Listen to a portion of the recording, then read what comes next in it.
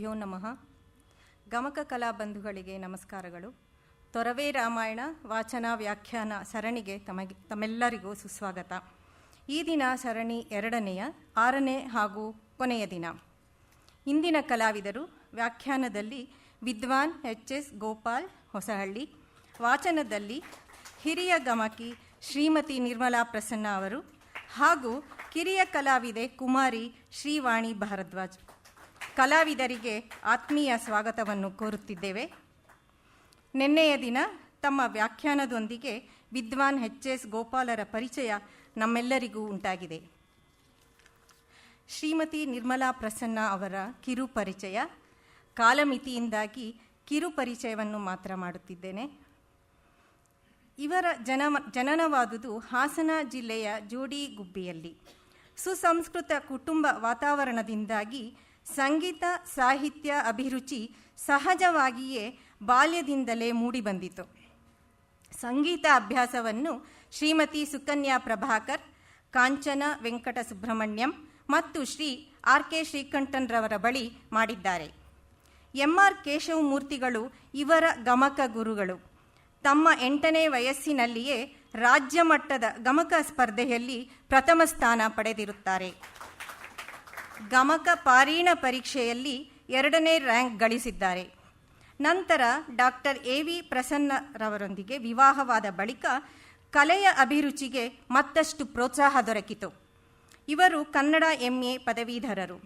ಸುಮಾರು 25 ವರ್ಷಗಳಿಂದ ಹಿರಿಯ ವ್ಯಾಖ್ಯಾನ ವಿದ್ವಾಂಸರುಗಳಾದ ಶತಾವಧಾನಿ doctor Ganesh, doctor A V. Prasanna, Shrimati Kamalamma, Shrimati Gangamma Keshavamurthy, Shri Rajaram Murthy ಮುಂತಾದವರ ವ್ಯಾಖ್ಯಾನಗಳೊಂದಿಗೆ ಗಮಕ ವಾಚನವನ್ನು ಮಾಡಿದ್ದಾರೆ. ಕರ್ನಾಟಕ ರಾಜ್ಯದ ಅನೇಕ ಕಡೆ ಗಮಕ ಕಲೆಯ ಪ್ರಚಾರ ಮಾಡುತ್ತಿದ್ದಾರೆ. ಹೊರ ರಾಜ್ಯಗಳಲ್ಲೂ ಕಾರ್ಯಕ್ರಮ ನೀಡಿದ್ದಾರೆ. ಗಮಕ ಶಿಬಿರಗಳಲ್ಲಿ ಗಮಕ ವಾಚನ ತರಬೇತಿ ನೀಡಿದ್ದಾರೆ. ಇವರ ಧ್ವನಿ ಸುರುಳಿಗಳು ಮತ್ತು ಅಡಕ ಮುದ್ರಿಕೆಗಳು ಬಿಡುಗಡೆಗೊಂಡಿವೆ. ಇದರಲ್ಲಿ ದತ್ತಚರಿತ್ರೆ, ಭೀಮಾಂಜನೇಯ ಪ್ರಸಂಗ, ದುರ್ಯೋಧನ ವಿಲಾಪ, ದ್ರೌಪದಿ ವಸ್ತ್ರಾಪಹರಣ ಮುಂತಾದವುಗಳನ್ನು ಹೆಸರಿಸಬಹುದು. ಪ್ರಖ್ಯಾತ ಸಂಘ ಸಂಸ್ಥೆಗಳು ಶ್ರೀಮತಿ ನಿರ್ಮಲಾರವನ್ನು ಸನ್ಮಾನಿಸಿವೆ. ಗಮಕ ಸುನಾದ ಧಾರಿಣಿ, ಗಮಕ ವಾಚನ ಕಲಾಭೂಷಣೆ ಮುಂತಾದ ಬಿರುದುಗಳನ್ನು ತಮ್ಮದಾಗಿಸಿಕೊಂಡಿದ್ದಾರೆ. ಸುಮಾರು 30 ವರ್ಷಗಳಿಂದ ಆಕಾಶವಾಣಿಯ ಗಮಕ ಕಲಾವಿದೆಯಾಗಿದ್ದಾರೆ. ದೂರದರ್ಶನದ ಚಂದನ ವಾಹಿನಿಯ ಗಮಕ ಸೌರಭ ಕಾರ್ಯಕ್ರಮದಲ್ಲಿ ಡಾಕ್ಟರ್ ಎ.ವಿ. ಪ್ರಸನ್ನ ಅವರೊಂದಿಗೆ ಪಾಲ್ಗೊಂಡಿದ್ದಾರೆ. ಗಮಕ ಕ್ಷೇತ್ರಕ್ಕೆ ಅಪಾರವಾದ ಕೊಡುಗೆ ನೀಡುತ್ತಾ ಬಂದಿದ್ದಾರೆ. ಗಮಕ ಕಲೆಗೆ ಇಂತಹ ಕಲಾವಿದರೇ ಆಧಾರ ಸ್ತಂಭಗಳು.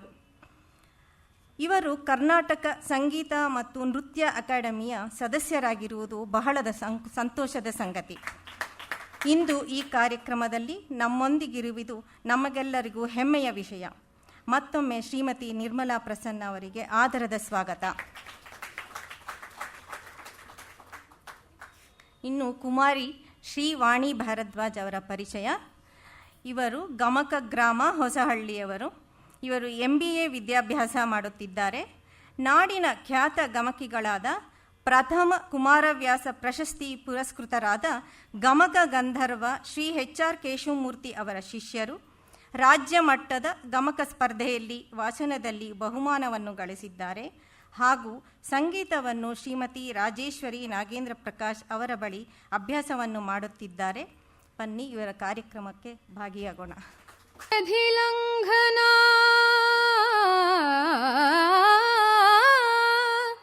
ಉದಧಿಲಂಘನ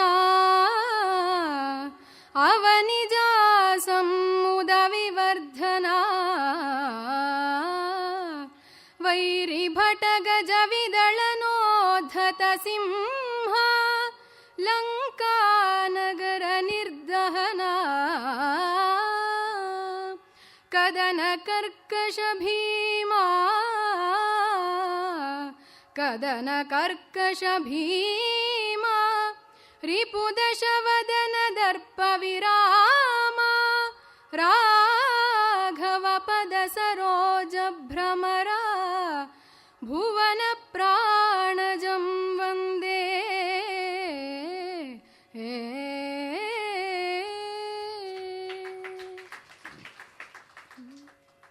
ತರಣಿ ವಂಶಜರು ಅತ್ರಿ ಮುನಿಯುಪಚರಣೆಯನು ಕೈಕೊಂಡು ರಜನೀಚರ ವಿರಾಧನ ಮುರಿದು ಸಾರ್ದರು ಪಂಚವಟಿವನವಾ ತರಣಿ ವಂಶಜರು ಅತ್ರಿ ಮುನಿಯುಪಚರಣೆಯನು ಕೈಕೊಂಡು ರಜನೀಚರ ವಿರಾಧನ ಮುರಿದು ಸಾರ್ದರು ಪಂಚವಟಿವನವಾ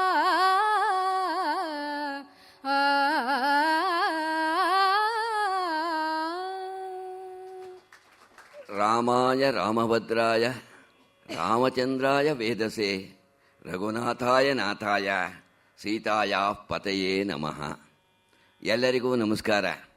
ನೆನ್ನೆ ಭರತ ಶ್ರೀರಾಮನ ಪಾದುಕೆಗಳನ್ನು ತೆಗೆದುಕೊಂಡು ಅಯೋಧ್ಯೆಗೆ ಹೋಗದೆ ಪಕ್ಕದಲ್ಲಿ ನಂದಿ ಗ್ರಾಮದಲ್ಲಿ ಅದನ್ನು ಸಿಂಹಾಸನದ ಮೇಲೆ ಇಟ್ಟು ಅದಕ್ಕೆ ಪಟ್ಟಾಭಿಷೇಕವನ್ನು ಮಾಡಿ ತಾನು ಋಷಿ ವೇಷವನ್ನು ಧಾರಣೆ ಮಾಡಿಕೊಳ್ತಾನೆ. ಋಷಿಗಳಂತೆ ಆಚರಣೆ ಮಾಡ್ತಾನೆ.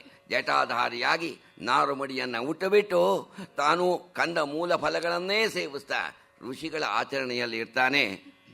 ನೆನ್ನೆ ಹೇಳೋದಕ್ಕೆ ಮರ್ತೆ, ಆ ಪಾದುಕ ವೈಭವ ಹೇಗಿತ್ತು ಅಂಥೇಳಿ ಅದರ ಬಗ್ಗೆನೇ ವೇದಾಂತ ದೇಶಿಕಾಚಾರ್ಯವರು ಸಹಸ್ರ ಪದ್ಯಗಳಲ್ಲಿ ಪಾದುಕ ಅದರ ಬಗ್ಗೆ ಬರೆದಿದ್ದಾರೆ. ಪಾದುಕಾ ಸಹಸ್ರಿ ಅಂತ ಹೇಳಿಬಿಟ್ಟು ಅದರ ಮಹಿಮೆಯನ್ನು ಕೊಂಡಾಡ್ತಾರೆ. ಆಮೇಲೆ ಜನ ಎಲ್ಲ ಹೇಳಕ್ಕೆ ಪ್ರಾರಂಭ ಅಂದಂತೆ, ರಾಮ ಬಂದರೂ ಬರಲಿ ಇಲ್ಲದೆ ಇರಲಿಲ್ಲ, ಪಾದುಕಾ ಪಟ್ಟಾಭಿಷೇಕದಲ್ಲಿ ಆ ಪಾದುಕಾ ರಾಜ್ಯದಲ್ಲಿ ನಾವೆಲ್ಲ ಚೆನ್ನಾಗಿದ್ದೇವೆ, ಕ್ಷೇಮವಾಗಿದ್ದೇವೆ.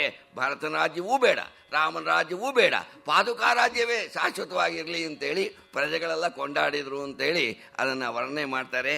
ಆಮೇಲೆ ಇತ್ತ ರಾಮಚಂದ್ರ ಇನ್ನು ಚಿತ್ರಕೂಟದಲ್ಲೇ ಇದ್ದು ಬಿಟ್ರೆ ಈ ಜನರು ಇವತ್ತೇನೋ ಭರತ ಬಂದ, ನಾಳೆ ಒಟ್ಟಿಗೆ ಪ್ರಜೆಗಳೆಲ್ಲ ಬಂದುಬಿಟ್ಟು ಆಟ ಮಲಗಿಬಿಟ್ಟು ರಾಮ ನೀನು ಹಿಂತಿರುಗದೇ ಇದ್ರೆ ನಾವು ಆಮರಣ ಅಂತ ಉಪವಾಸ ಮಾಡ್ತೀವಿ ಅಂತ ಕೂತ್ಬಿಟ್ರೆ ಏನು ಮಾಡೋದು?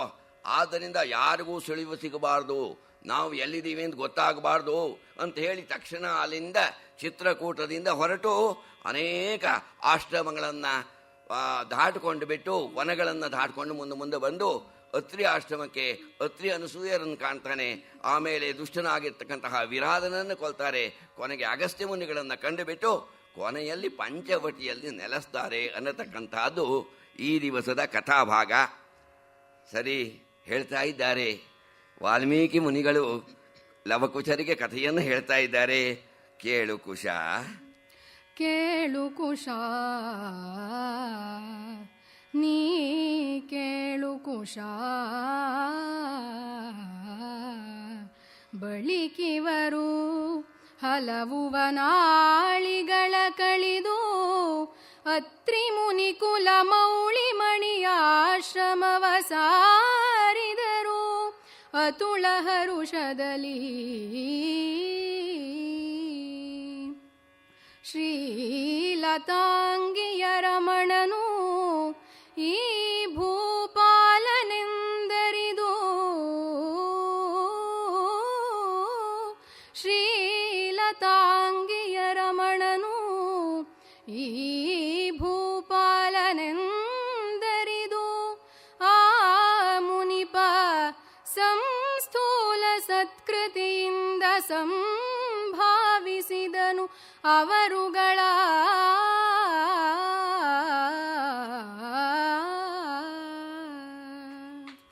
ನೋಡು ಕುಶ, ರಾಮ ಲಕ್ಷ್ಮಣ ಸೀತೆಯರು ಅನೇಕ ಕಾಡುಗಳನ್ನು ದಾಟಿ ಮುಂದೆ ಬರ್ತಾರೆ. ಆಮೇಲೆ ಅತ್ರಿ ಮುನಿಗಳ ಆಶ್ರಮಕ್ಕೆ ಬರ್ತಾರೆ, ಸಮೀಪಕ್ಕೆ ಬರ್ತಾರಂತೆ. ಆ ಅತ್ರಿ ಮುನಿಗಳ ಆಶ್ರಮ ಸಮೀಪದಲ್ಲಿ ಇದೆ ಅಂತೇಳಿ ಆ ಮಾತನ್ನು ಕೇಳಿಬಿಟ್ಟು ರಾಮಚಂದ್ರನಿಗೆ ಅತೀವ ಸಂತೋಷ ಉಂಟಾಗುತ್ತೆ. ಅತ್ರಿ ಮುನಿಗಳು ಬ್ರಹ್ಮನ ಮಾನಸ ಪುತ್ರರು, ಅವರ ಆಶ್ರಮ ಸಮೀಪದಲ್ಲಿದೆ, ಅವರನ್ನು ಕಾಣಬೇಕು ಅಂತ ಹೇಳಿಬಿಟ್ಟು ರಾಮ ಲಕ್ಷ್ಮಣ ಸೀತೆಯರು ಧಾವಿಸಿಬಿಟ್ಟು ಅವರ ಆಶ್ರಮಕ್ಕೆ ಬರ್ತಾರೆ. ಆ ರಾಮ ಲಕ್ಷ್ಮಣ ಸೀತೆಯರನ್ನು ಕಾಣ್ತಾನೆ ಅತ್ರಿ ಮುನಿ. ರಾಮನನ್ನು ಕಂಡುಬಿಟ್ಟು ಇವನು ಸಾಮಾನ್ಯ ನರನಲ್ಲ, ಶ್ರೀಲತಾಂಗಿಯ ರಮಣನು, ಲಕ್ಷ್ಮೀರಮಣ ಇವನು, ಲಕ್ಷ್ಮೀಕಾಂತ ಅಂತ ಹೇಳಿ ತಿಳಿದು ಬಿಟ್ಟು ಲಕ್ಷ್ಮೀನಾರಾಯಣರು ಬಂದಿದ್ದಾರೆ ಅಂತ ಹೇಳಿಬಿಟ್ಟು ಅತ್ಯಂತ ಸಂತೋಷಗೊಂಡು ಆನಂದದಿಂದ ರಾಮಚಂದ್ರನಿಗೆ ಮಧುಪರ್ಕಾದಿ ಷೋಡಶೋಪಚಾರ ಪೂಜೆಗಳೆಲ್ಲವನ್ನೂ ಕೂಡ ಮಾಡ್ತಾನೆ. ಅವರನ್ನ ಅನೇಕ ರೀತಿ ಉಪಚಾರವನ್ನು ಮಾಡ್ತಾ ಇದ್ದಾರೆ ಅತ್ರಿಮುನಿಗಳು. ಆಮೇಲೆ ಅನಸೂಯ ವೃದ್ಧ ದಂಪತಿಗಳು, ಇಬ್ಬರು ಕೂಡ ವೃದ್ಧ ದಂಪತಿಗಳು. ಅನಸೂಯ ಒಳಗಿದ್ಲು. ಅನಸೂಯ ಬಾ, ಯಾರು ಬಂದಿದ್ದಾರೆ ನೋಡು ಅಂತ ಹೇಳಿಬಿಟ್ಟು ಅನಸೂಯೆಯನ್ನು ಕರೆದ ಕೂಡಲೇ ಅನಸೂಯ ಒಳಗಿಂದ ಬಂದ್ಲಂತೆ. ನೋಡಿದ್ಲು, ರಾಮ ಸೀತೆಯರನ್ನು ನೋಡಿದ್ಲು.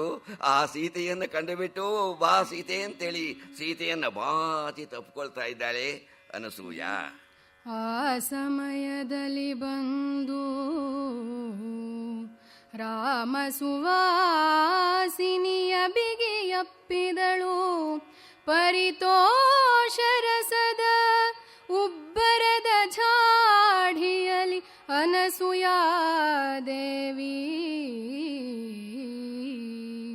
ಕ್ಲೇಶಗೊಂಡಳು ಕೈಯೊಡನೆ. ವನವಾಸವಾದುದೆ ಅಕಟ ಬಹಳಾಯಾಸ ಘಟಿಸಿತೆ ರಾಜನಂದನೆಗೆ. ಎಂದು ಮನಸ್ಸಿನಲ್ಲಿ ಕ್ಲೇಶಗೊಂಡಳು ಕೈಯೊಡನೆ.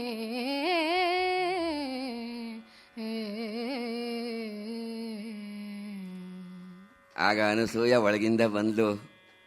ಸೀತಾರಾಮರನ್ನ ಕಂಡುಬಿಟ್ಟು ತುಂಬ ಸಂತೋಷಗೊಂಡ್ಲು. ಹಾಗೆಯೇ ಸೀತೆಯನ್ನು ಬಾಚಿ ತಬ್ಕೊಳ್ತಾ ಇದ್ದಾಳಂತೆ. ತಬ್ಬಿಕೊಂಡು ತುಂಬ ಸಂತೋಷವಾಯಿತು. ರಾಮಲಕ್ಷ್ಮಣರನ್ನ ಕಂಡು ತುಂಬ ಸಂತೋಷವಾಯಿತು. ಜೊತೆಗೆ ಬಹಳ ಸಂಕಟಪಟ್ಲಂತೆ. ಅಮ್ಮ ಸೀತೆ, ಜನಕರಾಜ ಕುಮಾರಿ ನೀನು, ಜನಕರಾಜನ ಮಗಳಾಗಿ ದಶರಥ ಮಹಾರಾಜನ ಸೊಸೆಯಾಗಿ ಭೂಮಿ ತೂಕದ ಶ್ರೀರಾಮಚಂದ್ರನ ಮಡದಿ ಆಗಿಬಿಟ್ಟು ಈ ಕಾಡಿನಲ್ಲಿ ಕಲ್ಲು ಮುಳ್ಳುಗಳ ಮೇಲೆ ನಡೆಯುವಂತಾಯ್ತೆ ಅಮ್ಮ. ಇಂತಹ ಕಷ್ಟ ನನಗೆ ಉಂಟಾಯ್ತೇನಮ್ಮ. ಕಾಡಿನಲ್ಲಿ ಅಲ್ದಾಡ್ತಕ್ಕಂತಹ ಸಂಕಟ, ಕಾಡಿನಲ್ಲಿ ವಾಸ ಮಾಡ್ತಕ್ಕಂತಹ ಈ ದುಃಖ ನಿನಗೆ ಪ್ರಾಪ್ತವಾಯಿತೆ ಅಂತ ಹೇಳಿಬಿಟ್ಟು ಕಂಬನಿ ತುಂಬುತ್ತಾ ಇದ್ದಾಳೆ, ದುಃಖ ಪಡ್ತಾ ಇದ್ದಾಳೆ, ಸಂಕಟ ಪಡ್ತಾ ಇದ್ದಾಳೆ. ಮತ್ತು ಕೂಡ ಹೇಳ್ತಾ ಇದ್ದಾಳೆ, ತನ್ನ ಕಥೆಯೆಲ್ಲವನ್ನು ಕೂಡ ಹೇಳ್ತಾ ಇದ್ದಾಳೆ. ಜೊತೆಗೆ ಸೀತೆಯನ್ನ ತುಂಬ ಸಂತೋಷದಿಂದ ಬಾಚಿ ತಪ್ಪಿಕೊಂಡು ಮಗಳು ಅಂತ ಭಾವನೆ ಮಾಡಿಕೊಂಡು ತನ್ನ ಕಥೆಯೆಲ್ಲವನ್ನು ಕೂಡ ಅನಸೂಯ ಹೇಳ್ತಾ ಇದ್ದಾಳೆ. ಅನಸೂಯ ಅವಳು ದೇವಹೂತಿ, ಅವಳ ತಾಯಿ ಹೆಸರು ದೇವಹೂತಿ, ತಂದೆ ಕರ್ದಮ ಮುನಿ, ಅವಳ ಮಗಳು ಅಂತಹ ಅನಸೂಯೆ ಪತಿವ್ರತಾ ಶಿರೋಮಣಿ. ಅವಳು ತನ್ನ ಕಥೆಯನ್ನು ತಾನೇ ಸೀತೆಗೆ ಹೇಳ್ತಾ ಇದ್ದಾಳೆ. ಹೇಳಿದಳು ಬಳಿಕವನಿಜೆಗೆ, ಹೇಳಿದಳು ಬಳಿಕವನಿಜೆಗೆ. ಶಶಿಮೌಳಿ ವಿಷ್ಣುವಿರಿಂಚಿಗಳು ನಿಜ ಬಾಲಕರು ತನಗಾದ ಕಥೆಯನು ಹೇಳಿದಳು. ತನ್ನ ನಡವಳಿಯ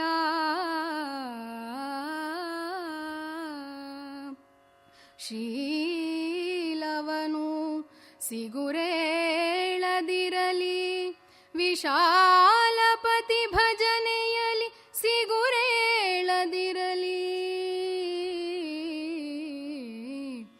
ಎಂದು ಅತಿಲಾಲನೆಯಲುಪಚರಿಸಿದಳು ಲಲನಾ ಶಿರೋಮಣಿಯ.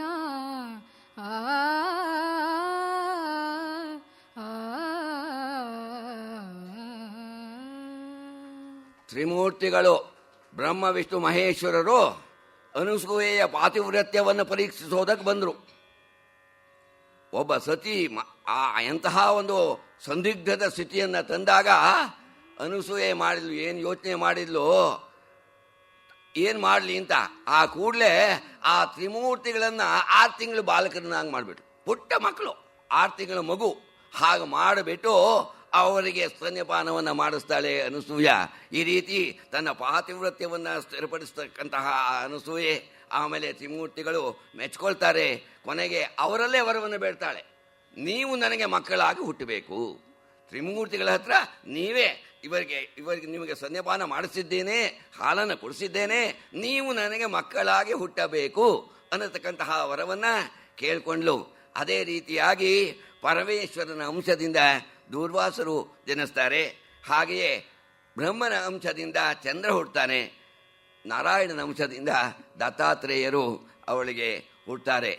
ಆ ರೀತಿಯಾಗಿ ತ್ರಿಮೂರ್ತಿಗಳನ್ನು ಮಕ್ಕಳಾಗಿ ಪಡೆದಿರ್ತಕ್ಕಂತಹ ತನ್ನ ಕಥೆಯನ್ನು ಹೇಳಿಬಿಟ್ಟು, ಅಮ್ಮ ನೀನು ಎಂದೂ ಕೂಡ ಆ ರಾಮನನ್ನು ಅಗಲಬೇಡಮ್ಮ, ರಾಮನ ಆ ಭಜನೆಯಲ್ಲಿ ಎಂದೂ ಕೂಡ ಲೋಪ ಬರದೇ ಇರಲಿ ಅಂತ ಹೇಳಿಬಿಟ್ಟು ರಾಮನೊಂದಿಗೆ ಯಾವಾಗಲೂ ಕೂಡ ನೀನು ಇರಬೇಕು.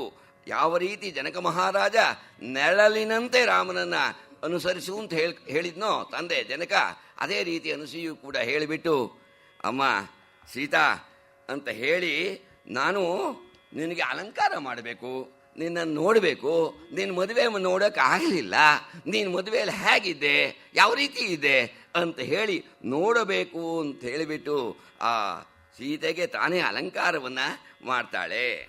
ಸೊಗಸುವಿ ಸೌಂದರ್ಯ ಸಾಗರವು ಅಗಜಗೆ ಆರಮೆಗೆ ಆ ಸರಸ್ವತಿಗೆ ಉಗುಳು ನೀರಾಗಿದೆ ನಿರೀಕ್ಷಿಸಲು ಅಂಗವಟ್ಟದಲ್ಲಿ ಅಗಲದಿರು ರಾಮನನು ಅಗಲದಿರು ರಾಮನನು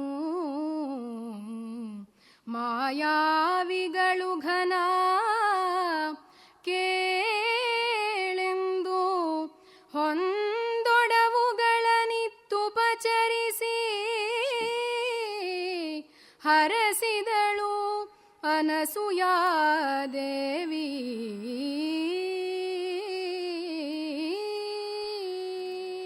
ನೋಡು ಸೀತಾ, ನನಗೋಸ್ಕರ ಈ ಪಟ್ಟೆ ಪೀತಾಂಬರವನ್ನು ಉಟ್ಕೋ ಅಂತ ರೇಷ್ಮೆ ಸೀರೆಯನ್ನು ಕೊಟ್ಟಿದ್ದಾರೆ. ಮತ್ತು ಕೂಡ ತಾನೇ ಅವಳ ಜಡೆಯನ್ನು ಹೆಣೆದು ಬಿಟ್ಟು ಮುಡಿಯನ್ನು ಕಟ್ಟಿದ್ದಾಳೆ. ಹಾಗೂ ಕೂಡ 2 ವಜ್ರದ ಓಲೆಯನ್ನು ಕೊಟ್ಟು ಇದನ್ನು ಹಾಕೋ, ಮೂಗುತಿಯನ್ನು ಹಾಕೋ, ಕಂಠಾಭರಣವನ್ನು ಹಾಕೋ ಅಂತೇಳಿ ಎಲ್ಲ ಆಭರಣಗಳನ್ನು ಕೊಟ್ಟು ಅಲಂಕಾರ ಮಾಡಿಬಿಟ್ಟು ಆ ಸೀತಾ ಮಾತೆಯನ್ನು ನೋಡಿ, ಸಾಕ್ಷಾತ್ ಲಕ್ಷ್ಮಿ ಅಮ್ಮ ನೀನು, ಇನ್ನು ಈ ಸೌಂದರ್ಯ ಈ ರೂಪು ಇಲ್ಲ, ಯಾರಿಗೂ ಇಲ್ಲ, ರಾಮೆಗೆ ಇಲ್ಲ, ಲಕ್ಷ್ಮಿಗೆ ಇಲ್ಲ, ಸರಸ್ವತಿಗೆ ಇಲ್ಲ, ಪಾರ್ವತಿಗೆ ಇಲ್ಲ. ಅಷ್ಟೇ ಅಲ್ಲ, ಅವರು ನಿನ್ನ ರೂಪವನ್ನ ನೋಡಿ ಕರುಬುತ್ತಾರೆ, ಉಗುಳು ನುಗ್ತಾರೆ. ಒಬ್ಬೊಬ್ಬೊಬ್ಬೊಬ್ಬ ಎಂಥ ರೂಪ ಇದು ಅಂತೇಳಿ ಅವರು ಹೊಟ್ಟೆಗಿಚ್ಬಿಡ್ತಾರಮ್ಮ. ಅಂಥ ರೂಪಮ್ಮ ನಿಂದು. ನೋಡು, ರಾಮನನ್ನ ಅಗಲದಿರು, ಎಂದೂ ಕೂಡ ರಾಮನನ್ನ ಅಗಲಬೇಡಮ್ಮ. ಯಾಕೆ ಹೇಳ್ತಾ ಇದ್ದೀನಿ ಅಂದ್ರೆ, ಮಾಯಾವಿಗಳು ಘನ, ದುಷ್ಟರು ರಾಕ್ಷಸರು ಮಾಯಾವೇಶವನ್ನು ಹಾಕೊಳ್ತಾರೆ, ಬೇರೆ ಬೇರೆ ಉಪಾಯ ಮಾಡ್ತಾರೆ. ನಿನ್ನನ್ನು ಮತ್ತು ರಾಮನನ್ನು ಅಗಲಿಸೋದಕ್ಕೆ ಬೇರೆ ಬೇರೆ ಉಪಾಯ ಮಾಡಿ ಅಗಲಿಸೋದಕ್ಕೆ ಪ್ರಯತ್ನ ಪಡ್ತಾರೆ. ಅದಕ್ಕೆ ನೀನು ಬಲಿಯಾಗಬೇಡ ಅಂದರೆ ಪೂರ್ವ ಸೂಚನೆಯನ್ನು ಇಲ್ಲೇ ಕವಿ ಮುಂದೆ ಆಗತ್ತೆ, ಅಗಲಿಕೆ ಆಗತ್ತೆ. ಅಂತಹ ಕೆಲಸವನ್ನು ಸೀತೆ ಮಾಡ್ತಾಳೆ. ರಾಮನನ್ನು ಬಿಟ್ಟು ಅದನ್ನು ಜಿಂಕೆಯನ್ನು, ಚಿನ್ನದ ಜಿಂಕೆ ಹೇಳ್ತಾನೆ ರಾಮಚಂದ್ರ. ಇಲ್ಲ ಸೀತಾ, ಎಂದೂ ಕೂಡ ಪ್ರಪಂಚದಲ್ಲಿ ಚಿನ್ನದ ಜಿಂಕೆ ಇರೋದಕ್ಕೆ ಸಾಧ್ಯ ಇಲ್ಲ. ಇದು ರಾಕ್ಷಸರ ಮಾಯೆ, ಬೇಡ, ಇದನ್ನು ಅಪೇಕ್ಷೆ ಪಡಬೇಡ ಅಂತಂದರೆ, ಇಲ್ಲ ಇಲ್ಲ ನನಗೆ ಅದು ಬೇಕೇ ಬೇಕು, ಇಲ್ಲ ಆಗಲಿ, ಇಲ್ಲ ಅದು ನಿಜವಾಗಿದ್ರೆ ಚಿನ್ನದ ಜಿಂಕೆ ಸಿಗುತ್ತೆ. ರಾಕ್ಷಸರಾಗಿದ್ರೆ ನಾವೇ ಹೇಗೂ ಕೊಲ್ತೀರಿ, ಪ್ರತಿಜ್ಞೆ ಮಾಡಿದ್ದೀರಲ್ಲ ನೀವು, ರಾಕ್ಷಸರನ್ನೆಲ್ಲ ಕೊಲ್ತೀನಿ ಅಂತೇಳಿ. ಆ ರಾಕ್ಷಸ ಹೋಗ್ತಾನೆ, ಅಷ್ಟೇ ತಾನೆ ಅಂತೇಳಿ ಅಪೇಕ್ಷೆ ಪಡ್ತಾಳೆ. ಮುಂದೆ ಅಲ್ಲಿ ಅಶೋಕವನದಲ್ಲಿ ಇದ್ದಾಗ ಆಗ ಹನುಮಂತನ ಹತ್ರ ಹೇಳ್ತಾಳೆ, ನನಗಿಂತಹ ದುಸ್ಥಿತಿ ಯಾಕೆ ಬಂತಂದ್ರೆ, ನೂನಂ ಸಕಾಲೇ ಮೃಗರೂಪಧಾರಿ ಯತ್ರಾರ್ಯಪುತ್ರಂ ವಿಸಸೃಜ್ಯ ಮೂಢ ಯತ್ರಾರ್ಯ ರಾಮಾನುಜಂ ಲಕ್ಷ್ಮಣ ಪೂರ್ವಜಂಚ ಅಂತ ಹೇಳಿಬಿಟ್ಟು ಆರ್ಯಪುತ್ರ ರಾಮಚಂದ್ರನನ್ನು ಬಿಟ್ಟು ಚಿನ್ನದ ಜಿಂಕೆಯನ್ನು ಅಪೇಕ್ಷೆ ಪಟ್ಟೆ ಹೇಳಿದ್ಲು ಅನಸೂಯ. ಮರೆಯದಿರು ರಾಮನನು. ಇಲ್ಲಿ ರಾಮ ಅಲ್ಲಿ ಜೊತೆಗೆ ಭಗವಂತ ಅಂತ ಭಾವನೆ ಮಾಡಿಕೊಂಡ್ರೆ ಭಗವಂತನನ್ನು ಬಿಟ್ಟು ಒಂದು ಚಿನ್ನದ ಜಿಂಕೆಯನ್ನು ಅಪೇಕ್ಷೆ ಪಟ್ಟೆ. ಅಷ್ಟೇ ತಪ್ಪು ಮಾಡಿದ್ದೇನೋ? ಇಲ್ಲ. ಆಮೇಲೆ ಹೋದ ಅವನು, ಮಾರೀಚ ಎಲ್ಲೋ ಸತಃ ಸೀತೆ ಲಕ್ಷ್ಮಣ ಅಂದ್ಬಿಟ್ಟ. ಸರಿ, ಲಕ್ಷ್ಮಣ ಹತ್ರ ರಾಮನಿಗೆ ಏನೋ ಆಗ್ಬಿಡ್ತು ಅಂತ ಹೇಳಿಬಿಟ್ಟು ನೀನು ಹೋಗಿ ನೋಡು ಮುಂದೆ. ಹೋಗಲಿ ಆವಾಗ ಲಕ್ಷ್ಮಣ ಹೇಳ್ದ, ಇಲ್ಲ, ರಾಮನಿಗೆ ಯಾರಿಗೂ ಕೂಡ ಏನನ್ನು ಕೂಡ ಮಾಡೋದಕ್ಕೆ ಸಾಧ್ಯ ಇಲ್ಲ ಅಂತಂದ್ರೂ ಕೂಡ ಲಕ್ಷ್ಮಣನ ಅವಾಚ್ಯ ಶಬ್ದಗಳಿಂದ ನಿಂದಿಸಿಬಿಟ್ಟು, ಓಹೋ ನನಗೆಲ್ಲ ಗೊತ್ತು, ನೀನು ಅದಕ್ಕೋಸ್ಕರನೇ ಬಂದಿದ್ಯಾ ಕಾಡಿಗೆ, ನನ್ನನ್ನು ಅಪೇಕ್ಷೆ ಪಟ್ಟು ಬಂದಿದ್ಯಾ ಅಂತ ಹೇಳಿಬಿಟ್ಟು ನಾನಾ ರೀತಿಯಾಗಿ ಹಂಗಿಸಿಬಿಟ್ಟು ಬೈದು ಅವಾಚ್ಯ ಶಬ್ದಗಳಿಂದ ಬೈದೆ. ಆ ರೀತಿಯಾಗಿ ಭಾಗವತ ಅಪರಾಧವನ್ನು ಕೂಡ ಮಾಡಿದೆ, ಭಕ್ತನಿಗೆ ಅಪರಾಧವನ್ನು ಮಾಡಿದೆ, ನಮ್ಮ ಸೇವೆಗೋಸ್ಕರ ಬಂದಿರತಕ್ಕಂತಹ ಲಕ್ಷ್ಮಣನನ್ನು ಕಳಿಸಿದೆ. ಈ ರೀತಿ 2 ಅಪರಾಧವನ್ನು ಮಾಡಿದೆ ಅಂತೇಳಿ ಬಹಳ ದುಃಖ ಪಡ್ತಾಳೆ. ಅಂಥದ್ದನ್ನು ಇಲ್ಲಿ ಪೂರ್ವ ಸೂಚನೆಯಂತೆ ಅವಳು ಗಣ ಎಂದೂ ಕೂಡ ರಾಮನನ್ನು ಬಿಡಬೇಡಮ್ಮ ಅಂತೇಳಿ ಅನಸೂಯಾದೇವಿ ಹೇಳ್ತಾಳೆ. ಆಮೇಲೆ ಅಲ್ಲಿಂದ ರಾಮ ಮತ್ತು ಲಕ್ಷ್ಮಣ ಸೀತೆ ಅವರನ್ನು ಬೀಳ್ಕೊಂಡು ಮುನಿ ಬಳಿಕ ಬೀಳ್ಕೊಟ್ಟನು ಈ ರಘುಜನ ಪರನು, ಮುನಿ ಬಳಿಕ ಬೀಳ್ಕೊಟ್ಟನು ಜಮದಗ್ನಿ ರಾಮನ ಬನಕ್ಕೆ ಬಂದರು, ಬೀಳುಕೊಂಡರು ತನ್ಮುನೀಶ್ವರನ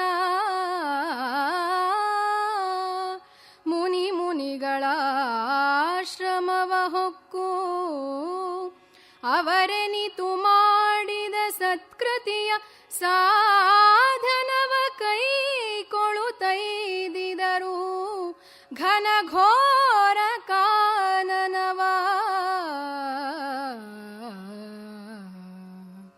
ಆಮೇಲೆ ಅತ್ರಿ ಅನಸೂಯರನ್ನು ಬೀಳ್ಕೊಂಡು ಅಲ್ಲಿಂದ ಮುಂದೆ ಹೋಗ್ತಾರೆ. ಅನೇಕ ಋಷಿಗಳ ಆಶ್ರಮಕ್ಕೆ ಹೋಗ್ತಾರೆ. ಹಾಗೇ ಪರಶುರಾಮರ ಆಶ್ರಮಕ್ಕೆ ಬರ್ತಾರೆ.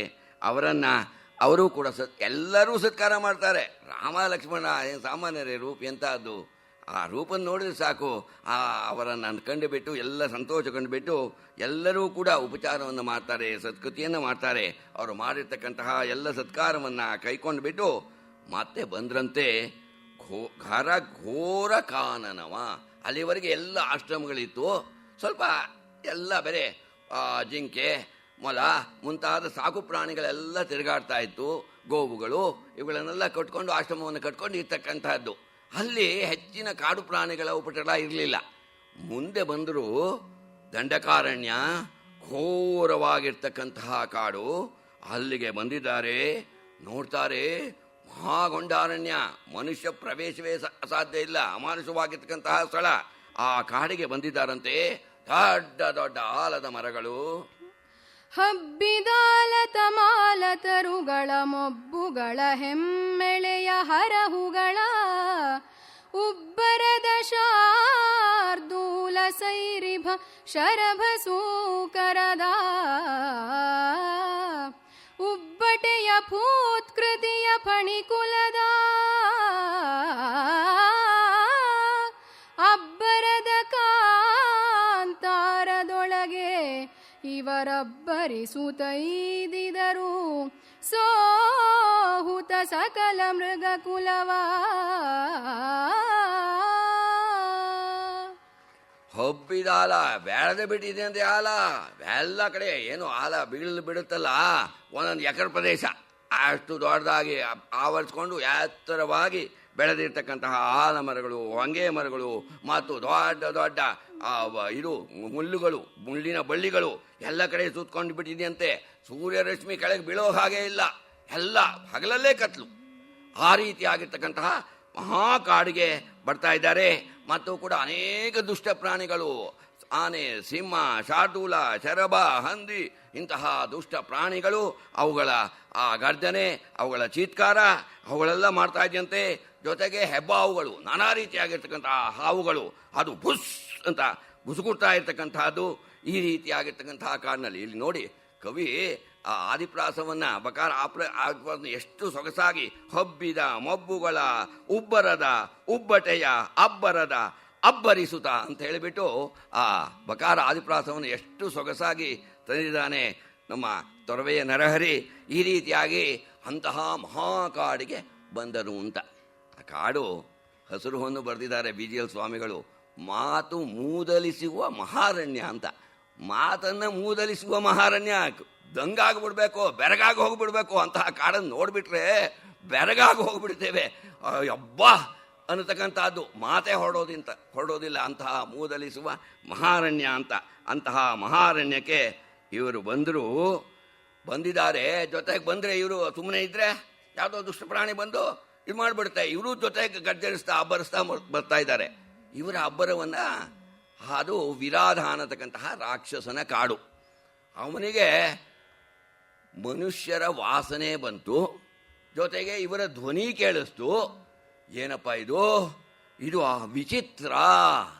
ಯಾಕೆ ಅಂದರೆ ಈ ಕಾಡಿಗೆ ಮನುಷ್ಯರು ಬರೋಣ ಅಂದ್ರೇನು? ಮನುಷ್ಯರು ಬರೋದಕ್ಕೆ ಸಾಧ್ಯವೇ ಇಲ್ಲದಕ್ಕಂತಹ ಕಾಡು, ಅಮಾನುಷ ಸ್ಥಳ. ಇಲ್ಲಿಗೆ ಬಂದಿದ್ದಾರಲ್ಲಪ್ಪ, ಏನಿದು ಅಚ್ಚರಿ?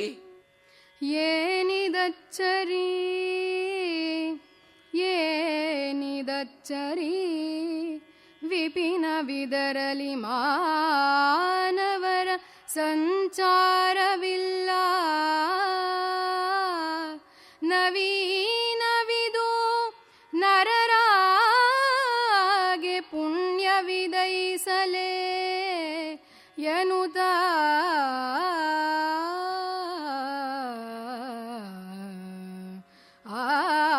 ನಿಶಾಟ ವಿರಾಧನು ಆ ಮಾಯಾನರರ ಬಳಿಗೈದಿದನು.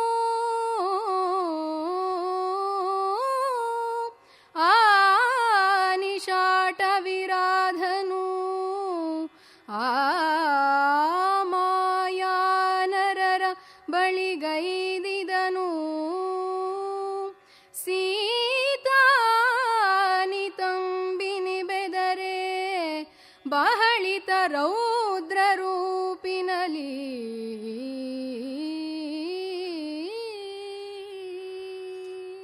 ಮನುಷ್ಯ ಸಂಚಾರ ಇಲ್ಲ. ಅಂತಹ ಕಾಡಿನಲ್ಲಿ ಮನುಷ್ಯರ ಧ್ವನಿ ಕೇಳಿಸ್ತಾ ಇದೆ, ಮನುಷ್ಯರ ವಾಸನೆ ಬರ್ತಾ ಇದೆ. ಅಬ್ಬಾ, ಆಗ್ಲಿ ಅಂತ ಇದು ನಮ್ಮ ಪುಣ್ಯ. ಇವತ್ತು ನಮಗೆ ಆ ಮನುಷ್ಯರ ಮಾಂಸವನ್ನ, ಆ ರಕ್ತವನ್ನ ಕುಡಿಯತಕ್ಕಂತಹ ಒಂದು ಯೋಗ, ಆ ಪುಣ್ಯ ನಮಗಿವತ್ತು ಉಂಟಾಗಿದೆ ಅಂತ ಬಹಳ ಹರ್ಷಿತನಾಗಿ ಆ ವಿರಾಧ ಇವರು ಎಲ್ಲಿದ್ದಾರೆ ಆ ಸಮೀಪಕ್ಕೆ, ರಾಮ ಲಕ್ಷ್ಮಣ ಸೀತೆಯರ ಸಮೀಪಕ್ಕೆ ಬಂದ. ನೋಡ್ತಾರೆ, ಒಂದು ಗುಡ್ಡ ನಡ್ಕೊಂಡ್ಬರ್ದಂಗೆ ಕಾಣ್ತಾ ಇದೆ. ಇವರು ನೋಡ್ತಾರೆ, ಏನಪ್ಪ ಇದು ಗುಡ್ಡ ನಡ್ಕೊಂಡ್ಬರ್ತಾ ಇದೆಯಲ್ಲ ಅಂತ. ಹತ್ರ ಬರ್ತಾರೆ, ಗುಡ್ಡ ಅಲ್ಲ, ಕೈ ಕಾಲಿದೆ, ತಲೆ ಇದೆ, ವಿಕಾರ ರೂಪ, ಒಂದು ಶೂಲ ಇಟ್ಕೊಂಡಿದ್ದಾನೆ. ಆ ಶೂಲಕ್ಕೆ ಒಂದು 3 ಹುಲಿ, ಒಂದು 4 ಸಿಂಹ, ಒಂದು ಆನೆ ತಲೆ, ಒಂದು 10 ಜಿಂಕೆ ಎಲ್ಲ ಸಿಕ್ಸ್ಕೊಂಡಿದ್ದಾನೆ. ಹಿಂಗೆ ಸಿಕ್ಸ್ಕೊಂಡು ನಡ್ಕೊಂಡು ಬರ್ತಾ ಇದ್ದಾನೆ. ಗುಡ್ಡ ಬಂದಂಗೆ ಬರ್ತಾ ಇದೆ. ಅದನ್ನು ನೋಡಿಬಿಟ್ಟು ಗಾಬರಿಗೊಂಡ್ಬಿಟ್ಲು, ಹೆದರಿಕೆ ಉಂಟಾಗ್ಬಿಡ್ತು ಸೀತೆಗೆ. ಅಬ್ಬಾ, ಅವನು ಹೇಗಿದ್ದ ಅಂತೇಳಿ ವರ್ಣಿಸ್ತಾ ಇದ್ದಾರೆ ಕವಿ. ಮುಳುಗಿಸಿದುದಾಖಳನ ಮೈಗತ್ತಲೆ ದಿವಾಕರ ಬಿಂಬವನು ಬಿಡುದಲೆಯ ಸಿಡಿಲಿಂಗಳದ ಜಂಗಳದ ಕ್ಷಿಯುಗಳಗಳ ಕುಲಿಶದಂಷ್ಟ್ರದ ವಿಕೃತ ವಕ್ರದ ವಿಲಯ ಭೈರವನಂತೆ ಮುಂದಕ್ಕೆ ಸುಳಿಯಲು ಆಚರಿಸಿದಳು ಕಂಡು ಕುಮಾರಿ ಕುಂಭಿನಿಯ. ಎಂಥ ಕಪ್ಪು ಅಂದ್ರೆ ಹೊಳೆಯೋ ಕಪ್ಪು, ದಿವಾಕರ ಬಿಂಬ. ಆ ಸೂರ್ಯನ ಆ ಪ್ರಕಾಶವನ್ನ ಕತ್ಲೆ ಮಾಡ್ತು. ಅಂಥ ಕಪ್ಪಪ್ಪ ಅದು. ಆ ಕಪ್ಪು ಎಲ್ಲ ಪಳಪಳ ಹೊಳಿತಾ ಇದೆಯಾ ಕಪ್ಪು, ಅದು ಸೂರ್ಯ ಪ್ರಕಾಶವನ್ನೇ ಕತ್ಲೆ ಮಾಡಿಬಿಡ್ತಂತೆ. ಮತ್ತು ಕೂಡ ಆ ಕೂದಲುಗಳೆಲ್ಲ ದಬ್ಬಣದ ಹಾಗೆ ಮೇಲಕ್ಕೆ ನಿಂತ್ಕೊಂಡ್ಬಿಟ್ಟಿದೆ, ಕೂದಲುಗಳೆಲ್ಲ ಮೇಲಕ್ಕೆ ನಿಂತ್ಕೊಂಡ್ಬಿಟ್ಟಿದೆ. ಮತ್ತು ಕೂಡ ಕಣ್ಣುಗುಡ್ಡೆಗಳು ಬೆಂಕಿ ಉಂಡೆ, ಸಿಡಿಲಿನ ಉಂಡೆಗಳ ಹಾಗೆ 2 ಕಣ್ಣುಗಳು ಅದು ಕೋರೈಸ್ತಾ ಇದೆ. ಮತ್ತು ಕೂಡ ವಜ್ರಾಯುಧದಂತೆ ಕೋರೆ ಹಲ್ಲುಗಳು 2 ಕಡೆ ಚಾಚ್ಕೊಂಡ್ಬಿಟ್ಟಿದೆಯಂತೆ. ವಿಕೃತ ವಕ್ರದ, ಇನ್ನು ಅಂಥ ವಿಕಾರ ಇಲ್ಲಪ್ಪ. ಏನೇನು ಸೊಟ್ಟುಗಳಿದೆ ಎಲ್ಲ ಅವನಲ್ಲಿದೆ ಅಂತ. ಎಲ್ಲ ವಿಕಾರಗಳು, ಸೊಟ್ಟುಗಳು ಅವೆಲ್ಲವೂ ಕೂಡ ಇರ್ತಕ್ಕಂತಹವನು ಆ ವಿರಾಧ ಅನ್ನತಕ್ಕಂತಹ ಅವನು. ವಿಲಯ ಭೈರವನಂತೆ, ಆ ಪ್ರಳಯ ಕಾಲದ ಆ ಭೈರವನಂತೆ ಅವನು ತೋರಿಸ್ತಾ ಇದ್ದಾನಂತೆ. ಒಂದು ಚಿತ್ರ ಪ್ರದರ್ಶನ ಹೇಳಿತು. ಅದಕ್ಕೆ ಒಬ್ಬ ಹೋದ, ಎಲ್ಲ ಚಿತ್ರಗಳನ್ನೆಲ್ಲ ನೋಡ್ಕೊಂಡು ಬಂದ. ಆಮೇಲೆ ಒಂದು ಚಿತ್ರ ನೋಡಿ, ಯಾರೀ ವ್ಯವಸ್ಥಾಪಕರು ಅಂದ. ಕಾರ್ಯಕ್ರಮ ವ್ಯವಸ್ಥಾಪಕರು ಬಂದರು. ಏನು ಸ್ವಾಮಿ ಇದು, ಇಂಥ ಚಿತ್ರ ಹಾಕೋದೇನ್ರಿ? ಮಕ್ಕಳು ನೋಡಿದರೆ ಗಾಬರಿಯಾಗಿ ಅಲ್ಲೇ ಮೂರ್ಛೆ ಬಿದ್ದು ಬಿಡ್ತಾರೆ. ನಿದ್ರೇನೇ ಬರೋಲ್ಲ, ನಿದ್ರೆಯಲ್ಲಿ ಕನಸಲ್ಲೆಲ್ಲ ಕಾಡುತ್ತೆ. ಇಂತಹ ಚಿತ್ರ ಹಾಕ್ತಾರೇನ್ರಿ ಏನಾರು ಅಂತ ಹೇಳಿ ಸಿಕ್ಕಾಪಟ ಬೈಯೋಕ್ಕೆ ಶುರು ಮಾಡಿಬಿಟ್ಟ. ಏನು ಸ್ವಾಮಿ, ನಾವು ಅಂತಹ ಚಿತ್ರ ಏನು ಹಾಕಿಲ್ವಲ್ಲ, ಎಲ್ಲಿ ನೋಡ್ರಿ ಇಲ್ಲಿ ಅಂದ. ನೋಡಿದ್ರು, ಸ್ವಾಮಿ ಅದು ಕನ್ನಡಿ, ಅವರು ಅದು ಕನ್ನಡಿ ಅಂದ್ರಂತೆ. ಅಂತಷ್ಟು ವಿಕಾರವಾಗಿರ್ತಕ್ಕಂಥ ರೂಪು. ಆ ಕನ್ನಡಿ ನೋಡಿ ಅಷ್ಟಲ್ಲ, ಅಂದರೆ ತಮ್ಮ ರೂಪನ್ನು ನೋಡಿ ಅವ್ರಿಗೆ ಅಷ್ಟು ಗಾಬರಿ ಆಯಿತು.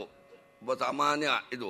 ಇನ್ನು ಇವನು ರಾಕ್ಷಸ, ವಿಕಾರ ರೂಪನ್ನೇ ಪಡ್ಕೊಂಡು ಹುಟ್ಟಿದವನು, ಶಾಪಗ್ರಸ್ತನಾಗಿ ಇನ್ನು ಎಷ್ಟು ವಿಕಾರ ಆಗಿರ್ಬೋದು ಅಂತ ಅದನ್ನು ನೋಡಿಬಿಟ್ಟು ಬಹಳ ಗಾಬರಿಗೊಂಡೆ ಬಿಟ್ಟು ಆ ಸೀತೆ ನಡುಗುತ್ತಾ ನೆಲವನ್ನು ನೋಡ್ತಾ ಇದ್ದಾಳಂತೆ.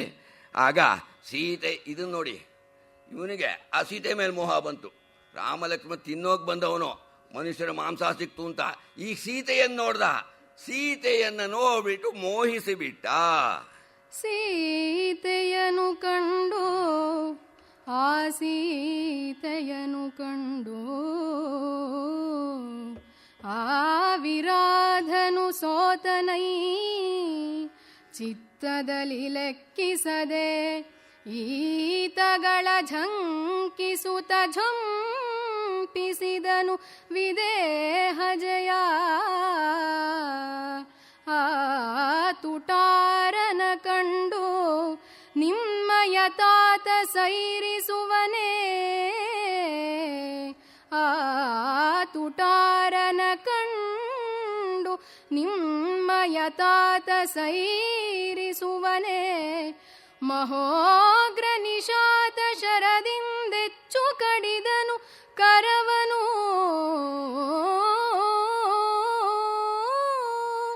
ಮಹೋಗ್ರ ನಿಶಾತ ಶರದಿಂದ ಎಚ್ಚು ಕಡಿದನು ಕರವನ ಖಳನ.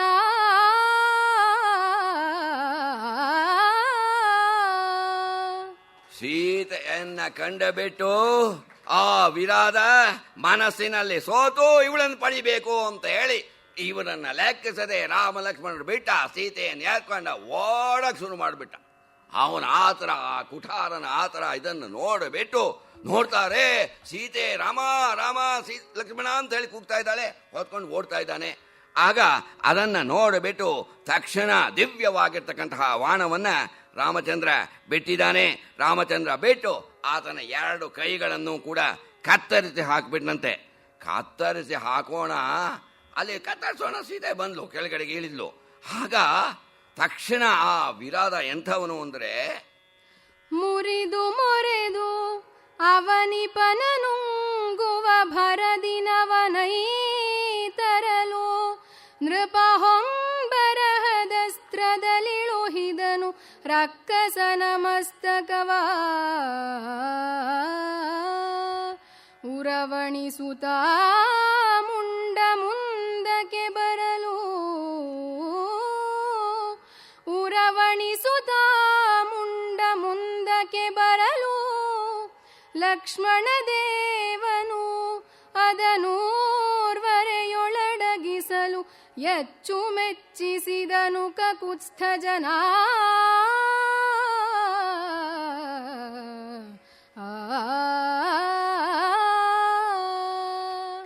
ನೋಡಿ ಆ ವಿರಾದ 2 ಕೈಗಳು ಕೆಳಗಡೆ ಬಿದ್ದು ಹೋಗಿದೆ. ಆದರೂ ಕೂಡ ಕೋಪದಿಂದ ರಾಮ ಲಕ್ಷ್ಮಣನ ನುಂಗೋದಕ್ಕೋಸ್ಕರ ಬಾಯಿ ಬಿಟ್ಕೊಂಡು ಓಡ್ ಬಂದ. ಬರೋಣ ರಾಮ ನೋಡ್ದ, ಆತನ ಕತ್ತನ್ನ, ಒಂದು ಮಹಾಸ್ತ್ರವನ್ನ ತೆಗೆದುಕೊಂಡು ಆತನ ತಲೆಯನ್ನ ಕತ್ತರಿಸಿಬಿಟ್ಟ. ತಲೆ ಹೋದ್ರು ಅವನೆಂತ ರಾಕ್ಷಸ, ಅವನು ತಲೆ ಹೋಗಿದೆ, 2 ಕೈಗಳಿಲ್ಲ. ಆದರೂ ಕೂಡ ಆ ಮುಂಡ ಅದೇ ಬರ್ತಾ ಇದೆಯಂತೆ, ಹೊಡೆಯೋದಕ್ಕೆ ಗುದ್ದು ಬಿಡ್ತೀನಿ, ಸಾಯಿಸ್ಬಿಡ್ತೀನಿ ಅಂತೇಳಿ ಅದೇ ಬರ್ತಾ ಇದೆಯಂತೆ. ಆಗ ಲಕ್ಷ್ಮಣ ಒಂದು ದಿವ್ಯಾಸ್ತ್ರವನ್ನ ಆ ಶರೀರಕ್ಕೆ ಹೊಡೆಯೋಣ, ಅದು ಅಲ್ಲೇ ನೆಲದಲ್ಲಿ ಹೂತು ಹೋಗ್ಬಿಡ್ತು ಅಂತ, ನೆಲದಲ್ಲಿ ಹೂತು ಹೋಗ್ಬಿಡ್ತಂತೆ. ಅವನು ಶಾಪಗ್ರಸ್ತನಾಗಿದ್ದವನು. ಅವನು ಯಾವಾಗ ಲಕ್ಷ್ಮಣ ದೇವ ದಿವ್ಯವಾಗಿರ್ತಕ್ಕಂತಹ ಬಾಣವನ್ನು ಬಿಟ್ಟು ಆತನ ಶರೀರ ಅಂತ ಹೇಳಿದ್ನಲ್ಲ, ಗುಡ್ಡದ ಆಕಾರ ಅಂತ, ಆ ಶರೀರ ನೆಲದ ಒಳಗಡೆ ಹೂತು ಹೋಗಬೇಕಾದ್ರೆ ಆ ಲಕ್ಷ್ಮಣನ ಆ ಬಾಣದ ಆ ಪ್ರಭಾವ ಎಷ್ಟಿರಬಹುದು ಅದನ್ನು ನೋಡಿಬಿಟ್ಟು ರಾಮಚಂದ್ರ ಮೆಚ್ಚಿಕೊಂಡಿದ್ದಾನೆ. ಆಮೇಲೆ ಅವನು ಶಾಪಗ್ರಸ್ತನಾಗಿರ್ತಕ್ಕಂತಹ ರಾಕ್ಷಸ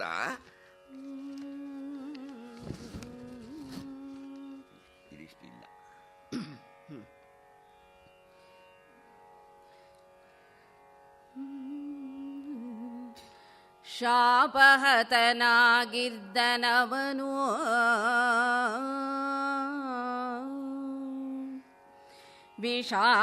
ವಿಶಾಪವಾಯ್ತು ಇವರಿಂದ ಶಾಪಹತನಾಗಿದ್ದನವನು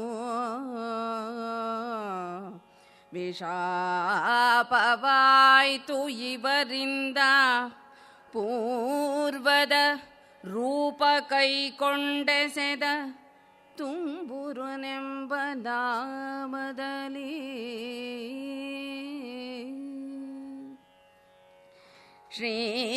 ಶ್ರೀಪತಿಯಲ ನೀನು ಭೂಭಾರಾಪಹರ ಕಾರಣದಿಂ ಈ ನರರೂಪು ನಿನಗಾಯ್ತೋ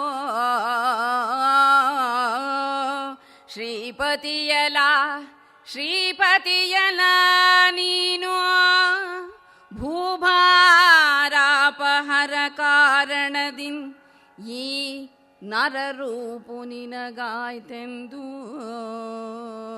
ಹೊಗಳುತ್ತ ಹಾಯ್ದನ ಜಪುರಿಗೆ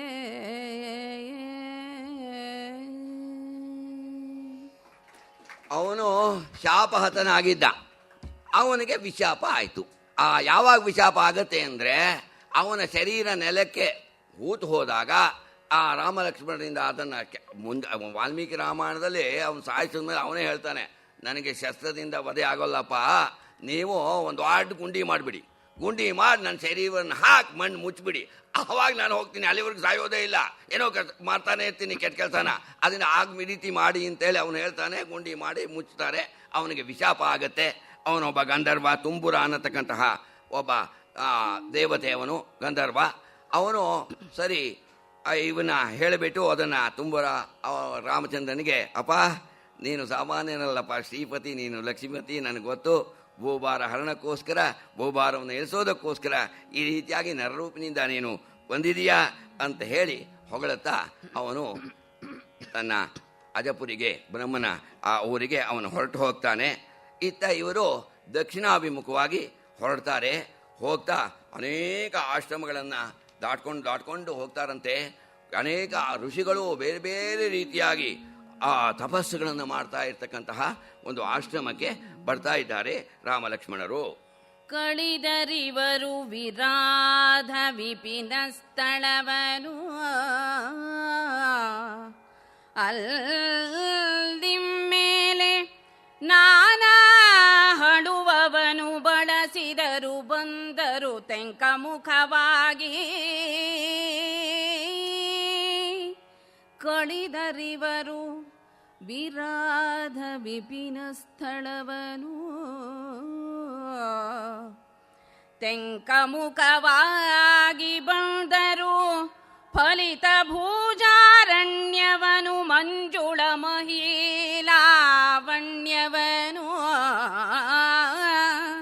ಫಲಿತ ಭೂಜಾರಣ್ಯವನು ಮಂಜುಳ ಮಹಿಲಾವಣ್ಯವನು ಕಂಡೊಲಿದು ಹೊಕ್ಕರು ದಂಡಕಾರಣ್ಯವನು ಹರುಷದಲ್ಲಿ ಫಲಿತ ಭೂಜಾರಣ್ಯವನು ಮಂಜುಳ ಮಹಿಲಾವಣ್ಯವನು ಕಂಡು ಒಲಿದು ಹೊಕ್ಕರು ದಂಡಕಾರಣ್ಯವನು ಹರುಷದಲ್ಲಿ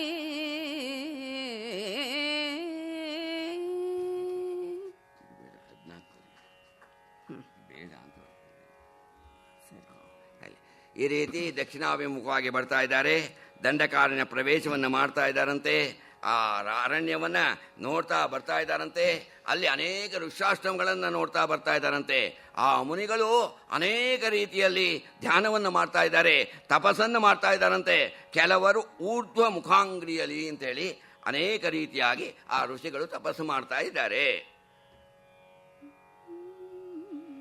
ಕೆಲಬರೂರ್ಧ್ವ ಮುಖಾಂಗ್ರಿಯಲಿ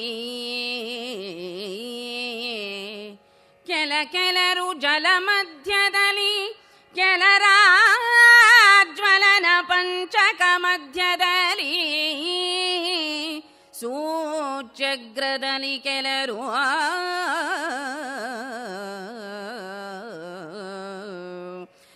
ನಿರತರು ಜಪತಪ ಹೋಮ ನಿಯಮಗಳಲ್ಲಿ ನೀಲಗ್ರೀವ ನೀರಜದಳ ವಿಲೋಚನರ ಅಮಳ ಭಕ್ತಿಯಲಿದ್ದರು ಇದಿರಿನಲಿ. ಈ ರೀತಿ ತಪಸ್ಸನ್ನು ಮಾಡ್ತಾ ಇದ್ದಾರಂತೆ. ಸೂರ್ಯನನ್ನ ನೆಟ್ಟ ನೋಟದಿಂದ ನೋಡ್ತಾ ಕೆಲವರು ತಪಸ್ಸು ಮಾಡ್ತಾ ಇದ್ದಾರೆ. ಜಲ ಮಧ್ಯದಲ್ಲಿ ನಿಂತ್ಕೊಂಡು ಕೆಲವರು ತಪಸ್ಸು ಮಾಡ್ತಾ ಇದ್ದಾರೆ. ಇನ್ನು ಕೆಲವರು ಪಂಚಾಗ್ನಿ ತಪಸ್ಸು ಅಂತ. ಕುಮಾರ ಸಮೂಹದಲ್ಲಿ ಪಾರ್ವತಿನೂ ಕೂಡ ಹಾಗೆ ಮಾಡ್ತಾಳೆ. 4 ಕಡೆ ಬೆಂಕಿಯನ್ನು ಹಾಕಿಬಿಟ್ಟು ತಾನು ಮಧ್ಯದಲ್ಲಿ ನಿಂತ್ಕೊಂಡು ಸೂರ್ಯದೇವನನ್ನು ನೋಡಿ ತಪಸ್ಸು ಮಾಡ್ತಕ್ಕಂಥದ್ದು ಪಂಚಾಗ್ನಿ ತಪಸ್ಸು ಅಂತ ಹೇಳಿ ಆ ರೀತಿ ತಪಸ್ಸನ್ನು ಮಾಡ್ತಾ ಇದ್ದಾರಂತೆ. ಇನ್ನು ಕೆಲವು ಜನ ಸೂಚ್ಯಾಗ್ರದಲ್ಲಿ ಇಂಥ ದಬ್ಬಣಗಳನ್ನು ಆ ಮಳೆಗಳನ್ನು ನೆಟ್ಟು ಬಿಟ್ಟು ಅದರ ಮೇಲೆ ಕಾಲನ್ನು ಇಟ್ಟುಕೊಂಡು ಆ ನೋವಿನಲ್ಲೂ ಕೂಡ ನೋವಿನ ಪರಿವೇ ಇಲ್ಲ, ಆ ರೀತಿ ನಿಂತ್ಕೊಂಡು ಬಿಟ್ಟು ತಪಸ್ಸನ್ನು ಮಾಡ್ತಾ ಇದ್ದಾರಂತೆ. ಈ ರೀತಿ ಅವರು ಜಪ ತಪ ಹೋಮ ಇವುಗಳಲ್ಲಿ ನಿರತರಾಗಿದ್ದಾರಂತೆ. ಯಾರ? ಆ ನೀಲಗ್ರೀವ, ಆ ಶಂಕರ, ಅವನ ಮತ್ತು ನಾರಾಯಣನ ಅವರ ಅಮಿತವಾದ ಭಕ್ತಿಯಿಂದ ಅವರನ್ನು ಕುರಿತು ಅವರೆಲ್ಲರೂ ಕೂಡ ತಪಸ್ಸನ್ನು ಮಾಡ್ತಾ ಇದ್ದಾರೆ. ಹಾಗೆ ಬರ್ತಾ ಇರ್ತಕ್ಕಂತಹ ಸಂದರ್ಭದಲ್ಲಿ ಇವರು ಅವರೆಲ್ಲರನ್ನೂ ಕೂಡ ನೋಡಿಕೊಂಡು ಮುಂದೆ ಬರ್ತಾ ಇದ್ದಾರೆ. ಮುಂದೆ ಇವರಿಗೋಸ್ಕರವೇ ಕಾದು ಕುಳಿತಿದ್ದಾರೆ ಶರಭಂಗರು. ಆ ಶರಭಂಗರನ್ನ ದೇವೇಂದ್ರ ಬನ್ನಿ, ನೀವು ದೇವಲೋಕಕ್ಕೆ ಬನ್ನಿ ಅಂತೇಳಿ ಕರೆಯೋದಕ್ಕೆ ಬಂದಿದ್ದ. ಆಗ ಆ ಶರಭಂಗರು ಹೇಳ್ತಾರೆ, ಇಲ್ಲಪ್ಪ ನಾನು ಬರೋದಿಲ್ಲ, ಈಗ ನಾನು ಕಾಯ್ತಾ ಇದ್ದೀನಿ, ರಾಮ ಲಕ್ಷ್ಮಣರು ಬರ್ತಾರೆ, ಅವರನ್ನು ಕಂಡುಬಿಟ್ಟು ಆಮೇಲೆ ನಾನು ಬರ್ತೇನೆ ಅಂಥೇಳಿ ರಾಮನಿಗಾಗಿ ಕಾದು ಕುಳಿದಿರ್ತಕ್ಕಂತಹ ಶರಭಂಗಾಶ್ರಮಕ್ಕೆ ಬಂದಿದ್ದಾರೆ ರಾಮ ಲಕ್ಷ್ಮಣ ಸೀತೆಯರು. ಆ ಮುನೀಶ್ವರ ನಿದಿರುಗೊಂಡು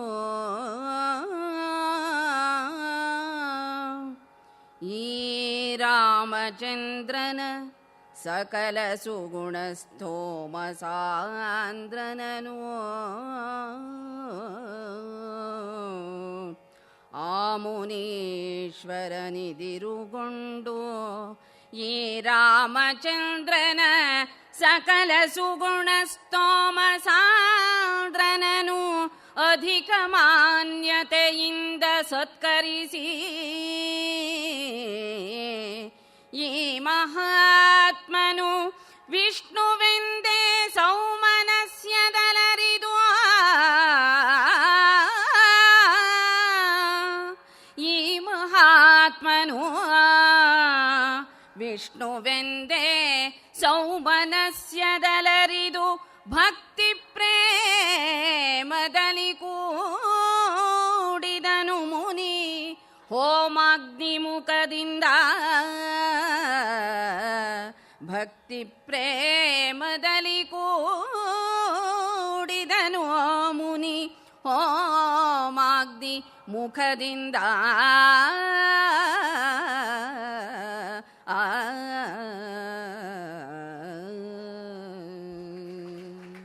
ಆಗ ಶರಭಂಗರು ರಾಮಚಂದ್ರನನ್ನು ನೋಡಿದನು ಮತ್ತೆ ನೋಡಿದನು, ಮಗದೊಮ್ಮೆ ನೋಡ್ತಾನೆ ಇದ್ರು ಅಂತ. ಆ ಕೃಷ್ಣನನ್ನ ವಿದುರ ಹಾಗೆ ಹೇಳ್ತಾನೆ, ನೋಡಿದನು ಮನದಣಿಯೇ ನೋಡಿದನು ಅಂತ ಕುಮಾರವ್ಯಾಸ ಹೇಳ್ತಾನೆ. ಹಾಗೆ ನೋಡ್ತಾ ಇದ್ಬಿಟ್ಟಂತೆ, ರಾಮನನ್ನ ನೋಡ್ತಾ ಕಣ್ಣುಗಳಿಂದ ಧಾರಾಕಾರವಾಗಿ ನೀರು ಬರ್ತಾ ಇದೆಯಂತೆ, ಸಂತೋಷ ಹೆಚ್ಚಾಗಿಬಿಟ್ಟಿದೆಯಂತೆ. ಆ ಸಕಲ ಸುಗುಣ ಸ್ತೋಮ ಸಾಂದ್ರನನು, ಎಲ್ಲ ಸದ್ಗುಣಗಳ ಆಕಾರ ಅದೇ ರೂಪವನ್ನು ಧಾರಿದೆಯೋ ಅನ್ನತಕ್ಕಂತಹ ರಾಮಚಂದ್ರನನ್ನು ನೋಡಿಬಿಟ್ಟು ಇವನು ಸಾಮಾನ್ಯರಲ್ಲ, ಈ ಮಹಾತ್ಮ ಸಾಕ್ಷಾತ್ ವಿಷ್ಣುವೇ, ಇವನು ನಾರಾಯಣನೇ ಅಂತ ಹೇಳಿಬಿಟ್ಟು ಭಯಭರಿತ ಭಕ್ತಿಯಿಂದ ಮತ್ತೆ ಮತ್ತೆ ನೋಡಿದಂತೆ ಶರಭಂಗ. ಇಲ್ಲಿ ಪದೇ ನಾನು ಮೊದಲೇ ಹೇಳಿದ ಹಾಗೆ ತೊರವೆಯ ನರಹರಿ ಭಾಗವತ ಕವಿ, ಅವನಿಗೆ ರಾಮಚಂದ್ರ ಸಾಕ್ಷಾತ್ ನಾರಾಯಣ, ಸೀತಾ ಮಹಾಲಕ್ಷ್ಮಿ. ವಾಲ್ಮೀಕಿಗಳು ರಾಮನನ್ನ ಮನುಷ್ಯ ಒಬ್ಬ ನರನಾರಾಯಣನಾಗಬಹುದು, ತನ್ನ ರಾಮೋ ವಿಗ್ರಹವಾನ್ ಧರ್ಮ ಅಂತ ಹೇಳಿ 100 ಬಾರಿ ಹೇಳ್ತಾರೆ. ತನ್ನ ಧರ್ಮದಿಂದ ತನ್ನ ಇದರಿಂದ ಗುಣದಿಂದ ಅವನು ನಾರಾಯಣನಾಗ್ತಾನೆ, ದೈವತ್ವವನ್ನು ಪಡೀತಾನೆ ಅನ್ನತಕ್ಕಂತಹದ್ದನ್ನು ಹೇಳ್ತಾರೆ. ನಮಗೆಲ್ಲ ಗೊತ್ತಿದೆ, ನರಹರಿ ಭಾಗವತ ಕವಿ ಅವನು ಇವರು ಸಾಕ್ಷಾತ್ ನಾರಾಯಣ ಅಂತ ಭಾವನೆ ಮಾಡಿಕೊಂಡು ಪದ್ಯವನ್ನು ರಚನೆ ಮಾಡಿರ್ತಕ್ಕಂಥದ್ದು. ಹಾಗೆಯೇ ಶರಭಂಗರು ರಾಮನನ್ನು ನೋಡಿಬಿಟ್ಟು ತಮ್ಮ ಯೋಗಾಗ್ನಿಯಿಂದ ತಮ್ಮ ಪ್ರಾಣವನ್ನು ಬಿಡ್ತಾರೆ. ಯೋಗ ಅಗ್ನಿಯನ್ನು ಪ್ರಜ್ವಲಗೊಳಿಸಿಬಿಟ್ಟು ಪ್ರಾಣವನ್ನು ಬಿಡ್ತಾರಂತೆ. ಆ ರೀತಿಯಾಗಿ ದೇಹ ತ್ಯಾಗವನ್ನು ಮಾಡಿಬಿಟ್ಟು ಸುರಲೋಕಕ್ಕೆ ಹೋಗ್ತಾರೆ ಶರಭಂಗರು. ಆಮೇಲೆ ಇವರು ಮುಂದೆ ಬರ್ತಾರೆ, ಸುತೀಕ್ಷ್ಣ ಆಶ್ರಮಕ್ಕೆ ಬರ್ತಾರೆ. ಹಾಗೆ ಮುಂದೆ ಬಂದು ಆ ಅಗಸ್ತ್ಯ ಭ್ರಾತೃ ಅಂತ ಅಗಸ್ತ್ಯರ ಸಹೋದರ ಅವರ ಆಶ್ರಮಕ್ಕೆ ಬರ್ತಾನೆ. ಇಲ್ಲಿ ಆ ಪದ್ಯವನ್ನು ಬಿಟ್ಟಿದ್ದೀವಿ. ಅಗಸ್ತ್ಯ ಭ್ರಾತೃ ಅಂತೇಳಿ ಬಹಳ ಸ್ವಾರಸ್ಯ ಅಲ್ಲಿದೆ. ವಾಲ್ಮೀಕಿಗಳು ಏನೋ ಒಂದು ತಮಾಷೆ ಇರಲಿ ಅಂತ ಹೇಳಿದ್ದಾರೆ ಅಂತ ಕಾಣುತ್ತೆ. ಅಲ್ಲಿ ಎಲ್ಲೂ ಕೂಡ ಅವರ ಹೆಸರು ಹೇಳಿಲ್ಲ. ಅಗಸ್ತ್ಯ ಭ್ರಾತೃಗಳು ರಾಮಲಕ್ಷ್ಮಣರನ್ನು ನೋಡಿದರು, ರಾಮಲಕ್ಷ್ಮಣರನ್ನು ಆದರಿಸಿದರು, ರಾಮಲಕ್ಷ್ಮಣರಿಗೆ ಮಧುಪರ್ಕ ಮಾಡಿದರು, ರಾಮಲಕ್ಷ್ಮಣರನ್ನು ಕುಶಲ ಪ್ರಶ್ನೆಯನ್ನು ಕೇಳಿದರು, ರಾಮಲಕ್ಷ್ಮಣರ ವಿಚಾರವನ್ನು ಮಾಡಿದರು. ಆಮೇಲೆ ರಾಮಲಕ್ಷ್ಮಣರಿಗೆ ಕಥೆಯನ್ನು ಹೇಳಿದರು. ಅಗಸ್ತ್ಯರ ಕಥೆ, ಅಗಸ್ತ್ಯ ಭ್ರಾತೃ ಅಗಸ್ತ್ಯ ಭ್ರಾತೃ ಅಗಸ್ತ್ಯ ಭ್ರಾತೃ ಅಂತೇ ಬರ್ಕೊಂಡು ಹೋಗುತ್ತೆ. ಅದೇನಾಗ್ಬಿಟ್ಟಿದೆ ಅಂದರೆ ಈಗ ಒಂದು ನಾಣ್ಣುಡಿ ಆಗ್ಬಿಟ್ಟಿದೆ. ಸ್ವಾಮಿ ಅವ್ರು ಯಾರ್ರೀ, ಬಹಳ ದೊಡ್ಡ ಶಾಲು ಅಗಿಲು ಹೊತ್ಕೊಂಡಿದ್ದಾರೆ, ಪಟ್ಟ ವಿಭೂತಿ ಹಾಕಿದ್ದಾರೆ, ಯಾರು ಸ್ವಾಮಿ ಅವರು? ಓ ಅವರಾ, ಅವರು ಅಗಸ್ತ್ಯ ಭ್ರಾತೃ ಅಂದರೆ ಹೆಸರಿಲ್ದವರು ಅಂತ. ಹೆಸರಿಲ್ದವರು, ಶಾಲುಗಿಲು ಜೋರಾಗಿದೆ, ಆದರೆ ಯಾವ ವೇದ ಶಬ್ದವನ್ನು ಕೂಡ ಕಲ್ತಿಲ್ಲ, ಯಾವ ಭಾಷೆ ಪಾಠವನ್ನು ಕಲ್ತಿಲ್ಲ, ಅಗಸ್ತ್ಯ ಭ್ರಾತೃಗಳು ಆಗಿದ್ದಾರೆ ಅಷ್ಟೇ ಅಷ್ಟೇ ಅಂತ ಅದೊಂದು ನಾಣ್ಣುಡಿ ಆಗಿ ಬಂದ್ಬಿಟ್ಟಿದೆ. ನಮ್ಮ ಕುಮಾರವ್ಯಾಸನು ಅದನ್ನು ತೊಗೊಂಡಿದ್ದಾನೆ. ಅರ್ಜುನ ಹತ್ರ ಯುದ್ಧ ಮಾಡಕ್ಕೆ ಬರ್ತಾನೆ ಕರ್ಣಪರ್ವದಲ್ಲಿ. ಏ ಅರ್ಜುನ ನಿಲ್ಲೋ, ನಾನು ಬಂದಿದ್ದೀನಿ. ಹೌದಾ, ಯಾರಪ್ಪ ನೀನು? ನಾನು ಶಲ್ಯನ ತಮ್ಮ. ಹೆಸರಿಲ್ಲ. ನಾನು ಶಲ್ಯನ ತಮ್ಮ ಬಂದಿದ್ದೀನಿ ಅಂತ. ಹೌದಾ, ಹಾಗಾದ್ರೆ ಬಿಡು ನೋಡೋ ಬಾಣನ. 100 ಬಾಣ ಬಿಟ್ಟ. ಅಷ್ಟನ್ನು ಅರ್ಜುನ ಕತ್ತರಿಸ್ದ. 1 ಬಾಣ ಬಿಟ್ಟ, ತಲೆ ಹೋಯ್ತು. 1 ಬಾಣಕ್ಕೆ ಮುಗಿದೋಯ್ತು ಅದು ಶಲ್ಯನ ತಮ್ಮನ ಕತೆ. ಅವನ ಹೆಸರಿಲ್ಲ, ಶಲ್ಯನ ತಮ್ಮ. ಅದನ್ನು ನಮ್ಮ ಕುಮಾರವ್ಯಾಸನು ತಗೊಂಡಿದ್ದಾನೆ. ಇಲ್ಲಿ ಅಗಸ್ತ್ಯ ಭ್ರಾತೃಗಳು ಬಂದರು, ಅವರು ಕಥೆಯನ್ನು ಹೇಳ್ತಾರೆ, ಅಗಸ್ತ್ಯರ ಮಹಿಮೆಯನ್ನು ಹೇಳ್ತಾರೆ. ಸಾಮಾನ್ಯರಲ್ಲಪ್ಪ ನಮ್ಮ ಅಣ್ಣ, ಅವರ ಆಶ್ರಮ ಇಲ್ಲಿ ಸಮೀಪದಲ್ಲಿದೆ ಅಂತೇಳಿ ಅಗಸ್ತ್ಯ ಭ್ರಾತೃಗಳು ಆ ರಾಮಚಂದ್ರನಿಗೆ ಅಗಸ್ತ್ಯರ ಕಥೆಯನ್ನು ಹೇಳ್ತಾರೆ. ಮತ್ತು ಎಂಥವರು ಅಂತಂದರೆ ಅಗಸ್ತ್ಯರು ಅವರು ವಾತಾಪಿ ಇಲ್ವಲ್ಲ ಅಂತ ಇಬ್ಬರು ರಾಕ್ಷಸರು. ಅವರು ಏನು ಮಾಡ್ತಾಯಿದ್ರು, ಬ್ರಾಹ್ಮಣರನ್ನು ಕರೆಯೋದು. ನಮ್ಮ ಮನೇಲಿ ಇವತ್ತು ನಮ್ಮ ತಂದೆ ಶ್ರಾದ್ದ, ನೀವು ಬರಬೇಕು ಅಂತ ಬಂದ ಮೇಲೆ ಆ ವಾತಾಪಿನ ಇಲ್ವಲ್ಲ ಅಂತಕ್ಕಂಥ ಅವನನ್ನು ಒಂದು ಹಾಡನ್ನು ಮಾಡೋದು. ಹಾಡನ್ನು ಮಾಡಿಬಿಟ್ಟು ಶ್ರಾದ್ದ ಮಾಡಿ ಅದನ್ನು ಬಡಿಸೋದು. ಇವರು ಊಟ ಮಾಡೋದು. ಊಟ ಆದ ತಕ್ಷಣ ಈ ಇಲ್ವಲ್ಲ ವಾತಾಪಿ ಆಗಚ್ಚ ಅಂತ ಹೇಳೋದು. ಅವನು ಹೊಟ್ಟೆ ಹೊಡ್ಕೊಂಡು ಬರ್ತಾ ಇದ್ದ, ಆ ಬ್ರಾಹ್ಮಣ ಸಾಯ್ತಾ ಇದ್ದ. ಆಮೇಲೆ ಅದನ್ನು ತಿಂತಾಯಿದ್ರು ಇವರು. ಈ ರೀತಿ ನಡೀತಾ ಇತ್ತು. ಒಂದು ಸಲ ಅಗಸ್ತ್ಯರನ್ನು ಕರೆದು ಬಿಟ್ರು. ಅಗಸ್ತ್ಯರು ಬಂದರು. ಅದೇ ರೀತಿ ಮಾಮೂಲು ಹಾಡನ್ನು ಆಯಿತು, ಎಲ್ಲ ಭೋಜನ ಆಯಿತು. ವಾತಾಪಿ ಆಗಚ್ಚ ಅಂತ ಇವನು ಹೇಳೋದಕ್ಕೆ ಮುಂಚೆ ಅವ್ರು ಹೇಳಿಬಿಟ್ಟಿದ್ದಾರೆ ಮನಸ್ಸಿನಲ್ಲೇ. ವಾತಾಪಿ ಜೀರ್ಣೋಭವ ಅಂತ ಹೇಳಿಬಿಟ್ಟಿದ್ದಾರೆ, ಒಳಗಡೆ ಜೀರ್ಣ ಆಗಿಬಿಟ್ಟಿದೆ. ಇವನು ವಾತಾಪಿ ಆಗಚ್ಚ, ವಾತಾಪಿ ಆಗಚ್ಚ, ಎಲ್ಲಿ ಬರ್ತಾನೆ ಅವನು? ಒಳಗಡೆ ಜೀರ್ಣ ಆಗಿಬಿಟ್ಟಿದ್ದಾನೆ. ಸರಿ, ಇಲ್ಲಪ್ಪ ಬರೋಲ್ಲ, ಒಳಗಡೆ ಜೀರ್ಣ ಆಗಿಬಿಟ್ಟಿದೆ ಅಂತ ಅಗಸ್ತ್ಯರು ಹೇಳ್ತಾರೆ. ಹಾಗಾದ್ರೆ ನಿಮ್ಮನ್ನು ನುಂಗ್ಬಿಡ್ತೀನಿ ಅಂತಾನೆ ಒಂದು ಹುಂಕಾರ ಮಾಡಿಬಿಡ್ತಾರೆ. ಅವನು ಸುಟ್ಟು ಹೋಗ್ತಾನೆ. ಈ ರೀತಿ ವಾತಾಪಿ ಇಲ್ವರನ್ನು ನಾಶವನ್ನು ಮಾಡಿರ್ತಕ್ಕಂಥವರು. ಮತ್ತು ಕೂಡ ವಿಂಧ್ಯ ಪರ್ವತ ಬೆಳೀತಾ ಇತ್ತಂತೆ, ಆಕಾಶದವರೆಗೆ ಬೆಳೀತಾ ಹೋಗ್ತಾ ಇದೆ. ಅದು ಎಲ್ಲ ಬೆಳೆದು ಎಲ್ಲೇ ಬೆಳಕೇ ಇಲ್ಲ, ಸೂರ್ಯನ ಬೆಳಕು ಬರೋ ಹಾಗೆ ಇಲ್ಲ, ಹಾಗಾಗ್ಬಿಡ್ತು. ಹಾಗೆ ಎಲ್ಲ ಮೊರೆ ಇಟ್ಟರು. ಸರಿ, ಬಂದರು ಅಗಸ್ತ್ಯರು. ಅವರು ವಿಂಧ್ಯ ಪರ್ವತ ಅಗಸ್ತ್ಯರ ಶಿಷ್ಯ. ಗುರುಗಳು ಬಂದರು ಅಂತ ತಗ್ಗಿಸ್ಕೊಂಡ್ಬಿಟ್ಟು ನಮಸ್ಕಾರ ಮಾಡ್ದ. ಸರಿ ನೋಡಪ್ಪ, ನಾನು ದಕ್ಷಿಣಕ್ಕೆ ಹೋಗ್ತೇನೆ, ನಾನು ಬರೋವರೆಗೂ ಕೂಡ ಮತ್ತೆ ನೀನು ಬೆಳಿಬಾರ್ದು, ಹೀಗೆ ಇರಬೇಕು, ಕುಳ್ಳಾಗೆ ಇರಬೇಕು, ಮತ್ತು ಬೆಳಿಬಾರ್ದು. ನಾನು ಬಂದ ಮೇಲೆ ಆಮೇಲೆ ಬೇಕಾದ್ರೆ ಬೆಳಿ ಅಂತೇಳಿ ಅವರು ಅಗಸ್ತ್ಯರು ದಕ್ಷಿಣಕ್ಕೆ ಬಂದರು, ಮತ್ತು ಉತ್ತರಕ್ಕೆ ಹೋಗಲೇ ಇಲ್ಲ. ಅಲ್ಲಿ ಕಳಸ ಕ್ಷೇತ್ರ ಬಂದು ಅಗಸ್ತ್ಯೇಶ್ವರ ಅಂತೇಳಿ ಆ ಪರಮೇಶ್ವರನ ಸ್ಥಾಪನೆ ಮಾಡಿದರು. ಕಳಸ ಕ್ಷೇತ್ರ ತಮಗೆಲ್ಲ ಗೊತ್ತೇ ಇದೆ, ದಕ್ಷಿಣ ಕಾಶಿ ಅಂತೇಳಿ ಪ್ರಸಿದ್ಧವಾಗಿರ್ತಕ್ಕಂಥದ್ದು. ಅಗಸ್ತ್ಯರು ದಕ್ಷಿಣದಲ್ಲೇ ನೆಲೆಸಿದರು. ಈ ರೀತಿ ಬಂದು ಅಂತಹವರು ಅಂತ ಹೇಳಿಬಿಟ್ಟು ಜೊತೆಗೆ ವಾಲ್ಮೀಕಿಗಳು ಕೂಡ ಹೇಳ್ತಾ ಇದ್ದಾರೆ, ಕೇಳು ಕುಶ, ಎಂಥವರು ಅಗಸ್ತ್ಯರು? ಕುಶನೆ ಬಲ್ಲೈ ಹಿಂದೆ ಭಾರ್ಗವನ ಅಸಮಧನುವನು,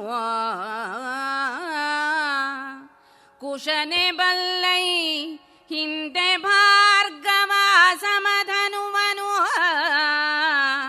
ನಿಮ್ಮ ಪಿತನು ಆ ಶಶಿಮುಖಿಯ ಪರಿಣಯದ ಸಮನಂತರದಲ್ಲಿ ಅಧ್ವದಲ್ಲಿ ವಿಷಮತರದೋರ್ದಂಡ ಸಾಹಸದೆ ಸಕದಲಿ ಸೆಳೆದ ಮಹಾಧನು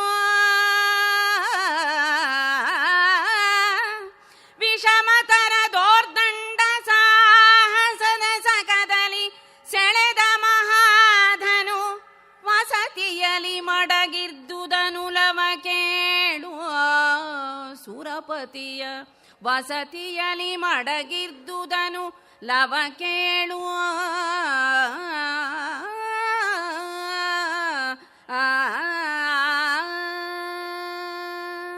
ಕುಶ ಹಿಂದೆ ಹೇಳಿದ್ದೀನಲ್ಲಪ್ಪ, ಅಲ್ಲಿ ಸೀತಾ ಸ್ವಯಂವರ ಆದಮೇಲೆ ಪರಶುರಾಮರು ಬರ್ತಾರೆ, ರಾಮನಿಗೂ ಒಬ್ಬನಿಗೂ ವಾಗ್ವಾದ ಆಗತ್ತೆ. ಆಮೇಲೆ ಸರಿ ಆಯಿತು, ನನ್ನ ಅವತಾರ ಮುಗಿಯಿತು ಅಂತೇಳಿ ಪರಶುರಾಮರು ಇನ್ನು ಬರ್ತೀನಿ ಅಂತ ಹೇಳಿಬಿಟ್ಟು ಬರ್ತಾರೆ. ಅಲ್ಲಿ ಆವಾಗ ಆಯಿತು, ನನ್ನ ಅವತಾರ ಮುಗೀತು, ಇನ್ಯಾತಕ್ಕೆ ಆ ವೈಷ್ಣವ ಧನಸ್ಸು ಅದೆಲ್ಲ ಇಟ್ಕೊಂಡು ನಾನೇನು ಮಾಡಲಿ, ಇನ್ನು ನಾನು ತಪಸ್ ಮಾಡ್ತಾ ಕೂಡ್ತೇನೆ ಅಂಥೇಳಿ ತನ್ನ ವೈಷ್ಣವ ಧನಸ್ಸು, ಆ ಬಾಣ, ಶರಾಸನ ಅವೆಲ್ಲವನ್ನು ಕೂಡ ದೇವಲೋಕಕ್ಕೆ ಹೋಗಿ ದೇವೇಂದ್ರನ ಬಳಿ ಇಟ್ಟುಬಿಟ್ರು.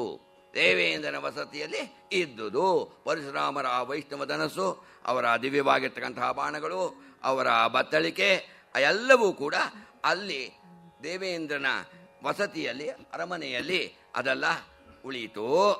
ಆಮೇಲೆ ನಾರದರು ದೇವೇಂದ್ರನಿಗೆ ಹೇಳ್ತಾರೆ, ನೋಡು ದೇವೇಂದ್ರ, ನಾರದನ ಸೂಚನೆಯಲಿ ಆ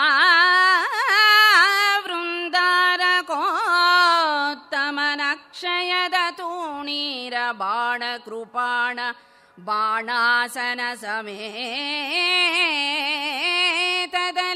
ಸಾರಿದನು ಮಾತಳಿಯ. ನಾರದನ ಸೂಚನೆಯಲಿ ಆ ವೃಂದಾರ ಕೋತ್ತಮನು ಅಕ್ಷಯದ ತೂಣೀರ ಬಾಣ ಕೃಪಾಣ ಬಾಣಾಸನ ಸಮೇತದಲ್ಲಿ ಸಾರಿದನು ಮಾತಳಿಯ. ರಥಚೀತ್ಕಾರದಬ್ಬರದಿಂದ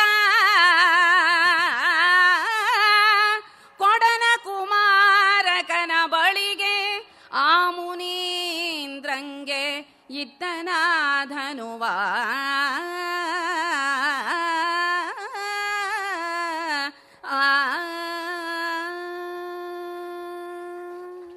ನಾರದರ ಸೂಚನೆಯಂತೆ ದೇವೇಂದ್ರ ಹೇಳ್ತಾರೆ, ನಾರದರು ಬಂದು ಆ ವೃಂದಾರಕೋತ್ತಮನಿಗೆ, ಆ ದೇವತಾ ಸಾರ್ವಭೌಮನಿಗೆ, ಇಂದ್ರನಿಗೆ ಹೇಳ್ತಾರೆ, ನೋಡಪ್ಪ, ಈ ಎಲ್ಲ ವೈಷ್ಣವ ಧನಸ್ಸು, ಈ ಬಾಣ, ಈ ಬೆಲ್ಲುಗಳು, ಬತ್ತಳಿಕೆ ಇವೆಲ್ಲವನ್ನು ಕೂಡ ನೀನು ಹೋಗಿಬಿಟ್ಟು ಅಗಸ್ತ್ಯರಿಗೆ ಕೊಡು. ರಾಮಚಂದ್ರ ಬಂದಾಗ ರಾಮಚಂದ್ರನಿಗೆ ಕೊಡಲು ಅಗಸ್ತ್ಯರಿಗೆ ಹೋಗಿ ಕೊಡು ಅಂತ ಹೇಳಿಬಿಟ್ಟು ನಾರದರು ಹೇಳಿರ್ತಾರೆ. ಅದರಂತೆ ಇಂದ್ರ ಮಾತಳಿಯನ್ನ ಕರೆದುಕೊಂಡು ರಥದಲ್ಲಿ ಅಗಸ್ತ್ಯ ಆಶ್ರಮಕ್ಕೆ ಬಂದುಬಿಟ್ಟು ಅಲ್ಲಿ ಇಳಿದು ಬಿಟ್ಟು ಅಗಸ್ತ್ಯರಿಗೆ ಅವುಗಳೆಲ್ಲವನ್ನು ಕೂಡ ಆ ವೈಷ್ಣವ ಧನಸ್ಸು, ಬಿಲ್ಲು ಮತ್ತು ಧನಸ್ಸು ಅಂದರೆ ಬೀಳ್ತಾರೆ, ಬತ್ತಳಿಕೆ, ಬಾಣ, ಕತ್ತಿ ಎಲ್ಲವನ್ನು ಕೂಡ ಒಪ್ಪಿಸ್ತಾರೆ. ಇದನ್ನು ರಾಘವ ಬಂದರೆ ರಾಘವನಿಗೆ, ರಾಮಚಂದ್ರನಿಗೆ ಕೊಡು, ಇದರಿಂದ ಲೋಕ ಕಲ್ಯಾಣವಾಗತ್ತೆ. ಆ ರಾಮಚಂದ್ರನಿಂದ ರಾವಣಾದಿಗಳ ಅವರೆಲ್ಲರನ್ನೂ ಕೂಡ ಸಂಹಾರ ಮಾಡ್ತಾನೆ ಅಂತ ಹೇಳಿ ಅದಕ್ಕೋಸ್ಕರವಾಗಿ ಈ ಎಲ್ಲ ಬಿಲ್ಲು, ಬಾಣ ಇವುಗಳೆಲ್ಲವನ್ನು ಕೂಡ ರಾಮಚಂದ್ರ ಬಂದಾಗ ಕೊಡಿ ಅಂತ ಹೇಳಿಬಿಟ್ಟು ಅದನ್ನೆಲ್ಲವನ್ನು ಕೂಡ ಅಗಸ್ತ್ಯರಿಗೆ ಕೊಟ್ಟು ದೇವೇಂದ್ರ ಹಿಂತಿರುಗಿ ಹೋಗ್ತಾನೆ. ಅಂತಹ ಅಗಸ್ತ್ಯರ ಆಶ್ರಮ ಅದು. ಅಂತಹ ಅಗಸ್ತ್ಯರ ಆಶ್ರಮ ಸಮೀಪಕ್ಕೆ ರಾಮಚಂದ್ರರು ಬರ್ತಾ ಇದ್ದಾರಂತೆ. ದೂರದಿಂದಲೇ ಗೊತ್ತಾಗ್ತಾ ಇದೆ ಅಗಸ್ತ್ಯ ಆ ಮುನಿಗಳ ಆಶ್ರಮ ಬಂತು ಅನ್ನತಕ್ಕಂಥದ್ದು ದೂರದಿಂದಲೇ ಗೊತ್ತಾಗ್ತಾ ಇದೆ. ಯಾಕೆಂದ್ರೆ ಎಲ್ಲ ಮುನಿಗಳ ಆಶ್ರಮಗಳ ಆ ಮೇಲಿಂದ ಆ ಪವಿತ್ರವಾಗಿರ್ತಕ್ಕಂಥ ಹೋಮ ಧೂಮ, ಅದರ ಸುಗಂಧ ಎಲ್ಲ ಕಡೆ ವ್ಯಾಪಿಸಿ ಬಿಟ್ಟಿದೆ. ಮಹಾಶ್ರಮ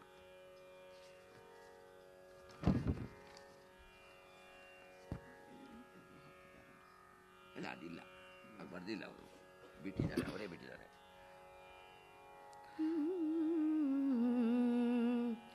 ಆ ಮಹಾಶ್ರಮ ಬೆಸೆದುದಿರಲಿ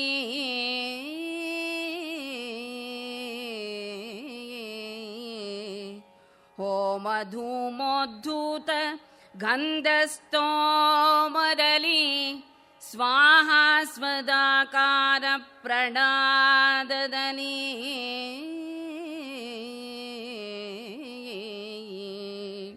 ಸಾಮಗಾನಧ್ವಾನದಲ್ಲಿ ವಿಶ್ರಾಮ ವಿಶ್ರುತ ರಮ್ಯ ಪೂರ್ಣ ಸುಧಾಮದಲ್ಲಿ ಕಂಡು ವಿಶ್ರಾಮ ವಿಶ್ರುತ ರಮ್ಯ ಪೂರ್ಣ ಸುಧಾಮದಲ್ಲಿ ಕಂಡು ಇವರು ಹೊಕ್ಕರು ಅಗಸ್ತ್ಯ ಮಂದಿರವಾ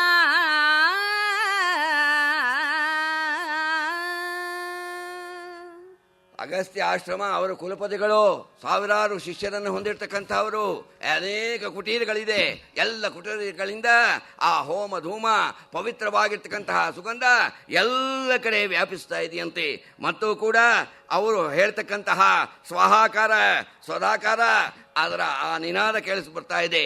ಮತ್ತು ಕೂಡ ವೇದ ಕೋಶದ ನಿನಾದ ಎಲ್ಲ ಮೂಲೆಗಳಲ್ಲೂ ಕೂಡ ವ್ಯಾಪಿಸಿಬಿಟ್ಟಿದೆಯಂತೆ. ಒಂದು ರೀತಿ ಸ್ಪಂದನ ಉಂಟಾಗ್ತಾ ಇದೆ ರಾಮಲಕ್ಷ್ಮಣ ಸೀತೆಯರಿಗೆ. ವೈಬ್ರೇಷನ್ ಅಂತ ಹೇಳ್ತಾರಲ್ಲ, ಅಂಥ ಒಂದು ಸ್ಪಂದನ, ಒಂದು ಆನಂದದ ಅತಿರೇಕ ಉಂಟಾಗ್ತಾ ಇದೆಯಂತೆ. ಅತ್ಯಂತ ಸಂತೋಷಗೊಂಡು ಆಶ್ರಮಕ್ಕೆ ಬರ್ತಾ ಇದ್ದಾರೆ. ನಮ್ಮ ಚಂಪೂಕಾರ ಬಹಳ ಸೊಗಸಾಗಿ ಅದನ್ನು ಹೇಳ್ತಾನೆ ಸಂಸ್ಕೃತದಲ್ಲಿ.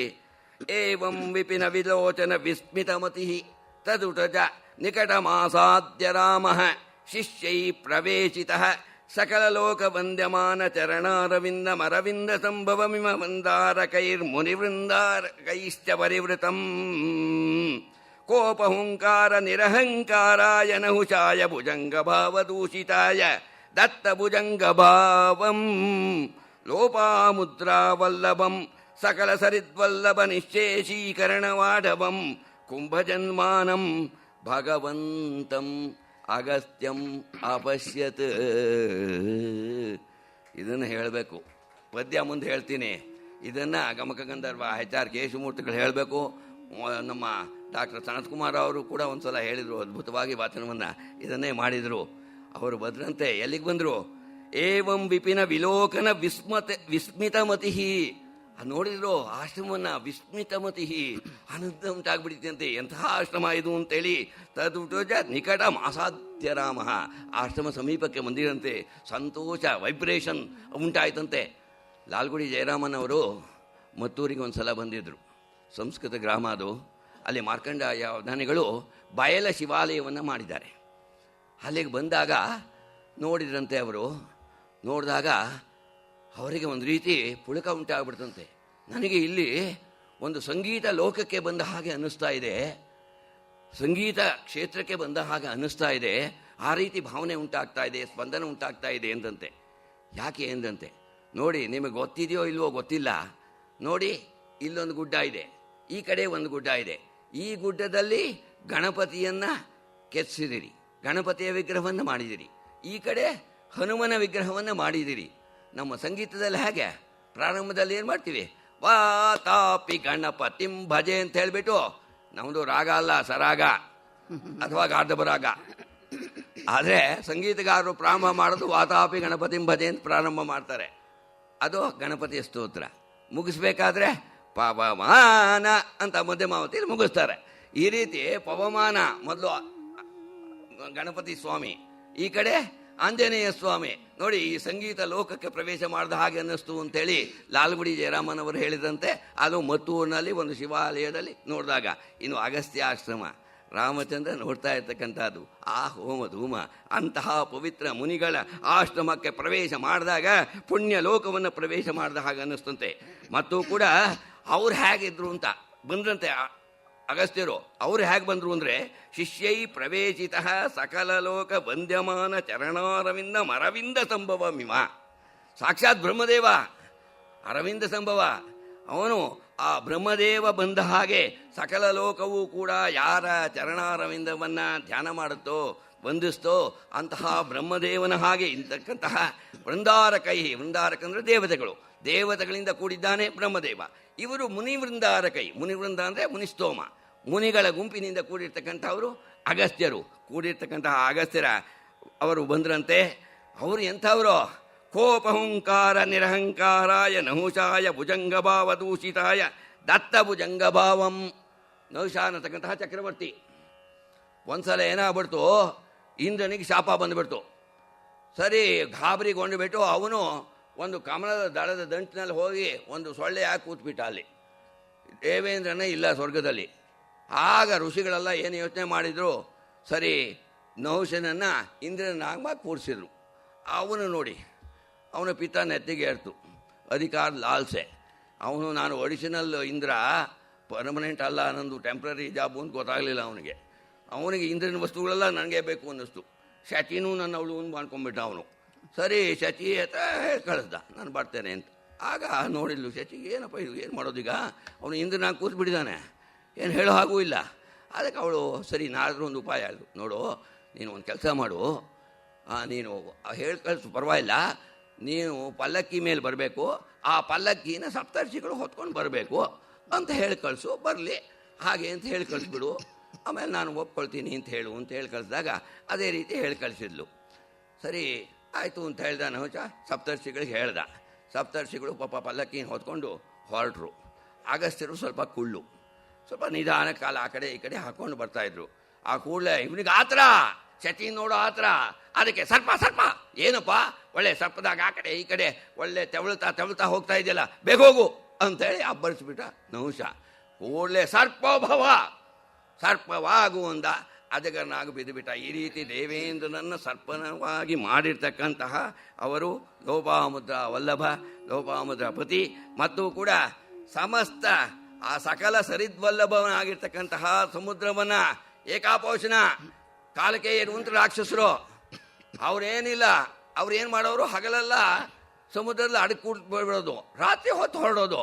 ರಾತ್ರಿ ಹೋಗಿಬಿಟ್ಟು, ಏನೋ ನೀನೆಲ್ಲಿ ಹೋಗಿದ್ದೆ, ನಾನು ವಸಿಷ್ಠಾಶ್ರಮಕ್ಕೆ ಹೋಗಿದ್ದೆ, ಏನು ಮಾಡಿದೆ, ಒಂದು 25 ಬ್ರಾಹ್ಮಣನ ಫಲಾರ ಮಾಡಿದೆ, ಸರಿ ಒಂದು 50 ದನಗಳನ್ನು ತಿಂದೆ. ನಾನು ಅಲ್ಲಿ ಹೋಗಿದ್ದೆ ಪರಶುರಾಮ ಆಶ್ರಮ, ಅವ್ರದ್ದು ಅಲ್ಲಿ ಮಾಡಿದೆ. ಈ ರೀತಿ ಋಷಿಗಳನ್ನೆಲ್ಲ ತಿಂತಾಯಿದ್ರು. ಹಗಲೆಲ್ಲ ಆ ಸಮುದ್ರದಲ್ಲಿ ಕೂತ್ಬಿಡೋರು, ಸಿಗೋ ಹಾಗೆ ಇಲ್ಲ. ಸರಿ ಏನು ಮಾಡೋದು ಅಂತ ಸರಿ ಬ್ರಹ್ಮ ಹೇಳ್ದ, ಅಗಸ್ತ್ಯ ಮುನಿಗಳ ಹತ್ರ ಕೇಳ್ಕೊಳ್ಳಿ ಅಂತ. ಅಗಸ್ತ್ಯ ಮುನಿಗಳು ಏಕಾಪೋಷಣ, ಇಡೀ ಸಮುದ್ರವನ್ನೇ ಏಕಾಪೋಷಣ ಮಾಡಿಬಿಟ್ರು. ಬಯಲಾಗ್ಬಿಡ್ತು, ಬಡ್ದು ಹಾಕ್ಬಿಟ್ಟ ದೇವೇಂದ್ರ. ವಜ್ರ ಇದಾಯ್ತು, ಅಂಡ್ ಯಾರನ್ನು ಕತ್ತರಿಸಿ ಹಾಕಿಬಿಟ್ಟ ಕಾಲಿಕೆಯರನ್ನು. ಈ ರೀತಿಯಾಗಿ ಆ ಸಮುದ್ರವನ್ನು ನಿಶೇಷೀಕರಣವಾಡವಂ, ವಿಶೇಷಿ ಸಮುದ್ರಕ್ಕೆ ವಡವಾಗ್ನಿ ಅಂತ ಇರ್ತಕ್ಕಂತಹ ಅಗಸ್ತ್ಯರ ಕುಂಭಜನ್ಮಾನಂ, ಅವರು ಕುಂಭಜನ್ಮ, ಅವರು ಆ ರೀತಿಯಾಗಿರ್ತಕ್ಕಂತಹ ಭಗವಂತಂ. ಯಾರು ಭಗವಂತ? ಕರ್ತುಂ ಅಕರ್ತುಂ ಅನ್ಯತಾ ಕರ್ತುಂ ಸಮರ್ಥಃ ಸ ಭಗವಾನ್. ಯಾರು ಭಗವಂತ ಅಂದರೆ ಕರ್ತುಂ, ಹೊಸದಾಗಿ ಸೃಷ್ಟಿ ಮಾಡೋ ಸಾಮರ್ಥ್ಯ ಇರಬೇಕು. ಅಕರ್ತುಂ, ಇರ್ತಕ್ಕಂತಹದ್ದನ್ನು ನಾಶ ಮಾಡ್ತಕ್ಕಂತಹ ಸಾಮರ್ಥ್ಯ ಇರಬೇಕು. ಮತ್ತು ಕೂಡ ಅನ್ಯಥಾ ಕರ್ತುಂ, ಇರ್ತಕ್ಕಂಥದ್ದನ್ನು ಬೇರೆ ರೀತಿ ಮಾಡ್ತಕ್ಕಂತಹ ಸಾಮರ್ಥ್ಯ ಇರಬೇಕು. ಅಂಥವರಿಗೆ ಭಗವಂತ ಅಂತ ಹೇಳ್ತಾರೆ.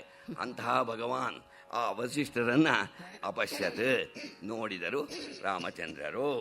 ಆಮೇಲೆ ಶಕ್ರವಚನದಲ್ಲಿ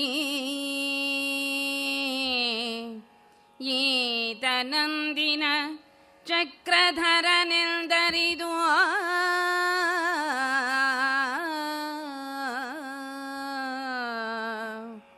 ಶಕ್ರವಚನದಲ್ಲಿ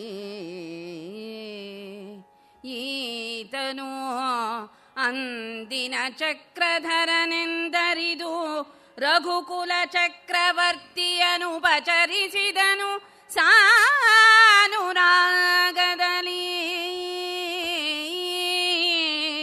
ಶಕ್ರವಚನದಲ್ಲಿ ಈತನು ಅಂದಿನ ಚಕ್ರಧರನೆಂದರಿದು ರಘುಕುಲ ಚಕ್ರವರ್ತಿಯನು ಪಚರಿಸಿದನು ಸಾನುರಾಗದಲ್ಲಿ.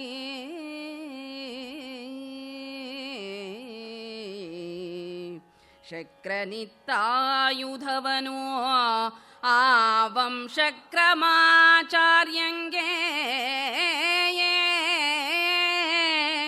ಶಕ್ರನಿತ್ತ ಆಯುಧವನು ಆ ವಂಶಕ್ರಮಾಚಾರ್ಯಂಗೆ, ರಾಕ್ಷಸ ವಿಕ್ರಮಾಂಬುದಿ ವಡಬಗಿತ್ತನು ಅಗಸ್ತ್ಯ ಮುನಿ ಬಳಿಕ. ರಾಕ್ಷಸ ರಾಕ್ಷಸ ವಿಕ್ರಮಾಂಬುದಿ ಒಡಬಗಿತ್ತನು ಅಗಸ್ತ್ಯ ಮುನಿ ಬಳಿಕ.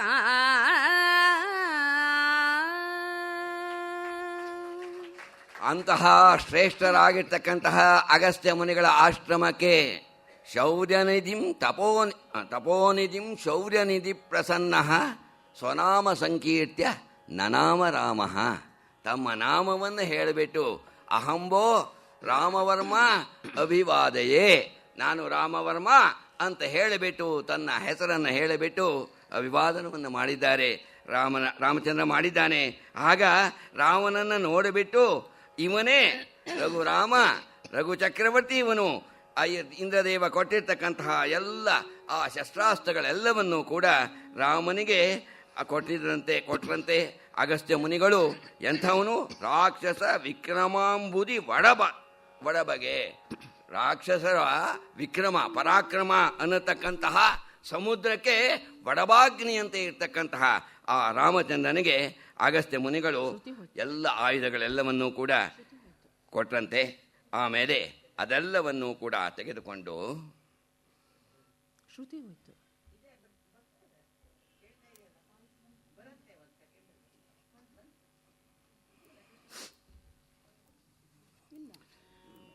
ಒಂದು ತಿಂಗಳ ಕಾಲ ರಾಮಚಂದ್ರನ ಇರಿಸಿಕೊಂಡಿದ್ದಂತೆ ಅಗಸ್ತ್ಯ ಮುನಿಗಳು.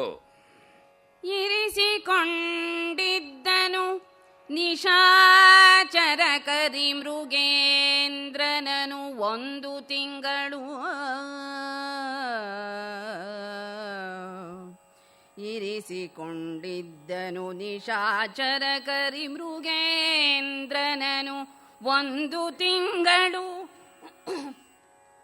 ಪರಮ ಪಂಚವಟಿ ಪ್ರದೇಶದ ಘನವನಾಂತರಕ್ಕೆ ಹರಸಿ ಕಳುಹಿದನು ಒಂದು ತಿಂಗಳು.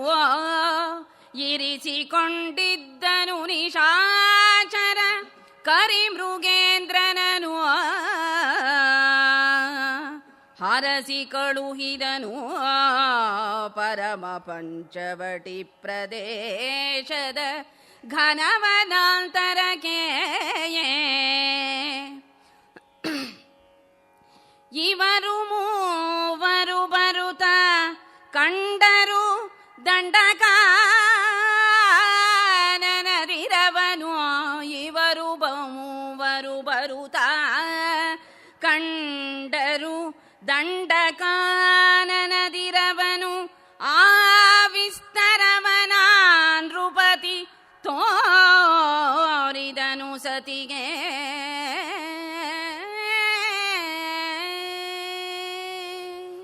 ಒಂದು ತಿಂಗಳ ಕಾಲ ರಾಮಲಕ್ಷ್ಮಣ ಸೀತೆಯರು ಅಗಸ್ತ್ಯಾಶ್ರಮದಲ್ಲಿದ್ದರು.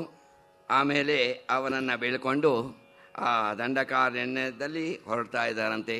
ಆ ದಂಡಕಾರಣ್ಯದ ವಿಸ್ತಾರವನ್ನು ಬಹಳ 10 ಪದ್ಯಗಳಲ್ಲಿ ವಿಸ್ತಾರವಾಗಿ ವರ್ಣನೆ ಮಾಡಿದ್ದಾರೆ. ನಾವು ಹಸುರನ್ನು ಓದಬೇಕು. ಅದರಲ್ಲಿ 100 ಹೆಸರುಗಳನ್ನು, 5 ಲವಂಗ, ಅದು ಎಲ್ಲ ಮೂಲ ಎಂದು ಯಾವ ದೇಶದಿಂದ ಬಂದದ್ದು, ಅದು ಯಾತಕ್ಕೆ ಉಪಯೋಗ ಇದೆ, ಅದೆಲ್ಲವನ್ನು ಕೂಡ BGL ಸ್ವಾಮಿಯವರು ಬಹಳ ಸೊಗಸಾಗಿ ಬರೆದಿದ್ದಾರೆ. ಹಾಗೆ ಇಲ್ಲಿ ಒಂದು 100 ಹೆಸರು, 100 ಮರಗಳ ಹೆಸರು, ಪ್ರಾಣಿಗಳ ಹೆಸರು, ಅವುಗಳೆಲ್ಲವನ್ನು ಕೂಡ ಸೀತಾ ಮಾತೆಗೆ ತೋರಿಸ್ತಾ ನೋಡು, ಅಲ್ಲಿ ನೋಡು, ಇಲ್ಲಿ ನೋಡು ಅಂತೇಳಿ ಆ ಮರಗಳ ಪರಿಚಯವನ್ನು, ಅವುಗಳ ಉಪಯೋಗದ ಪರಿಚಯವನ್ನು, ಯಾತಕ್ಕೋಸ್ಕರ ಅದಿದೆ ಅನ್ನತಕ್ಕಂಥದ್ದನ್ನು ಅದೆಲ್ಲವನ್ನು ಕೂಡ ತಿಳಿಸಿಕೊಡ್ತಾ ಇದ್ದಾನೆ ಶ್ರೀರಾಮಚಂದ್ರ. ಆಮೇಲೆ ಹಾಗೇ ಮುಂದೆ ಬರ್ತಾ ಇದ್ದಾರೆ. ನೋಡ್ತಾರೆ, ಒಂದು ಚಿನ್ನದ ಗುಡ್ಡ ಇದಂಗೆ ಕಾಣಿಸ್ತಾ ಇದೆ. ಒಂದು ದೊಡ್ಡ ಪಕ್ಷಿ, ಭಾರಿ ಅಗಲವಾದ ಪಕ್ಷಿ. ಅದರ ರೆಕ್ಕೆಗಳು 1 ಯೋಜನೆ ಅಗಲ ಇರ್ತಕ್ಕಂತಹ ರೆಕ್ಕೆಗಳು, ಬಹಳ ದೊಡ್ಡದಾಗಿ ಒಂದು ಗುಡ್ಡದ ಆಕಾರದಲ್ಲಿ ಇರ್ತಕ್ಕಂಥದ್ದು.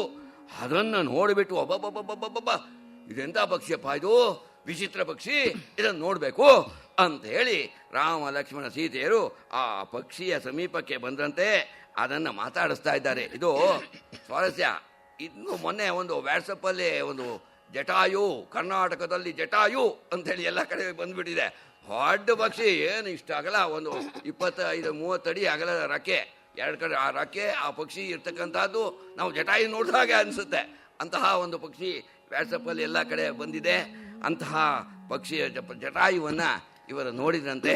ಆ ಜಟಾಯುವನ್ನು ಸಮೀಪಕ್ಕೆ ಬಂದುಬಿಟ್ಟು, ಯಾರು ನೀನು ಯಾರಪ್ಪ ಅಂತ ಮಾತಾಡಿಸ್ತಾ ಇದ್ದಾರೆ.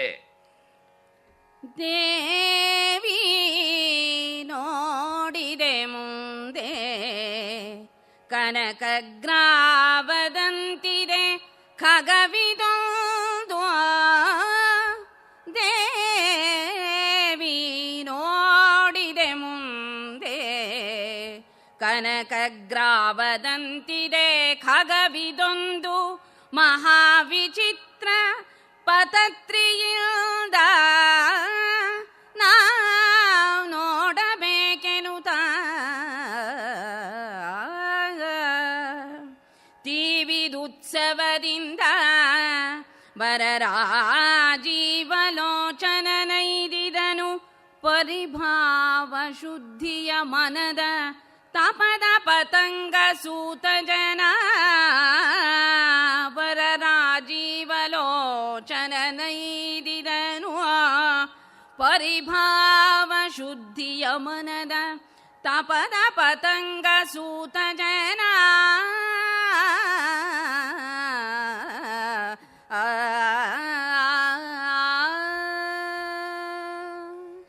ಅದನ್ನು ನೋಡಿದ್ದಾರೆ. ಏನಪ್ಪ ಇದು ವಿಚಿತ್ರವಾಗಿರ್ತಕ್ಕಂತಹ ಪಕ್ಷಿ, ಇದನ್ನು ನೋಡೋಣ ಅಂತೇಳಿ ಅದರ ಸಮೀಪಕ್ಕೆ ರಾಮ ಲಕ್ಷ್ಮಣ ಸೀತೆಯರು ಬಂದುಬಿಟ್ಟು, ಹಬ್ಬ ಎಂಥ ಪಕ್ಷಿ ಇದು ಅಂತೇಳಿ ಆ ಪಕ್ಷಿಯನ್ನು ಕುರಿತು ಮಾತಾಡಿಸ್ತಾ ಇದ್ದಾರೆ. ಅಪ್ಪ ಪಕ್ಷಿ, ಯಾರಪ್ಪ ನೀನು? ಯಾತಕಪ್ಪ? ಯಾರು ಈ ರೀತಿಯಾಗಿದೆಯಲ್ಲಪ್ಪ? ಯಾರು ನೀನು? ರಾಕ್ಷಸನೇ, ನರನೇ, ಮನುಷ್ಯನೇ, ದೇವತೆಯೇ ಅಂತೇಳಿ ಮಾತಾಡಿಸ್ತಾ ಇದ್ದಾರೆ. ನೀನಿದಾರೈ ಪಕ್ಷಿ ವೇಷದ ದಾನವನೋ ಮಾನವನೋ ವಿನತಾಸೂನುವೋ ಸುರನೋ ಭುಜಂಗಮನೋ. ನೀನಿದಾರೈ ಪಕ್ಷಿ ವೇಷದ ದಾನವನೋ ಮಾನವನೋ ವಿನತಾಸೂನುವೋ ಸುರನೋ ಭುಜಂಗಮನೋ ಮಹಾದೇವ. ಕಾನನದ ಖಗಕುಲದ ಪರಿಯ ಅನುಮಾನ ತೋರ್ಪುದು ಮನಕೆ. ನೀನಿದಾರೈ ಪಕ್ಷಿ ವೇಷದ ದಾನವನೋ ಮಾನವನೋ ವಿನತಾಸೂನುವೋ ಸುರನೋ ಭುಜಂಗಮನೋ ಮಹಾದೇವ. ಕಾನನದ ಖಗಕುಲದ ಪರಿಯ ಅನುಮಾನ ತೋರ್ಪುದು ಮನಕೆ. ಹೇಳೈ ನೀನಿದಾರೆಂಬುದನು ಪಕ್ಷಿ ವೇಷದ ದಾನವನು. ಹೇಳೈ ನೀನಿದಾರೆಂಬುದನು ತನಗೆ ಎಂದರಸ ಬೆಸಗೊಂಡ.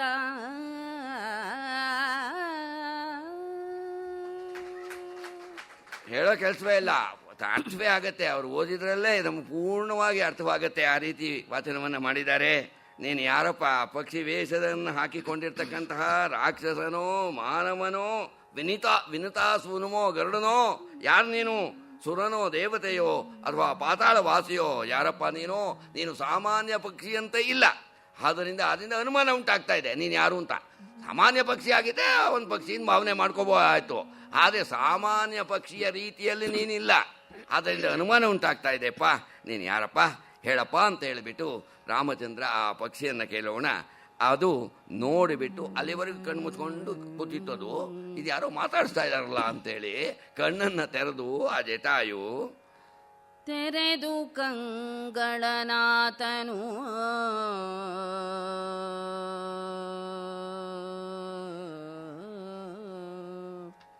ತೆರೆದು ಕಂಗಳನಾಥನು ಈತನ ನಿರಿಸನು ಈತನ ಹೊಗರ ಈತನ ಮಿರುಪತನುವಿನ ದೇವತಾಲಾಂಛನದ ಮನದೊಳಗೆ ಅರಿದು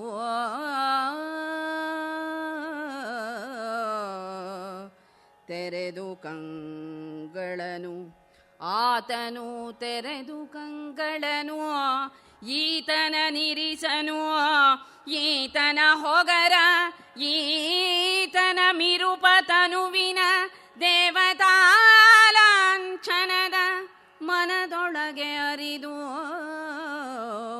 ನೀನಾರೈ ನರಂಗದ ಮರೆಯ ಜವನಿಕೆ ನಿನ್ನಲಿದೆ ನೀನಾರೈ ನರಂಗದ ಕಂದೆರೆವ ಮಾಡು ಆರೆಂಬುದನು ಕಂದೆರೆವ ಮಾಡು ನೀನೆಂದನು ಅರುಣಸುತ.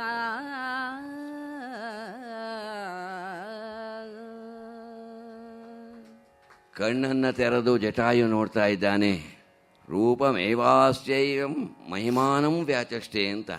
ರೂಪವನ್ನು ನೋಡಿದ್ರೆ ಸಾಕು ಆ ಅವರ ಮಹಿಮೆ ಎಂಥದ್ದು ಅನ್ನತಕ್ಕಂಥದ್ದು ಗೊತ್ತಾಗತ್ತಂತೆ.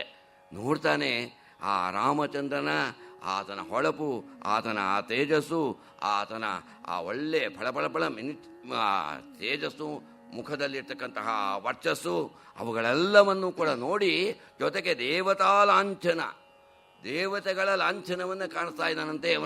ಇವನು ಸಾಮಾನ್ಯ ನರನಲ್ಲ, ನರರೂಪಿನಿಂದ ಬರ್ತಕ್ಕಂತಹ ದೇವತೆ ಇವನು. ನರ ಅಲ್ಲ, ನರಾಂಗದ ಮರೆಯ ಜವನಿಕೆ ನಿನ್ನಲ್ಲಿದೆ. ನರರೂಪ ಒಂದು ತೆರೆಯಾಗಿಬಿಟ್ಟಿದೆ.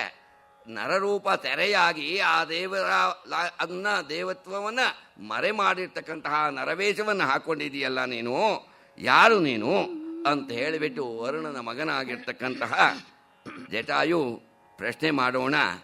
ಆಗ ರಾಮಚಂದ್ರ ಹೇಳ್ತಾ ಇದ್ದಾನೆ, ಕೇಳು. ಆದಡಲೆ ವಿಹಗೇಂದ್ರ ರವಿವಂಶೋದಯನೆ ವಸುಮತಿಯ ಸುಮನೋಪಾದಪನ ದಶರಥನ ಬಲ್ಲೈ ಕೇಳಿ ಪೂರ್ವದಲ್ಲಿ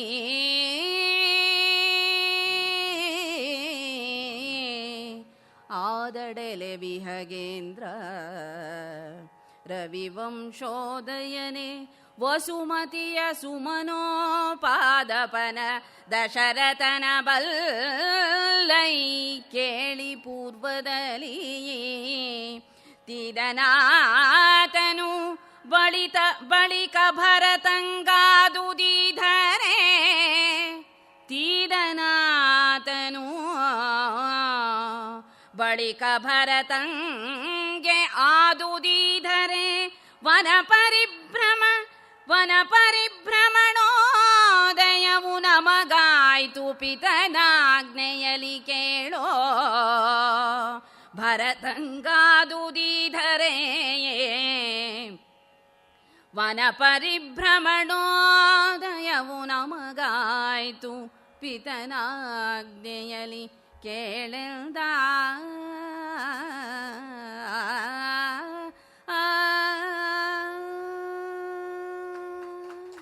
ಪಕ್ಷಿಗಳ ರಾಜನೇ ಕೇಳು, ಹೇಗೆಯಿಂದ ಕೇಳಪ್ಪ. ನೋಡು, ಸೂರ್ಯವಂಶ, ಆ ಸೂರ್ಯವಂಶದ ಆ ರಾಜರ ಮಹಿಮೆಯಲ್ಲಿ ದಶರಥ ಮಹಾರಾಜನ ಹೆಸರು ಕೇಳಿದೀನಪ್ಪ. 10 ದಿಕ್ಕುಗಳಲ್ಲೂ ಕೂಡ ರಥವನ್ನು ಚಲಿಸತಕ್ಕಂತಹ ಸಾಮರ್ಥ್ಯ ಉಳ್ಳತಕ್ಕಂತಹ ಆ ದಶರಥ ಮಹಾರಾಜನ ಹೆಸರು ಕೇಳಿದೀಯಪ್ಪ. ಆ ದಶರಥ ಮಹಾರಾಜ, ಆತನ ಮಕ್ಕಳಪ್ಪ ನಾವು. ದಶರಥ ಮಹಾರಾಜ ತೀರ್ಕೊಂಡ್ಬಿಟ್ಟ, ಅವನು ಸ್ವರ್ಗಸ್ಥನಾಗ್ಬಿಟ್ಟ. ಆಮೇಲೆ ನನ್ನ ತಮ್ಮ ಭರತನಿಗೆ ರಾಜ್ಯ ಸೇರ್ತು ಅಂತೇಳಿ ಯಾವ ರೀತಿ ಆಯಿತು, ವನಪ್ರವಾಸ ನಮಗೆ ಉಂಟಾಯಿತು.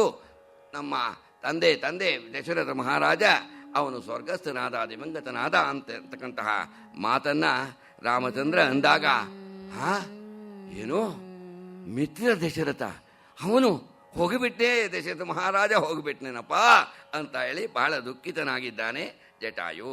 ಆಕಟ ದಶರಥರಾಯನು ಅಮರ ಪ್ರಕರದಲ್ಲಿ ಸೇರಿದನೆ. ಆಕಟ ದಶರಥರಾಯನು ಅಮರ ಪ್ರಕರದಲ್ಲಿ ಸೇರಿದನೆ. ಶಿವ ಶಿವ ಸಕಲ ವಿಭವಾಲಂಕೃತನು ಸಾರಿದನೆ ಸುರಪುರವ. ಪ್ರಕಟಿತಾತ್ಮ ಪ್ರಿಯನ ಮೃತವಾಚಕವ ಕೇಳ್ದೇವೆ. ಶಿವ ಶಿವ ಅಕಟ ದಶರಥರಾಯನು ಅಮರ ಆತ್ಮಪ್ರಿಯನ ಮೃತವಾಚಕವ ಕೇಳ್ದೆವೆ ಹಾಯನುತಲಿ ಅವ್ಯಕ್ತುತ ಜಲಬಿಂದುಗಳ ಬಿಡದೆ ಉಗುಳಿಸಿದ ನಕ್ಷಿಯಲಿ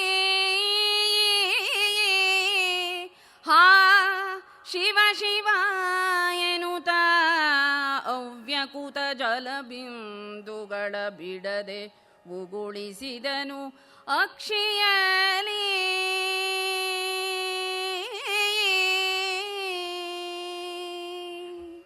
ಅಯ್ಯೋ ದಶರಥ ಮಹಾರಾಜ ಮರಣವನ್ನ ಒಪ್ಪಿದನೆ, ಸ್ವರ್ಗಸ್ಥನಾದನೆ.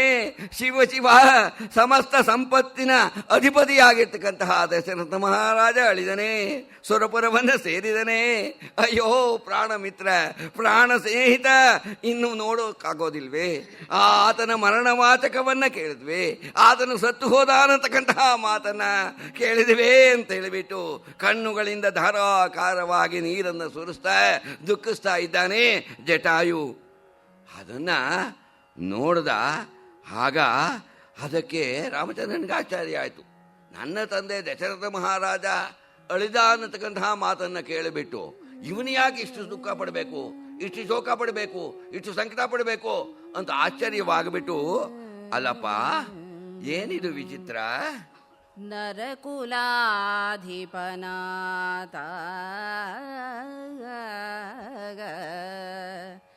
ನೀನು ಅಂಬರಚರಾಧಿಪನು,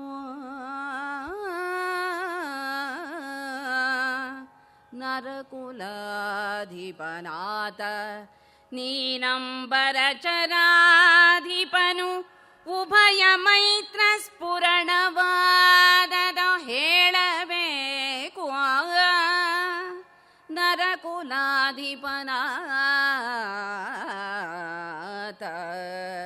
ನೀನಂಬರಚರಾಧಿಪನು, ಉಭಯ ಮೈತ್ರ ಸ್ಫುರಣವಾದುದ ಹೇಳಬೇಕೆಂದು ಅರಸ ಕೈ ಮುಗಿಯೇ ತರಣಿ ಕುಲ ಕೇಳು ಆದಡೆ ಆದಿಯಲಿ ಅರಸಿಯರು 13 ವರಮರೀಚಿಸುತ್ತಂಗೆ ತರಣಿ ಕುಲ ಕೇಳು ಆದಡೆ ಆದಿಯಲರಸಿಯರು 13 ವರಮರೀಚಿಸುತ್ತಂಗೆ ದಕ್ಷ ಮುನೀಂದ್ರ ತನುಜಯರು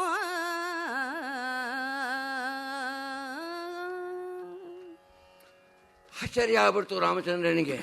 ಈ ರೀತಿ ಶೋಕ ಪಡ್ತಾ ಇದ್ದಾನೆ, ದುಃಖ ಪಡ್ತಾ ಇದ್ದಾನೆ ಅಂತ ಹೇಳಿಬಿಟ್ಟು, ಅಪ್ಪ ಏನಪ್ಪ, ದಶರಥ ಮಹಾರಾಜ ಇಕ್ಷ್ವಾಕು ವಂಶದ ಒಡೆಯ, ಮನುಷ್ಯರ ರಾಜ, ಮಾನವ ರಾಜ ಅವನು. ನೀನು ಆಕಾಶದಲ್ಲಿ ಹಾಡ್ತಕ್ಕಂತಹ ಪಕ್ಷಿಗಳ ರಾಜ ನೀನು. ನಿಮಗೂ ಮೈತ್ರಿ ಹೇಗೆ ಉಂಟಾಯಿತು? ಯಾವ ರೀತಿ ಉಂಟಾಯಿತು? ಇದು ಆಶ್ಚರ್ಯ ಆಗ್ತಾ ಇದೆಯಲ್ಲಪ್ಪ, ತಿಳಿಸ್ಕೊಡ್ಬೇಕು ಅಂತೇಳಿ ಕೈ ಮುಗಿದು ರಾಮಚಂದ್ರ ಕೇಳೋಣ. ಹಾಗಾದ್ರೆ ಕೇಳು, ನೋಡು, ಹಿಂದೆ ಮರೀಚಿಸುತ್ತಂಗೆ, ಮರೀಚಿಯ ಮಗನಾಗಿರ್ತಕ್ಕಂತಹ ಕಶ್ಯಪನಿಗೆ ದಕ್ಷ ತನ್ನ 13 ಮಕ್ಕಳನ್ನು ಕೊಟ್ಟು ಮದುವೆ ಮಾಡ್ದ. 13 ಮಕ್ಕಳನ್ನು ಕೂಡ ಕಶ್ಯಪನಿಗೆ ಕೊಟ್ಟು ಮದುವೆ ಮಾಡ್ತಾನೆ ದಕ್ಷ. ಆ 13ರಲ್ಲಿ ಅದಿತಿಯಿಂದ ದೇವತೆಗಳು ಹುಟ್ಟಿದರು.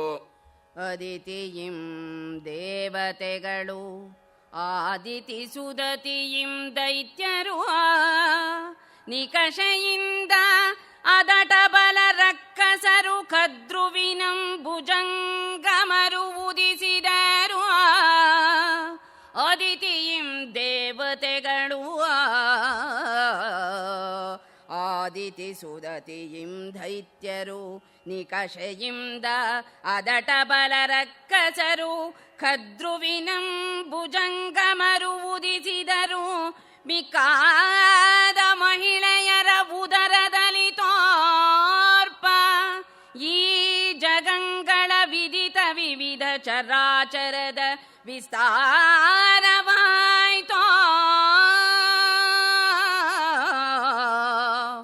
ದಿಕ್ಕಾದ ಮಹಿಳೆಯರ ಉದರದಲ್ಲಿ ತೋರ್ಪ ಈ ಜಗಂಗಳ ವಿದಿತ ವಿವಿಧ ಚರಾಚರದ ವಿಸ್ತಾರವಾಯಿತು.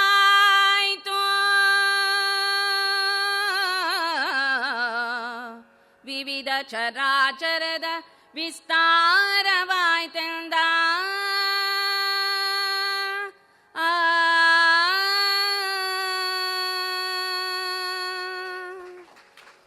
ಅದಿತಿಯಿಂದ ದೇವತೆಗಳು ಹುಟ್ಟಿದರು, ದಿತಿಯಿಂದ ರಾಕ್ಷಸರು, ನಿಕಷೆಯಿಂದ ಆ ರಾಕ್ಷಸರು ಪರಾಕ್ರಮಶಾಲಿಗಳಂತಹ ರಾಕ್ಷಸರು, ಮತ್ತು ಕೂಡ ಖದ್ರುವಿನಿಂದ ಸರ್ಪಗಳೆಲ್ಲ ಸೃಷ್ಟಿಯಾಯಿತು. ಮತ್ತು ಕೂಡ ಇನ್ನೂ 4 ಜನ ಹೇಳಿದರು, ಇನ್ನು 9 ಜನ ಇದ್ದಾರಲ್ಲ, ಇನ್ನು 9 ಆ ಮಳೆಯರಿಂದ ನಮಗೆ ಕಾಣತಕ್ಕಂತಹ ಎಲ್ಲ ಚರಾಚರ ಎಲ್ಲ ವಸ್ತುಗಳು ಕೂಡ ಎಲ್ಲ ಪ್ರಾಣಿಗಳು ಕೂಡ ಹುಟ್ಟಿತು. ಪ್ರಪಂಚದಲ್ಲಿ ಹುಟ್ಟು ಈ ರೀತಿ ಜಗತ್ತು ವಿಸ್ತಾರವಾಯಿತು ಅಂತೇಳಿ ಆ ಸೃಷ್ಟಿ ಹೇಗಾಯಿತು ಅನ್ನತಕ್ಕಂಥದ್ದನ್ನು ಆ ಜಟಾಯು ಹೇಳ್ತಾ ಇದ್ದಾನೆ. ಈ ರೀತಿ ಪ್ರಪಂಚ ಎಲ್ಲದಲ್ಲ ಪ್ರಾಣಿಗಳೆಲ್ಲವೂ ಕೂಡ ಈ ರೀತಿ ಹುಟ್ಟಿತು. ಅದರಲ್ಲಿ ವಿನತೆ ಅನ್ನತಕ್ಕಂತಹ ಆ ಸ್ತ್ರೀಯಿಂದ ವಿನತೆಯಂಬಂಗನಿಗೆ ಕಶ್ಯಪ ಮುನಿಗೆ ನಂದನರು ಇಬ್ಬರಿಳೆಯಲಿ ಜನಿಸಿದರು. ವಿನತೆಯೆಂಬ ಅಂಗನಿಗೆ ಕಶ್ಯಪ ಮುನಿಗೆ ನಂದನರು ಇಬ್ಬರು ಇಳೆಯಲಿ ಜನಿಸಿದರು. ಕೇಳೋ ಅರುಣ ಗರುಡರು ಬಹಳ ಭುಜಬಲರು ಇನನ ಸೇರಿದನೊಬ್ಬನು ಒಬ್ಬನು ವನಜನಾಭನ ಸಾರಿದನು. ಇಬ್ಬರು ಇಳೆಯಲಿ ಜನಿಸಿದರು. ವಿನತೆಯಂಬಂಗನೆಗೆ ಕಶ್ಯಪ ಮುನಿಗೆ ಬಹಳ ಭುಜಬಲರು ಇನನ ಸೇರಿದನೊಬ್ಬನು ವನಜನಾಭನ ಸಾರಿದನು. ತಾ ಜನಿಸಿದನು ಗರುಡಾಗ್ರಜಂಗೆ ಎಲೆ ರಾಮ ಕೇಳಿದ.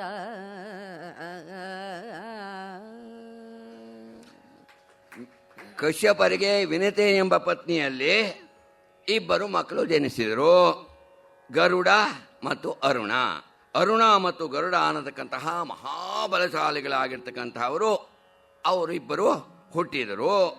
ಅವರಲ್ಲಿ ಒಬ್ಬ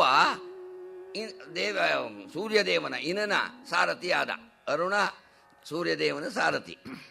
ಇನ್ನೊಬ್ಬ ಗರುಡ ಅವನು ವನಜನಾಭನ ಸಾರಿದನು. ಇನ್ನೊಬ್ಬ ವಿಷ್ಣುವಿನ ಸಾರಥಿಯಾದ. ಈ ಪರಿಯ ಸೊಬಗು ಇನ್ನಾವ ದೇವರಲ್ಲಿ ಕಾಣೆ, ಗಗನದಲ್ಲಿ ಸಂಚರಿಪ ಗರುಡದೇವನೇ ತುರ್ಗ. ಗರುಡದೇವ ತುರ್ಗ ಆಗ್ತಾನೆ. ಆ ರೀತಿ ಗರುಡ ವಿಷ್ಣುವಿನ ಸಾರಥಿ ಆಗ್ತಾನೆ, ಅಂದರೆ ವಾಹನವಾಗ್ತಾನೆ. ಮತ್ತು ಕೂಡ ಸೂರ್ಯದೇವನ ಸಾರಥಿ ಅರುಣ ಆಗ್ತಾನೆ. ಈ ರೀತಿಯಾಗಿ ನಾವಿಬ್ಬರು ಅಣ್ಣ ತಮ್ಮಂದಿರು ಅಂತ ಹೇಳಿಬಿಟ್ಟು ನೋಡು ಆ ತಮೋವಿಧ್ವಂಸಕ ಯಾರು? ಸೂರ್ಯದೇವನ ಆತಮೋ ವಿಧ್ವಂಸಕನ ನಿಜ ಸೂತನೆನ್ನೊಡ ಹುಟ್ಟಿದನು. ಸಂಪಾತಿ ಜನಿಸಿದ ಮೊದಲು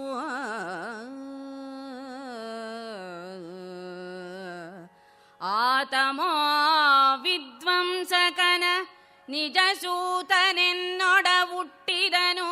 ಸಂಪಾತಿ ಜನಿಸಿದ ಬಳಿಕ ನಾವಿಬ್ಬರು ಸಹೋದರರು.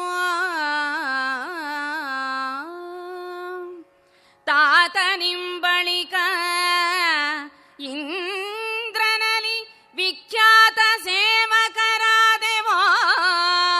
ತಾತನಿಂಬಳಿಕ ಇಂದ್ರನಲ್ಲಿ ವಿಖ್ಯಾತ ಸೇವಕರಾದೆವೋ. ಅಂದು ನಿವಾತ ಕವಚರ ದೆಸೆಯಲಿ ಇಳಿವಾಯ್ತು ಅಮರಪುರಿಗೆಂದ.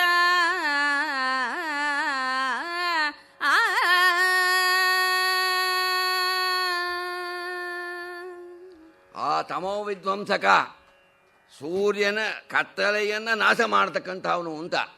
ಈ ಕತ್ತಲೆ ಇದೆಯಲ್ಲ, ಇದು ರಾತ್ರಿ ಎಲ್ಲ ಯೋಚನೆ ಮಾಡುತ್ತಂತೆ. ನಾಳೆ ಅದು ಹೇಗೆ ಹುಡ್ತಾನೆ ನೋಡಿಬಿಡ್ತೇನೆ, ಸೂರ್ಯ ಹೇಗೆ ಹುಡ್ತಾನೆ ನಾನು ನೋಡಿಬಿಡ್ತೇನೆ ಅಂತೇಳಿ. ಯಾಕೆಂದರೆ ರಾತ್ರಿ ಪೂರ ಕತ್ಲೆ ಆವಿಸ್ಕೊಂಡ್ಬಿಟ್ಟಿರ್ತದೆ, ಪೂರ್ತಿ ಕತ್ಲೆ ಇರುತ್ತೆ. ಬೆಳಗಾಗಲಿ ಸೂರ್ಯನ ನುಂಗು ಬಿಡ್ತೇನೆ ಅಂತ ಕಾಯ್ತಾ ಕೂತಿರ್ತಂತೆ. ಸೂರ್ಯ ಹುಟ್ಟುತ್ತಾನೆ, ಕತ್ಲೆಯಲ್ಲೇ ಮಂಗುಮಾಯ. ಕತ್ಲೆ ಇದ್ರೆ ತಾನೆ ವಿಧ್ವಂಸಕಾದ ಕತ್ಲೆ ಇಲ್ಲೇ ಇಲ್ಲ, ನಿಶೇಷವಾಗಿ ಹೋಗ್ಬಿಡುತ್ತಲ್ಲ, ಕತ್ಲೆ ಮಂಗಮಾಯವಾಗಿಬಿಡುತ್ತಲ್ಲ. ಅಂತಹ ಸೂರ್ಯದೇವನ ಸಾರಥಿ ಆಗ್ತಾನೆ. ನನ್ನ ಹುಟ್ಟಿದವನು ಅರುಣ, ಅವನು ಮೊದಲು ಹುಟ್ಟುತ್ತಾನೆ, ನಾನು ಅವನ ತಮ್ಮ, ನಾವಿಬ್ಬರು ಸಹೋದರರು. ಮೊದಲು ನಾವಿಬ್ಬರೂ ಕೂಡ ಇಂದ್ರನಿಗೆ ಸೇವಕರಾಗಿದ್ವಿ, ಅವನ ಸೇವೆಯನ್ನು ಮಾಡ್ತಾ ಇದ್ವಿ. ಅಮರಾವತಿಗೆ ಆ ನಿವಾತ ಕವಚದಿಂದ ಬಹಳ ಕೇಡು ಉಂಟಾಯಿತು. ಆವಾಗ ಇಂದ್ರನಿಗೆ ನಾವು ಸಹಾಯಕರಾಗಿದ್ದಾಗ ಆ ದಶರಥ ಮಹಾರಾಜನು ಕೂಡ ಅವನಿಗೆ ಸಹಾಯಕ್ಕೆ ಬರ್ತಾ ಇದ್ದ. ಬಂದನಿಂದ್ರ ಸಹಾಯಕ್ಕೆ ಅಜನ್ ರೂಪನಂದನ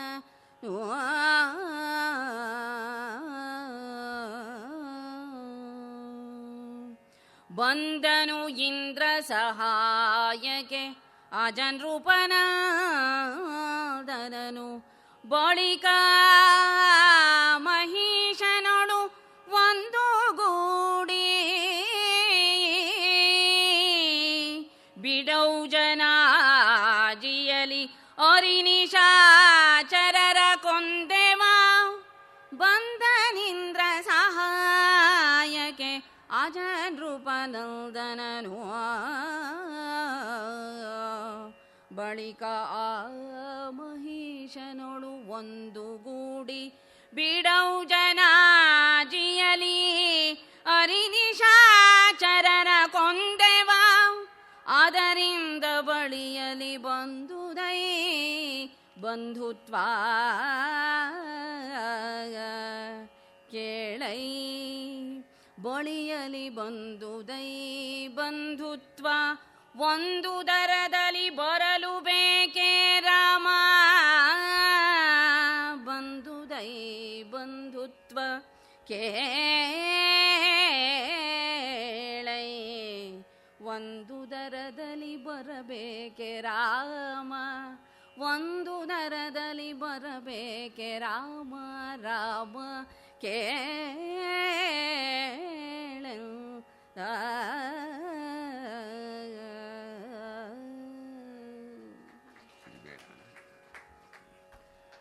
ಆಗ ಇಂದ್ರನ ಸಹಾಯಕ್ಕೆ ನಾವು ಹೋಗ್ತಾ ಇದ್ವಿ ಸೇವಕರಾಗಿ. ಅದೇ ಸಂದರ್ಭದಲ್ಲಿ ಅದನುಪನಂದನನು, ಅದನ ಮಗನಾಗಿರ್ತಕ್ಕಂತಹ ದಶರಥ ಮಹಾರಾಜನು ಕೂಡ ಇಂದ್ರ ಹೇಳಿ ಕಳಿಸ್ತಾನೆ, ಅಂತಹ ವೀರ ದಶರಥ ಮಹಾರಾಜ, ಅವನ ಸಹಾಯ ಬೇಕು, ಇಂತಹ ಸಾಮಾನ್ಯರಲ್ಲ ನಿವಾತ ಕವಚರು, ಅವರ ಸಂಹಾರಕ್ಕೆ ದಶರಥನ ಸಹಾಯ ಬೇಕು ಅಂತ ಹೇಳಿ ಕಳಿಸ್ತಾನೆ. ಅವನು ಕೂಡ ಬರ್ತಾನೆ. ಹಾಗೆ ನಾವೆಲ್ಲ ಸೇರಿಬಿಟ್ಟು ಆ ನಿವಾತ ಕವಚರನ್ನ, ಆ ನಿಶಾಚರನ್ನ ಎಲ್ಲರನ್ನೂ ಕೊಂದೆವು. ಹೀಗೆ ಉಂಟಾಯಿತು. ಇದರಿಂದ ಪರಿಚಯ ಆಯಿತು, ಬಂಧುತ್ವ ಉಂಟಾಯಿತು, ಸ್ನೇಹ ಉಂಟಾಯಿತು, ಆ ಸ್ನೇಹದಲ್ಲಿ ಪ್ರೀತಿ ಉಂಟಾಯಿತು. ಆ ರೀತಿ ಎಂಥ ಪ್ರೀತಿ ಅಂದರೆ ಗಾಢ ಮೈತ್ರಿ ನಮ್ಮಲ್ಲಿ ಉಂಟಾಯಿತು. ಪರಮ ಆ ಮೈತ್ರಿ ಉಂಟಾಗಬಿಟ್ಟು ನಾವಿಬ್ಬರೂ ಕೂಡ ಸಹೋದರರು ಅನ್ನೋ ಭಾವನೆ ಉಂಟಾಯಿತು. ಅದಕ್ಕೆ ಹೇಳ್ತಾ ಇದ್ದಾನೆ, ಏನಪ್ಪ ಪ್ರೀತಿ ಪ್ರೇಮ ಉಂಟಾಗೋದಕ್ಕೆ ಒಂದೇ ಉದರದಲ್ಲಿ ಹುಟ್ಟಬೇಕೇನೋ? ಬೇರೆಯವರ ಸ್ನೇಹ ಉಂಟಾಗೋದಿಲ್ವೇನೋ? ಪ್ರೀತಿ ಉಂಟಾಗೋದಿಲ್ವೇನೋ? ಸ್ನೇಹಿತರಲ್ಲಿರ್ತಕ್ಕಂತಹ ಪ್ರೀತಿ ಸಹೋದರಲ್ಲೇ ಇರೋಲ್ಲ ಎಷ್ಟೋ ಸಲ. ಕೃಷ್ಣನಿಗೆ ಆ ಅರ್ಜುನನ ಕಂಡ್ರೆ ಏನು ಒಂದು ಪ್ರೀತಿ, ಒಂದು ಪ್ರೇಮ ಅಂತಂದರೆ ಏನೂ ಬೇಡ, ಯಾರೂ ಬೇಡ, ಮಗನೂ ಬೇಡ, ತಾರೂ ಬೇಡ, ಅಂತಹ ಪ್ರೀತಿ ಪ್ರಾರ್ಥನೆ ಮೇಲೆ. ಪ್ರಾರ್ಥನೆ ಇಲ್ಲದ ಸೂರ್ಯೋದಯವನ್ನು ನಾನು ನೋಡೋದಿಲ್ಲ ಅಂತ ಹೇಳ್ತಾನೆ ಕೃಷ್ಣ. ಆ ಸೈಂಧವನ ವಧೆ ಮಾಡಿಬಿಡ್ತೇನೆ ಅಂತೇಳಿ ಅರ್ಜುನ ಪ್ರತಿಜ್ಞೆ ಮಾಡಿಬಿಡ್ತಾನೆ. ಪ್ರತಿಜ್ಞೆ ಮಾಡ್ತಾನೆ. ದ್ರೋಣರು ವ್ಯೂಹವನ್ನು ರಚನೆ ಮಾಡ್ತಾರೆ. ಏನು ಸುಮ್ಮನೆ ಬಿಟ್ಬಿಡ್ತಾರೇನೋ ಕೊಲ್ಲೋದಕ್ಕೆ? ಅದಕ್ಕೆ ಸೈಂಧವನನ್ನು ಕೊಲ್ಲಬೇಕಾದ್ರೆ ಏನೆಲ್ಲ ಬೇಕು ಅಂತ ಕೃಷ್ಣನಿಗೆ ಗೊತ್ತು, ಸಾಮಾನ್ಯ ಅಲ್ಲ. ಅದಕ್ಕೆ ರಾತ್ರಿಯೆಲ್ಲ ಯೋಚನೆ ಮಾಡಿಬಿಟ್ಟು ಪಾರ್ಥ ಇಲ್ಲದೆ ಇರ್ತಕ್ಕಂತಹ ಆ ಹಗಲನ್ನು ನಾನು ನೋಡೋದಿಲ್ಲ ಅಂತ ಹೇಳಿ ಪ್ರತಿಜ್ಞೆ ಮಾಡಿ, ಎಲ್ಲ ಕತೆ ತಮಗೆಲ್ಲ ಗೊತ್ತೈತೆ. ಅಂತಹ ಒಂದು ಪ್ರೀತಿ, ಅಂತಹ ಪ್ರೀತಿಗಳು ಸ್ನೇಹಿತರಲ್ಲಿ ಉಂಟಾಗತ್ತೆ. ಅದಕ್ಕೆ ಒಂದೇ ಹೊಟ್ಟೆಯಲ್ಲಿ ಒಬ್ಬ ತಾಯಿಯ ಹೊಟ್ಟೆಯಲ್ಲಿ ಹುಟ್ಟಬೇಕು ಅಂತೇನಿಲ್ಲಪ್ಪ. ಅಂತಹ ಪ್ರೀತಿ ನನಗೂ ಮತ್ತು ನಿಮ್ಮ ತಂದೆಗೂ ಕೂಡ ಉಂಟಾಯಿತು. ಏನು ಆತ್ಮಪ್ರಿಯರಾಗಿದ್ವಿ, ಪ್ರಾಣಮಿತ್ರರಾಗಿದ್ವಿ. ಅಂತಹ ಸ್ನೇಹ ನಮ್ಮಲ್ಲಿ ಉಂಟಾಗಿತ್ತಪ್ಪ. ಅಂತಹ ಮಿತ್ರನನ್ನ, ಸ್ನೇಹಿತನನ್ನ ನಾನು ಕಳ್ಕೊಂಡ್ಬಿಟ್ಟೆಪ್ಪ ಅಂತ ಹೇಳಿ ದುಃಖಿಸ್ತಾನೆ ಜಟಾಯು. ಹಾಗೆ ರಾಮಚಂದ್ರ ಹೇಳ್ತಾನೆ, ಜಟಾಯು, ತಂದೆಯನ್ನ ಕಳ್ಕೊಂಡ್ವಿಪ್ಪ, ಆದರೆ ಆತನ ಮಿತ್ರ ನೀನಿದೆಯಾ. ತಂದೆ ಹೋದ, ತಂದೆಯ ಕಳೆದುಕೊಂಡಿರ್ತಕ್ಕಂತಹ ದುಃಖವನ್ನ ಸ್ನೇಹಿತನಾಗಿರ್ತಕ್ಕಂತಹ ನೀನು ಅದನ್ನು ಹೊಗಲಾಡಿಸಬೇಕು. ನೀನೇ ನಮಗೆ ತಂದೆ. ಅಯ್ಯನ ಸ್ಥಿರವಾದ ಬಳಿಕ ಯಮಗಯ್ಯನೀ ಅಯ್ಯನ ಸ್ಥಿರವಾದ ಬಳಿಕ ಯಮಗಯ್ಯನೀ ನಾಕದಲ್ಲಿ ನೆಲೆಗೊಂಡನಯ್ಯನು. ಅಯ್ಯನ ಸ್ಥಿರವಾದ ಬಳಿಕ ಯಮಗೆ ಅಯ್ಯನೀ ನಾಕದಲ್ಲಿ ನೆಲೆಗೊಂಡನಯ್ಯನು. ಈಗ ಜಟಾಯುನಿ ನಮಗೀಗ ದಶರಥನು. ಅಯ್ಯನ ಸ್ಥಿರವಾದ ಬಳಿಕ ಯಮಗಯ್ಯನೀ ನಾಕದಲ್ಲಿ ನೆಲೆಗೊಂಡನಯ್ಯನು. ಈಗ ಜಟಾಯುನಿ ನಮಗೀಗ ದಶರಥನೋ. ಮುಯ್ಯ ಮಾತಲ್ಲ ಇದುವೆ ನಮ್ಮಯ ಕೈಯಲಹ ಸೇವೆಯನು ಕೈಕೊಂಡು ಅಯ್ಯನಾಗಿಹುದು. ಮುಯ್ಯ ಮಾತಲ್ಲ ಇದುವೆ ನಮ್ಮಯ ಕೈಯಲಹ ಸೇವೆಯನು ಕೈಕೊಂಡು ಅಯ್ಯನಾಗಿಹುದು ಎಂದು ನಮಿಸಿದನು ಅಂಗ್ರಿಗೆ ಅರುಣ ಜನ.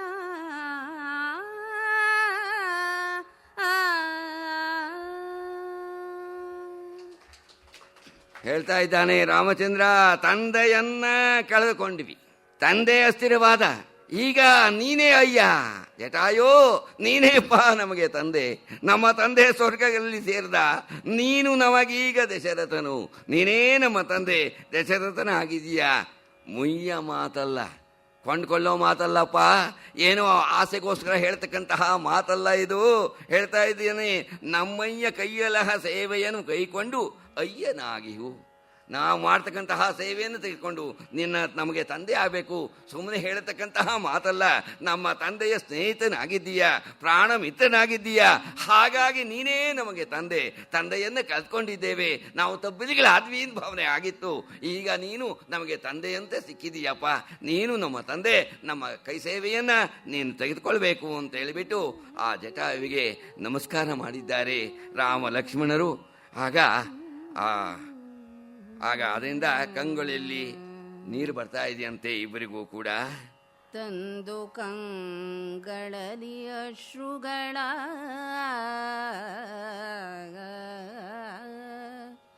ತಂದು ಕಂಗಳಲ್ಲಿ ಅಶ್ರುಗಳ ನಿಮಗೊಂದಿತೆ ವಿಪಿನ ಪ್ರವಾಸ. ತಂದು ಕಂಗಳಲ್ಲಿ ಅಶ್ರುಗಳ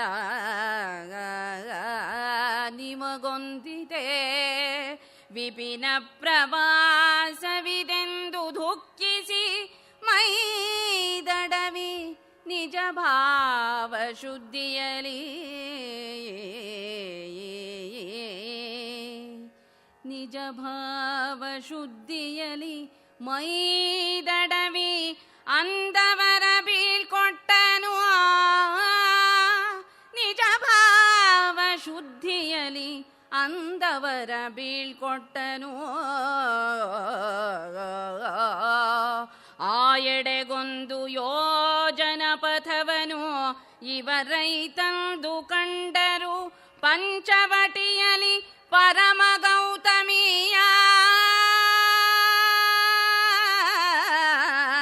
ಇವರೈ ತಂದು ಕಂಡರು ಪಂಚವಟಿಯಲಿ ಪರಮ ಗೌತಮಿಯ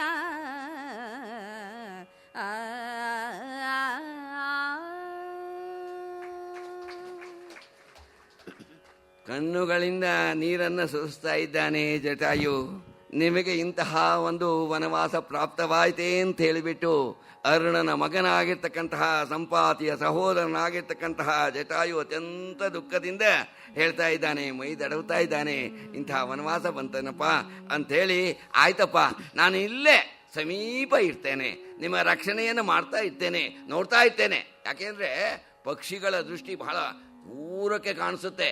ಏನಾದರೂ ನಿಮಗೆ ತೊಂದರೆಗಿಂದ್ರೆ ಆಗುತ್ತೋ ಅನ್ನೋದನ್ನು ನಾನು ದೂರದಲ್ಲಿ ಇದ್ಕೊಂಡು ನೋಡ್ತಾ ನಿಮ್ಮ ರಕ್ಷಣೆಯನ್ನು ಮಾಡ್ತಾ ಇರ್ತೇನೆ ಅಂಥೇಳಿ ಅವರನ್ನು ಬೀಳ್ಕೊಂಡು ಬಿಟ್ಟು ಜಟಾಯು ಹೋಗ್ತಾನೆ.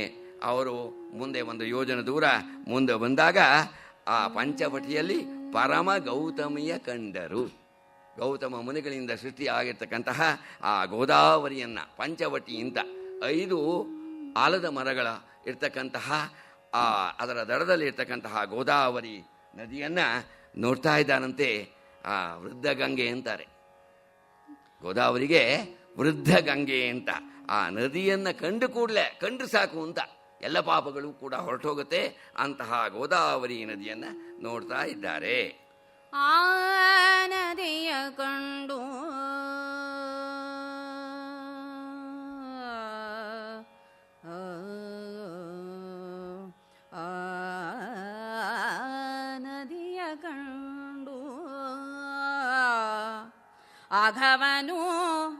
ಅಘವನೌಘ ಕೃಶಾನು ಪರಿತೋಷದಲ್ಲಿ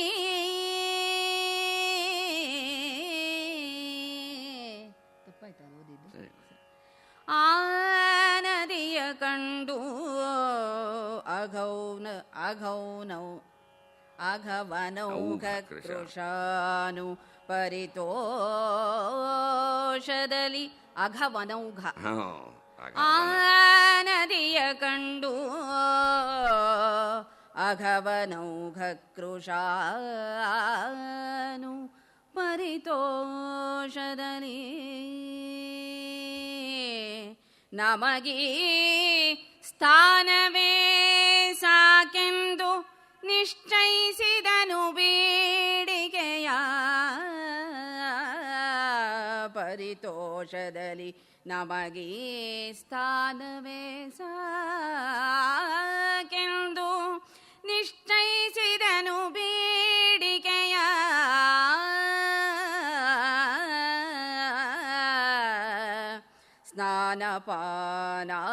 ಸ್ನಾನಪಾನಾದಿಗಳಿಗಿದು ಪರಮಾನುಗುಣವಾಯಿತೋ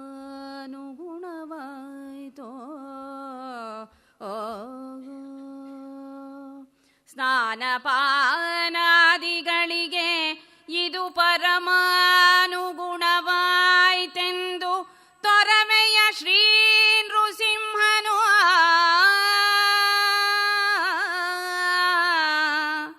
ಬೇಡಿಕೆಯ ನಿಶ್ಚಯಿಸಿದನು. ಸ್ನಾನಪಾನಾದಿಗಳಿಗೆ ಇದು ಪರಮಾನುಗುಣವಾಯಿತೆಂದು ತೊರವೆಯ ಶ್ರೀ ನೃಸಿಂಹನು ಬಂದು ಹೊಕ್ಕನು ಪರ್ಣಮಂದಿರವ. ತೊರವೆಯ ಶ್ರೀ ನೃಸಿಂಹನು ತೊರವೆಯ ಶ್ರೀ ನೃಸಿಂಹನು ಬಂದು ಹೊಕ್ಕನು ಪರ್ಣಮಂದಿರವ.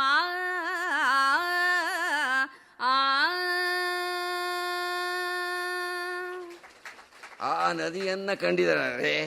ಪಾಪ ಅನ್ನತಕ್ಕಂತಹ ದೊಡ್ಡ ಕಾಡಿಗೆ ಕಾಡ್ಗಿಚ್ಚಿನಾಗಿರ್ತಕ್ಕಂತಹ ಆ ನದಿ ಅಂತ. ಅದರಲ್ಲಿ ಸ್ನಾನ ಮಾಡಿದವರ ಎಲ್ಲ ಪಾಪಗಳು ಕೂಡ ಹೊರಟು ಹೋಗುತ್ತೆ ಅಂತ. ಗೋದಾವರಿಯನ್ನು ಸೃಷ್ಟಿಸಿದವರು ಗೌತಮರು, ಅವರಿಂದ ಸೃಷ್ಟಿಯಾಗಿದೆ ಅಂತ. ಗೌತಮರನ್ನು ಪರೀಕ್ಷೆ ಮಾಡಬೇಕು ಅಂತೇಳಿ ಕೆಲವರು ಒಂದು ಗೋವನ್ನು ಸೃಷ್ಟಿ ಮಾಡಿದ್ರು, ಕೃತಕ ಗೋವು ಸೃಷ್ಟಿ ಮಾಡಿದರು. ಗೌತಮರು ಅದಕ್ಕೆ ಆಹಾರ ಕೊಡಬೇಕು ಅಂತೇಳಿ ಕೊಟ್ಟು ಮೈದಡವಿದ್ರು, ಸತ್ತೇ ಹೋಗ್ಬಿಡ್ತು. ಆ ಗೋವು ಸತ್ತು ಹೋಯ್ತು. ಗೋವಧೆ ಮಾಡಿದ್ರು ನೀವು ಅಂತೇಳಿ ಎಲ್ಲ ಹೇಳಿದ್ರು. ಅಯ್ಯೋ ಗೋವಧೆ ನನ್ನಿಂದ ಆಯ್ತಲ್ಲ ಅಂತೇಳಿ ತಕ್ಷಣ ಪರಮೇಶ್ವರನ ತಪಸ್ಸು ಮಾಡಿದರು. ಪರಮೇಶ್ವರ ಅವನಿಗೆ ತನ್ನ ತಲೆಯಿಂದ ಒಂದು 4 ಕೂದಲನ್ನು ಕೊಟ್ಟ. ಅದನ್ನು ತೆಗೆದುಕೊಂಡು ಬಂದುಬಿಟ್ಟು ಅದನ್ನು ಹಿಂಡಿದ್ರಂತೆ. ಪರಮೇಶ್ವರಿಂದ ಅವನು ಗಂಗಾಧರ ತಾನೆ, ಗಂಗಾಧರ ಆ ಕೂದಲಿನಿಂದ ತೆಗೆದುಕೊಂಡು ಬಂದು ಅದನ್ನು ಹಿಂಡಿದ್ರಂತೆ ಗೌತಮರು. ಆ ಗೋವು ಬದುಕ್ತಂತೆ, ಅದೇ ನದಿಯಾಗಿ ಹರಿಯಿತು ಅಂತ. ಅವರು ಹಿಂಡಿದ್ರಲ್ಲ, ಅದೇ ಗೋದಾವರಿ ನದಿಯಾಗಿ ಹರಿಯಿತು ಅಂತ. ನಾಸಿಕದಲ್ಲಿ ಪಂಚವಟಿ ತ್ರ್ಯಂಬಕೇಶ್ವರ ಇದೆ, ಅಲ್ಲೇ ಮೂಲ ಗೋದಾವರಿ ಮೂಲವೂ ಕೂಡ ಇರ್ತಕ್ಕಂತಹದ್ದು. ಅಂತಹ ಗೋದಾವರಿ ವೃದ್ಧಗಂಗೆ ಅಂತಾರೆ. ಕೇಳಿದಿರೇನ್ರೇ? ಯಾರು ಕೇಳಿದ್ದೀರಾ? ನೀರಿನಿಂದ ನೀರನ್ನು ಬಚ್ಚಿಸೋದಕ್ಕೆ ಸಾಧ್ಯವೇ? ಕೇನಾಪಿ ನ ದೃಷ್ಟಂ ನ ಶ್ರುತಂ ವಾರಿಣ ವಾರಿ ಶುಷ್ಯತಿ. ಯಾರೂ ನೋಡಿಲ್ಲ, ಯಾರೂ ಕೇಳಿಲ್ಲ. ನೀರಿನಿಂದ ನೀರು ಬರ್ತಕ್ಕಂತಹದ್ದು. ಅಹೋ ಗೋದಾವರಿ ವಾರ ಭವಸಾಗರಂ ಶುಷ್ಯತಿ. ಗೋದಾವರಿ, ಆಹಾ ಗೋದಾವರಿ ನದಿ, ಅದರಲ್ಲಿ ಸ್ನಾನ ಮಾಡಿಬಿಟ್ರೆ ಸಾಕು, ನಮ್ಮ ಭವಸಾಗರವನ್ನೇ ಅದು ಬತ್ತಿಸಿಬಿಡುತ್ತೆ, ಸಂಸಾರ ಸಾಗರದಿಂದ ನಮ್ಮನ್ನು ಮುಕ್ತಗೊಳಿಸುತ್ತೆ ಅಂತೇಳಿ ಹೇಳ್ತಾರೆ. ಅಂತಹ ಗೋದಾವರಿ ನದಿಯನ್ನು ನೋಡಿಬಿಟ್ಟು ಪರಮ ಸಂತೋಷದಿಂದ ಸರಿಯಾದ ಸ್ಥಾನಕ್ಕೆ ನಾವು ಬಂದಿದ್ದೇವೆ. ಇಲ್ಲಿ ನಮ್ಮ ಸ್ನಾನ ಪಾನ ಎಲ್ಲಕ್ಕೂ ಕೂಡ ಅನುಕೂಲವಾಗಿದೆ. ಇಲ್ಲೇ ವರ್ಣಶಾಲೆಯನ್ನು ಕಟ್ಟೋಣ ಅಂತೇಳಿ ವರ್ಣಶಾಲೆಯನ್ನು ಕಟ್ಟಿ ಅದಕ್ಕೆ ವಾಸ್ತು ಹೋಮ, ಎಲ್ಲೇ ವರ್ಣಶಾಲೆ ಕಟ್ಟಿದ್ರು ಕೂಡ ರಾಮಚಂದ್ರ ಹೇಳ್ತಾ ಇದ್ದ, ಲಕ್ಷ್ಮಣ ಒಂದು ವಾಸ್ತು ಹೋಮ ಮಾಡಪ್ಪ, ಒಂದು ರಕ್ಷೋಗ್ನ ಹೋಮ ಮಾಡಪ್ಪ, ಒಂದು 4 ದಿವಸ ಇರಲಿ ವಾಸ್ತು ಹೋಮ ರಕ್ಷೋಗ್ನ ಹೋಮ ಅಂತ. ಒಂದು 4 ದಿವಸ ಇರ್ತಕ್ಕಂತಹ ಒಂದು ಆಶ್ರಮಕ್ಕೆ ಅದೆಲ್ಲವನ್ನು ಕೂಡ ಮಾಡಿಸ್ತಾ ಇದ್ದ ರಾಮಚಂದ್ರ ಅಂತ. ಇನ್ನೂ ನಾವು ಶಾಶ್ವತವಾಗಿ ಇರ್ತಕ್ಕಂತಹ ಮನೆಯನ್ನು ಕಟ್ಟಿದಾಗ ಅದಕ್ಕೆ ರಾಕ್ಷೋಗನ ಹೋಮ ವಾಸ್ತು ಹೋಮ ಮಾಡಲೇಬೇಕು ಅಂತೇಳಿ ಹೇಳ್ತಾರೆ. ಅಂತಹ ವಾಸ್ತು ಹೋಮಗಳನ್ನೆಲ್ಲ ಮಾಡಿಬಿಟ್ಟು ಆ ನೃಸಿಂಹ, ತೊರವೆಯ ನೃಸಿಂಹ ಸಾಕ್ಷಾತ್ ಅಂತಹ ರಾಮಚಂದ್ರ ಆ ಪರ್ಣ ಮಂದಿರವನ್ನು ಪ್ರವೇಶ ಮಾಡ್ತಾನೆ ಎಂಬುವಲ್ಲಿಗೆ ನಾವು ನಮ್ಮ ಕರ್ತವ್ಯವನ್ನು ಮುಗಿಸ್ತಾ ಇದ್ದೇವೆ. ನಿಜವಾಗಲೂ ಪರಮಾನಂದ, ಪರಮ ಸಂತೋಷ ಉಂಟಾಗಿದೆ. ನಿಮ್ಮಂತಹ ಶ್ರೋತೃಗಳನ್ನು, ಜಂಗಮ ಜನಾರ್ದರನ್ನು ನೋಡಿಬಿಟ್ಟು ನಾವು ಕೃತಾರ್ಥರಾಗಿದ್ದೇವೆ. ನಿಜವಾಗಲೂ ಇಂತಹ ಒಂದು ರಾಮಾಯಣ ಕಾವ್ಯ, ತೊರವೆಯ ರಾಮಾಯಣ ಕಾವ್ಯದ ಒಂದು ಕಥಾಶ್ರವಣ ದಿವಸ ನಡೆಯತಕ್ಕಂತಹ ಏರ್ಪಾಡು ಮಾಡಿರ್ತಕ್ಕಂತಹದ್ದು ಬಹಳ ಸಂತೋಷವಾಗಿರ್ತಕ್ಕಂತಹದ್ದು, ಸ್ತುತ್ಯಾರ್ಹವಾಗಿರ್ತಕ್ಕಂತಹದ್ದು. ಇದಕ್ಕೆ ಬೆಂಬಲವಾಗಿ ನಿಂತುಬಿಟ್ಟು ಪ್ರಾಯೋಜಕತ್ವವನ್ನು ವಹಿಸಿರ್ತಕ್ಕಂತಹ ಇನ್ಫೋಸಿಸ್ ಅವರ ಶ್ರೀಮತಿ ಸುಧಾಮೂರ್ತಿ ಅವರಿಗೆ, ಹಾಗೂ ಕೂಡ ಇದನ್ನು ಏರ್ಪಾಡು ಮಾಡಿರ್ತಕ್ಕಂತಹ ಕರ್ನಾಟಕ ಕಲಾ ಪರಿಷತ್ ಅಧ್ಯಕ್ಷರು ಗಂಗಮ್ಮ ಕೇಶವಮೂರ್ತಿಗಳು, ಅವರ ಪರಿವಾರ, ಅವರ ಟೀಮು, ಅವರೆಲ್ಲರಿಗೂ ಕೂಡ ವಂದನೆ ಸಲ್ಲಿಸಬೇಕು. ಜೊತೆಗೆ ಈ ಗೋಖಲೆ ಸಾರ್ವಜನಿಕ ಸಂಸ್ಥೆ, ನಾನು ಮೊದಲೇ ಹೇಳಿದೆ, ನಾನು ಇಲ್ಲಿ ಇದೊಂದು ಕನಸು, ಇವತ್ತು ನನಸಾಗಿದೆ. ಗೋಖಲೆ ಸಾರ್ವಜನಿಕ ಸಂಸ್ಥೆಯಲ್ಲಿ ಪೂಜ್ಯರಾಗಿರ್ತಕ್ಕಂತಹ DVಜಿಯವರು, ಪ್ರಾತಸ್ಮರಣೀಯರು, ಅವರ ಗೋಖಲೆ ಸಂಸ್ಥೆಯಲ್ಲಿ ಒಂದಾದರೂ ಕಾರ್ಯಕ್ರಮ ನಡೆಸಬೇಕು ಅಂತೇಳಿ ಆ ಕನಸು ನನಸಾಯಿತು. ನೆನ್ನೆ ಹೇಳಿದೆ, ಅಂತಹ ಒಂದು ನನಸಾಗಿದೆ. ಹಾಗೂ ಕೂಡ ನಿಮ್ಮಂತಹ ಶ್ರೋತೃವೃಂದವನ್ನು ನೋಡೋದೇ ಒಂದು ಆನಂದ, ಒಂದು ಸಂತೋಷ. ಧರ್ಮರಾಜ ಕೃಷ್ಣ ರಾಜಸೂಯಾಗ ಬಂದಾಗ ಹೊರಡ್ತೀನಿ, ಹೋಗಿ ಬರ್ತೀನಿ ಅಂತೇಳಿ ಹೇಳಿದಾಗ ಧರ್ಮರಾಜ ಹೇಳ್ತಾನೆ, ಮಾಯಾಹಿತ್ಯಮಂಗಳಂ ವ್ರಜಕಿಲ ಸ್ನೇಹೇನ ಶೂನ್ಯಂ ವಚಃ ತಿಷ್ಠೇತಿ ಪ್ರಭುತಃ ಯಥಾ ಕುರು ಇತಿ ಉದಾಸೀನತ ಅಂತ ಹೇಳಿಬಿಟ್ಟು ಒಂದು ಕಡೆಯಿಂದ ಹೇಳ್ತಾನೆ. ಹೋಗಬೇಡಪ್ಪ ಅಂತಂದರೆ, ಹೊರಟಿದ್ದೀನಿ ಬರ್ತೀನಪ್ಪ ಅಂತಂದರೆ, ಹೋಗಬೇಡ ಅಂದರೆ ಅಮಂಗಳ ಹೇಳಿದ ಹಾಗಾಗತ್ತೆ. ಹೋಗು ಅಂದರೆ ಸ್ನೇಹೇನ ಶೂನ್ಯಂ ವಚಃ, ಹೋಗಪ್ಪ ಹೋಗು, ಬೇಕಾದ್ರೆ ಹೋಗು ಅನ್ನೋ ಹಾಗೆ ಅದರಲ್ಲಿ ಒಂದು ಸ್ನೇಹದ ಶೂನ್ಯ ಆಗಿಬಿಡುತ್ತೆ, ಅಂತಹ ಮಾತಾಗತ್ತೆ. ಸರಿಯಪ್ಪ ನಿಲ್ಲು ಅಂದರೆ ನಿನಗೆ ಆಜ್ಞೆ ಮಾಡಿದ ಹಾಗಾಗತ್ತೆ. ಹೇಗೆ ಬೇಕಾದರೂ ಹಾಗೆ ಮಾಡು ಅಂತಂದರೆ ಉದಾಸೀನ ಮಾಡ್ದಂಗೆ ಆಗುತ್ತೆ. ಆದ್ದರಿಂದ ಭಗವಂತ ಕೃಷ್ಣ, ಶ್ಯಾಮ್ನ ಪುನರ್ದರ್ಶನಂ, ನಿನ್ನ ದರ್ಶನದ ಲಾಭ ನನಗೆ ಪದೇ ಪದೇ ಆಗಾಗ ಆಗ್ತಾ ಇರಲಿ ಅಂಥೇಳಿ ಪ್ರಾರ್ಥನೆ ಮಾಡಿದಂತೆ. ಅದೇ ರೀತಿ ಜಂಗಮ ಜನಾರ್ದರು, ಜಂಗಮ ತೀರ್ಥರು ಆಗಿರ್ತಕ್ಕಂತಹ ಇಂತಹ ಶ್ರೋತೃವಿಂದ ನಿಮ್ಮಂತಹ ಶ್ರೋತೃಗಳ ದರ್ಶನದ ಲಾಭ ನಮಗೂ ಆಗಾಗ ಪದೇ ಪದೇ ಮತ್ತೆ ಮತ್ತೆ ಆಗ್ತಾ ಇರಲಿ, ನಿಮ್ಮನ್ನು ನೋಡ್ತಾ ಇರೋ ಹಾಗಾಗಲಿ ಅಂಥೇಳಿ ನಿಮ್ಮೆಲ್ಲರಿಗೂ ಕೂಡ ವಂದನೆಯನ್ನು ಸಲ್ಲಿಸ್ತಾ ಇವತ್ತಿನ ಕರ್ತವ್ಯವನ್ನು ಮುಗಿಸ್ತಾ ಇದ್ದೇವೆ. ಮಂಗಳವನ್ನು ವಾಚಿಸ್ತಾರೆ. ಬಹಳ ಸೊಗಸಾಗಿ ಇವತ್ತು ನಮ್ಮ ಶ್ರೀಮತಿ ಕುಮಾರಿ ವಾಣಿಶ್ರೀ ಬಹಳ ಸೊಗಸಾಗಿ ವಾಚನವನ್ನು ಮಾಡಿದರು. ಅವರು ನಮ್ಮ ಕೇಶವಮೂರ್ತಿಯವರ ಶಿಷ್ಯರು, ಸೊಗಸಾಗಿ ವಾಚನವನ್ನು ಮಾಡ್ತಾರೆ. ಅವರಿಗೆ ಅನೇಕ ಅವಕಾಶಗಳು ಸಿಗಲಿ, ತಾವುಗಳೆಲ್ಲ ಅವರಿಗೂ ಆಶೀರ್ವಾದ ಮಾಡಬೇಕು. ಜೊತೆಗೆ ಹಿರಿಯ ಗಮಕಿಗಳು ಬಹಳ ಸೊಗಸಾಗಿ ಇವತ್ತು ನಿರ್ಮಲಾ ಪ್ರಸನ್ನ ಅವರು ವಾಚನವನ್ನು ಮಾಡಿದ್ದಾರೆ. ನಮಗೆ ಸಂತೋಷ ಉಂಟಾಗಿದೆ. ಅವರಿಗೂ ಕೂಡ ವಂದನೆಯನ್ನು ಸಲ್ಲಿಸಿಬಿಟ್ಟು ನಮ್ಮ ಕರ್ತವ್ಯವನ್ನು ಮಂಗಳ ಪದ್ಯದೊಂದಿಗೆ ಮುಗಿಸ್ತಾ ಇದ್ದೇವೆ. ಮಂಗಳ ಪದ್ಯ ಏನೋ ಬೇಡ ಅಂದ್ರೆ ಹೀಗೆ ಸರಣಿ ಮುಂದುವರಿತಾ ಇದೆ. ನಾನು ಮಾಡಬೇಕಾಗಿದ್ದ ಕೆಲಸವನ್ನೆಲ್ಲ ಅವರೇ ಮಾಡಿದ್ದಾರೆ. ಇನ್ನು ಗೊತ್ತಿಲ್ಲ ಅನ್ಸುತ್ತೆ, ಕೇಳಿಸ್ತಾ ಇದೆಯಲ್ಲ, ಗೊತ್ತಿಲ್ಲ ಇದೇ ತಗೊಳ್ಳಿ. ಕೆಲಸವನ್ನೆಲ್ಲ ಅವರೇ ಮಾಡಿದ್ದಾರೆ. ಇರ್ಲಿ, ಒಂದೆರಡು ನಮ್ಮ ಸಂಸ್ಥೆಯ ಪರವಾಗಿ ನಾನು ಹೇಳಬೇಕಾದ್ದು ಒಂದೆರಡು ಮಾತು ಇರುತ್ತೆ. ಇನ್ನು ಕುಮಾರಿ ಶ್ರೀವಾಣಿ ಅತ್ಯಂತ ಅದ್ಭುತವಾಗಿ ಗಾಯನ ಮಾಡಿದ್ಲು.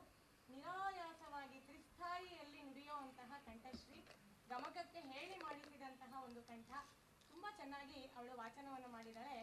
ಅವಳಿಗೆ ನಮ್ಮ ಗಮಕ ಕಲಾ ಪರಿಷತ್ತು ಪ್ರಾಯೋಜಕರು ಮತ್ತು ಈ ಸಹಯೋಗ ಕೊಟ್ಟಂತಹ ಗೋಖಲೆ ಸಾರ್ವಜನಿಕ ಸಂಸ್ಥೆಯ ಪರವಾಗಿ ಹೃತ್ಪೂರ್ವಕವಾದಂತಹ ವಂದನೆಗಳನ್ನು ಅರ್ಪಿಸ್ತೀನಿ.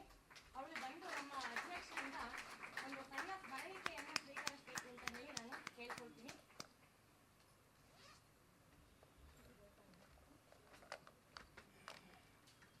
ಅವಳಿಗೆ ತಮ್ಮೆಲ್ಲರ ಆಶೀರ್ವಾದ ಬೇಕು.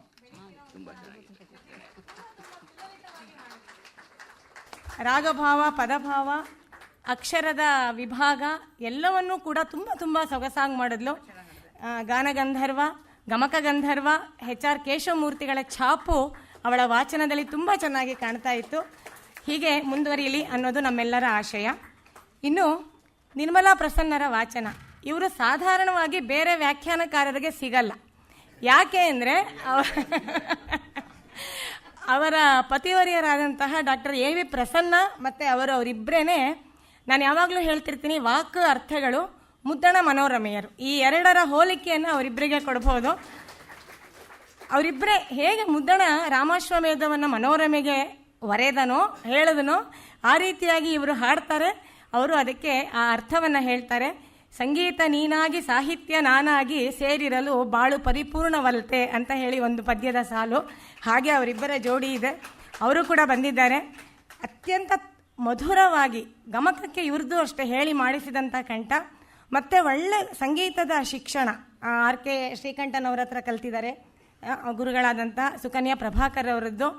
ಮತ್ತು ಇದೆಲ್ಲದರ ಜೊತೆಗೆ ಅವರ ಸಾಹಿತ್ಯದ ಮಾರ್ಗದರ್ಶನ, ಇದೆಲ್ಲವನ್ನೂ ಸೇರಿಸಿಕೊಂಡು ತಮ್ಮದೇ ಆದಂಥ ಒಂದು ಬಾಣಿಯನ್ನು ಅವರು ಗಮಕದಲ್ಲಿ ರೂಪಿಸ್ಕೊಂಡಿದ್ದಾರೆ. ಚಿರಪರಿಚಿತವಾದಂತಹ ಹೆಸರು, ಮುಖವೂ ಹೌದು. ಯಾಕೆ ದೂರದರ್ಶನದಲ್ಲಿ ಎಷ್ಟೋ ವರ್ಷದಿಂದ ಅವರು ಹಾಡ್ತಾ ಇದ್ದಾರೆ. ಇದು ಮಾತ್ರ ಅಲ್ಲ, ಅವರು ಹೊರ ರಾಜ್ಯಗಳಲ್ಲೂ ಕೂಡ ಹಾಡಿದ್ದಾರೆ. ಮಹಾರಾಷ್ಟ್ರದ ಬಾಂಬೆಯಲ್ಲಿ, ಬಹುಶಃ ದೆಹಲಿಯಲ್ಲೂ ಹಾಡಿದ್ದಾರೆ ಅಂದ್ಕೊಳ್ತೀನಿ. ಚೆನ್ನೈನ ಮ್ಯೂಸಿಕ್ ಅಕಾಡೆಮಿಯಲ್ಲಿ ಹಾಡೋದು ಅನ್ನೋದು ಅದೊಂದು ಪ್ರತಿಷ್ಠಿತವಾದಂತಹ ಅವಕಾಶ, ಸಾಮಾನ್ಯವಾಗಿ ಎಲ್ರಿಗೂ ಸಿಗೋದಿಲ್ಲ. ಆ ದಂಪತಿಗಳಿಬ್ಬರು ಹೋಗಿ ಅಲ್ಲಿ ಗಮಕದ ಗುಡಿಯನ್ನು ಎತ್ತಿ ಹಿಡಿದಿದ್ದಾರೆ. ಇದು ತುಂಬ ತುಂಬ ಹೆಮ್ಮೆಯ ವಿಷಯ. ಇಂತಹ ಅವರೀಗ RV ಕಾಲೇಜಲ್ಲಿ ಕನ್ನಡ ಪ್ರಾಧ್ಯಾಪಕಿಯಾಗಿ ಕೂಡ ಕೆಲಸ ಮಾಡ್ತಾ ಇದ್ದಾರೆ, ಬಿಡುವಿಲ್ಲದಂಥ ಕೆಲಸ. ಇದರ ಜೊತೆಗೆ ಮತ್ತೊಂದು ಗರಿ ಅಂದರೆ, ಈಗ ಇವತ್ತು ವೃತ್ತಪತ್ರಿಕೆಗಳಲ್ಲಿ ಕಲಾಶ್ರೀ ಸಂಗೀತ ನೃತ್ಯ ಅಕಾಡೆಮಿಯ ಕಲಾಶ್ರೀ ಪ್ರಶಸ್ತಿಗಳು, ವಾರ್ಷಿಕ ಪ್ರಶಸ್ತಿ, ಅದು ಘೋಷಣೆ ಆಗಿದೆ. ಆ ಘೋಷಣೆ ಆಗಿರೋದ್ರಲ್ಲಿ ನಮಗೆ ಹೆಮ್ಮೆ ತರುವಂಥ ವಿಷಯ ಅಂದರೆ, ಇಬ್ಬರು ಗಮಕಿಗಳಿಗೆ, ಒಬ್ಬರು ವಾಚನಕಾರರು, ಒಬ್ಬರು ವ್ಯಾಖ್ಯಾನಕಾರರು, ಇಬ್ಬರಿಗೆ ಈ ಸಾಲಿನ ಕರ್ನಾಟಕ ಕಲಾಶ್ರೀ ಪ್ರಶಸ್ತಿ ಸಿಕ್ಕಿದೆ. ಇನ್ನು ಗ.ಸಿ. ಶ್ರೀನಿವಾಸ ಮೂರ್ತಿಯವರು ವ್ಯಾಖ್ಯಾನ ಮಾಡಿದ್ರು, ಅವರಿಗೆ ದೊರಕಿದೆ. ಬಹುಶಃ DVG ಅವರ ಆಶೀರ್ವಾದ ಅಂದ್ಕೊಳ್ತೀನಿ. ಅದರ ಜೊತೆಗೆ ನಮ್ಮ ನಿರ್ಮಲಾ ಪ್ರಸನ್ನ ಅವರು ಅಲ್ಲಿ ಗಮಕದ ಪರವಾಗಿ ಸದಸ್ಯೆಯಾಗಿ ಅಲ್ಲಿ ಕೆಲಸ ಮಾಡ್ತಿದ್ದಾರೆ. ಹೀಗೊಬ್ಬರು ಹಿಂದಿನಿಂದ ತಳ್ಳದೆ ಹೋದರೆ ಗಮಕಗಳನ್ನು ಗುರುತಿಸಲ್ಲ, ಬರೀ ಒಂದು ತೆಂಗಿನಕಾಯಿ ಮತ್ತು ಒಂದು ಚಿಪ್ಪು ಬಾಳೆಹಣ್ಣನ್ನು ಕೊಟ್ಟು ಕಳಿಸೋದು. ಹಾಗಾಗಿ ನಿರ್ಮಲಾ ಅಂಥವರು ಬೇಕು, ಕೆಲಸ ಮಾಡ್ತಿದ್ದಾರೆ. ಇದಕ್ಕೆ ಹಿಂದೆ ಕರ್ನಾಟಕ ಕಲಾಶ್ರೀ ಗಂಗಮ್ಮ ಕೇಶವಮೂರ್ತಿಯವರು ಅಧ್ಯಕ್ಷರಾಗಿದ್ದರು. ನಂತರ ಗಮಕವನ್ನು ಮರೆಯದೆ ಗಮಕಿಯೊಬ್ಬರನ್ನು ಸದಸ್ಯರನ್ನಾಗಿ ಮಾಡಿರೋದು ಸದ್ಯ ನಾವೆಲ್ಲರೂ ಕೂಡ ಒಂದಿಷ್ಟು ಪುಣ್ಯವನ್ನು ಮಾಡಿದ್ದೀವಿ ಅಂತ ಅಂದ್ಕೊಳ್ಬೋದು. ಅಂತಹ ನಿರ್ಮಲಾ ಅವರ ವಾಚನವನ್ನು ನಾವೆಲ್ಲ ಕೇಳಿದ್ದೀವಿ, ಎಲ್ಲರೂ ಸಂತೋಷಪಟ್ಟಿದ್ದೀವಿ. ಅವರಿಗೆ ನಮ್ಮ ಕರ್ನಾಟಕ ಗಮಕ ಕಲಾ ಪರಿಷತ್ತು ಅತ್ಯಂತ ಆಭಾರಿಯಾಗಿದೆ. ತುಂಬ ಹೃದಯದ ಧನ್ಯವಾದಗಳನ್ನು ಅರ್ಪಿಸ್ತಾ ಇದೆ. ಆಯೋಜಕರು, ಸಹಯೋಜಕರು ಎಲ್ಲರ ಪರವಾಗಿ. ಇನ್ನು ವ್ಯಾಖ್ಯಾನ, ನಿನ್ನೆನೇ ನಾನು ಹೇಳಿದ್ದೆ, ಯಾವ ನುಣುಪು ನಯಗಾರಿಕೆ ಇಲ್ಲದ ಕಚ್ಚಾ ವ್ಯಾಖ್ಯಾನ ಅಂದರೆ ಗೋಪಾಲ್ ಅವರದ್ದು. ಯಾವ ನಾಗರಕ ಬೆಡಗು ಭಿನ್ನಾಣಗಳಿಲ್ಲ, ನಾಟಕ ಇಲ್ಲ, ಏನು ಮನಸ್ಸಿಗೆ ಬರುತ್ತೋ ಅದನ್ನು ಹಾಗೆಯೇ ನಮಗೆಲ್ಲವನ್ನೂ ಮುಟ್ಟಿಸಿದ್ದಾರೆ. ಹಾಸ್ಯದ ಒಂದು ಟಚ್ ಅಂತೀವಲ್ಲ, ಹಾಸ್ಯದ ನೋಟದೊಂದಿಗೆ ಆ ಇಡೀ ಸನ್ನಿವೇಶವನ್ನು ನೋಡಿದ್ದಾರೆ ಅವರು. ಅಲ್ಲದೆ ನೋಡಿ ಎಷ್ಟು ಕಥೆಗಳನ್ನು ಹೇಳಿದ್ರು. ನಮ್ಮ ಭಾರತೀಯ ಕಾವ್ಯಗಳನ್ನು ಅರ್ಥ ಮಾಡ್ಕೊಳ್ಬೇಕು ಅಂತಂದರೆ ಪುರಾಣದ ಹಿನ್ನೆಲೆ ಬೇಕಾಗುತ್ತೆ. ಅದು ತುಂಬ ಚೆನ್ನಾಗಿದೆ ಅವರಿಗೆ. ಯಾವ ಕಥೆ ಕೇಳ್ತೀರಿ ಲೀಲಾಜಾಲವಾಗಿ ಅದನ್ನು ಹೇಳ್ತಾ ಹೋದರೂ ತುಂಬ ಚೆನ್ನಾಗಿತ್ತು ಅದೆಲ್ಲವೂ ಕೂಡ. ಕಥೆಗಳು ಕೇವಲ ಕಥೆಗಳಲ್ಲ, ಅವು ನಮ್ಮ ಭಾರತೀಯ ಸಂಸ್ಕೃತಿಯನ್ನು, ಅದರ ಸಾರವನ್ನು ಜನಪದದ ಮಟ್ಟಕ್ಕೆ, ಸಾಮಾನ್ಯ ಜನತೆಯ ಮಟ್ಟಕ್ಕೆ ಮುಟ್ಟಿಸುವ ಮೆಟಫರ್ಸ್, ರೂಪಕಗಳು ಅಂತ ಹೇಳ್ಬೋದು. ಕಥೆಗಳಿಲ್ಲದೆ ಹೋದರೆ ಬಹುಶಃ ಈ ಹೊತ್ತು ಇಷ್ಟು ಕೂಡ ನೈತಿಕ ಮೌಲ್ಯಗಳು ನಮ್ಮಲ್ಲಿ ಇರ್ತಿರಲಿಲ್ಲ ಅಂತ ನಾನು ಅಂದ್ಕೊಳ್ತೀನಿ. ಅಂತಹ ಕಥೆಗಳ ಮೂಲಕ ಅವರು ಆ ವ್ಯಾಖ್ಯಾನವನ್ನು ತುಂಬ ಸುಂದರವನ್ನಾಗಿಸಿದ್ದಾರೆ. ನಾನು ಅವತ್ತಿಂದನೂ ಹೇಳ್ತಾ ಇದ್ದೀನಿ, ಇದು ಸತ್ಯವಾಗಿಯೂ ಕಾವ್ಯ ಸಾಮಾನ್ಯ, ಆದರೆ ಶಿವನಾಣೆ ಚೌಕಟ್ಟು ಸುವರ್ಣದ್ದು ಅಂತ ಹೇಳಿ ಎಸ್ ವಿ ರಂಗಣ್ಣವರು ಮುದ್ರಣ ಮನೋರಮೆಯ ರಾಮಾಶ್ವಮೇಧಕ್ಕೆ ಅವರು ಬರೆದಂತಹ ವಿಮರ್ಶೆ. ಹಾಗೆ ಪ್ರತಿಯೊಬ್ಬ ವ್ಯಾಖ್ಯಾನಕಾರರು ಕೂಡ ಈ ಕಾವ್ಯವನ್ನು ಹಾಗೆ ಸುವರ್ಣದ ಚೌಕಟ್ಟಿನೊಂದಿಗೆ ಅದನ್ನು ತುಂಬ ತುಂಬ ಬೆಲೆಯುಳ್ಳದ್ದನ್ನಾಗಿ ಮಾಡ್ತಾ ಇದ್ದಾರೆ. ಅದು ಬಹುಶಃ ತೊರವೆಯ ನರಹರಿಯ ನರಸಿಂಹನ ಪ್ರೇರಣೆಯೇ ಹೌದು, ಅವನ ಅನುಗ್ರಹವೇ ಹೌದು ಅಂತ ನಾನು ಅಂದ್ಕೊಳ್ತೀನಿ. ಗೋಪಾಲ್ ಅವರಿಗೆ ನಾವೆಲ್ಲರೂ ಕೂಡ ಮತ್ತೊಮ್ಮೆ ಧನ್ಯವಾದಗಳನ್ನು ಅರ್ಪಿಸೋಣ. ನಮ್ಮೊಂದಿಗೆ 2 ದಿನ ಇದ್ದರು. ತುಂಬ ಚೆಂದವಾಗಿ ಅವರು ಈ ವ್ಯಾಖ್ಯಾನವನ್ನು ಮಾಡಿದ್ದಾರೆ, ಈ ಸರಣಿಯನ್ನು ಸಂಪನ್ನಗೊಳಿಸಿದ್ದಾರೆ. ಇಲ್ಲಿಗೆ ಈ 2ನೇ ಸರಣಿ ಸಂಪನ್ನಗೊಂಡಿದೆ. ಅರಣ್ಯಕಾಂಡದಲ್ಲಿ ಪಂಚವಟಿ ಪ್ರವೇಶ ಆಗಿದೆ. ಮುಂದಿನ ಸರಣಿ 26/11 ಮುಂದಿನ ತಿಂಗಳು ನವೆಂಬರ್ 26ನೇ ತಾರೀಕಿಂದ 30ನೇ ತಾರೀಕಿನವರೆಗೆ ಇದೇ ಸಭಾಂಗಣದಲ್ಲಿ 5 ದಿನಗಳ ಕಾರ್ಯಕ್ರಮ ನಡೆಯುತ್ತೆ. ಅದರಲ್ಲಿ ಮೊದಲನೆಯ ದಿನ ವಿದ್ವಾನ್ ಚಂದ್ರಶೇಖರ ಕೆದಿಲಾಯರು, ಈ ಸಭೆಗಂತೂ ತುಂಬ ಪರಿಚಿತರು, ಅವರ ವಾಚನದಿಂದ ಆರಂಭ ಆಗ್ತಾ ಇದೆ. ಹೇಮಂತ ಋತುವಿನ ವರ್ಣನೆ, ಪಂಚವಟಿಯಲ್ಲಿ ರಾಮ ಸೀತೆಯರ ಲಕ್ಷ್ಮಣನ ಜೊತೆಯ ಆ ಒಂದು ಕಳೆದ ದಿನಗಳು, ನಂತರದ ಕಥಾಭಾಗವನ್ನೆಲ್ಲ ನಾವು ಮುಂದಿನ ಸರಣಿಯಲ್ಲಿ ಕೇಳ್ಬೋದು. ನಮ್ಮೊಂದಿಗೆ ಸಹಕರಿಸಿದಂತಹ ಗಮಕ ಬಂಧುಗಳಿಗೆಲ್ಲರಿಗೂ, ಸಹೃದಯರೆಲ್ಲರಿಗೂ ಕೂಡ ನಾವು ಆಭಾರಿಯಾಗಿದ್ದೇನೆ. ಶ್ರೀಮತಿ ನಿರ್ಮಲಾ ಅವರ ವಾಚನವನ್ನು ಅವರ ಪತಿ ಎ ವಿ ಪ್ರಸನ್ನ ಅವರು ಹೀಗೆ ಕೂತ್ ಕೇಳಿರೋದು ಅಪರೂಪ ಅನಿಸುತ್ತೆ. ಯಾಕೆಂದರೆ ಯಾವಾಗಲೂ ಪಕ್ಕದಲ್ಲೇ ಇದ್ದು ಕೇಳೋದು. ಅದೇ ನನಗೊಂದು ಭಯವೂ ಆಗುತ್ತೆ. ಅವ್ರ ವ್ಯಾಖ್ಯಾನದಲ್ಲಿ ಮುಳುಗೋಗಿರ್ತಾರೆ, ನನ್ನ ಟೆಸ್ಟ್ ಮಾಡೋದು ಅಷ್ಟೊಂದು ಇರಲ್ಲ.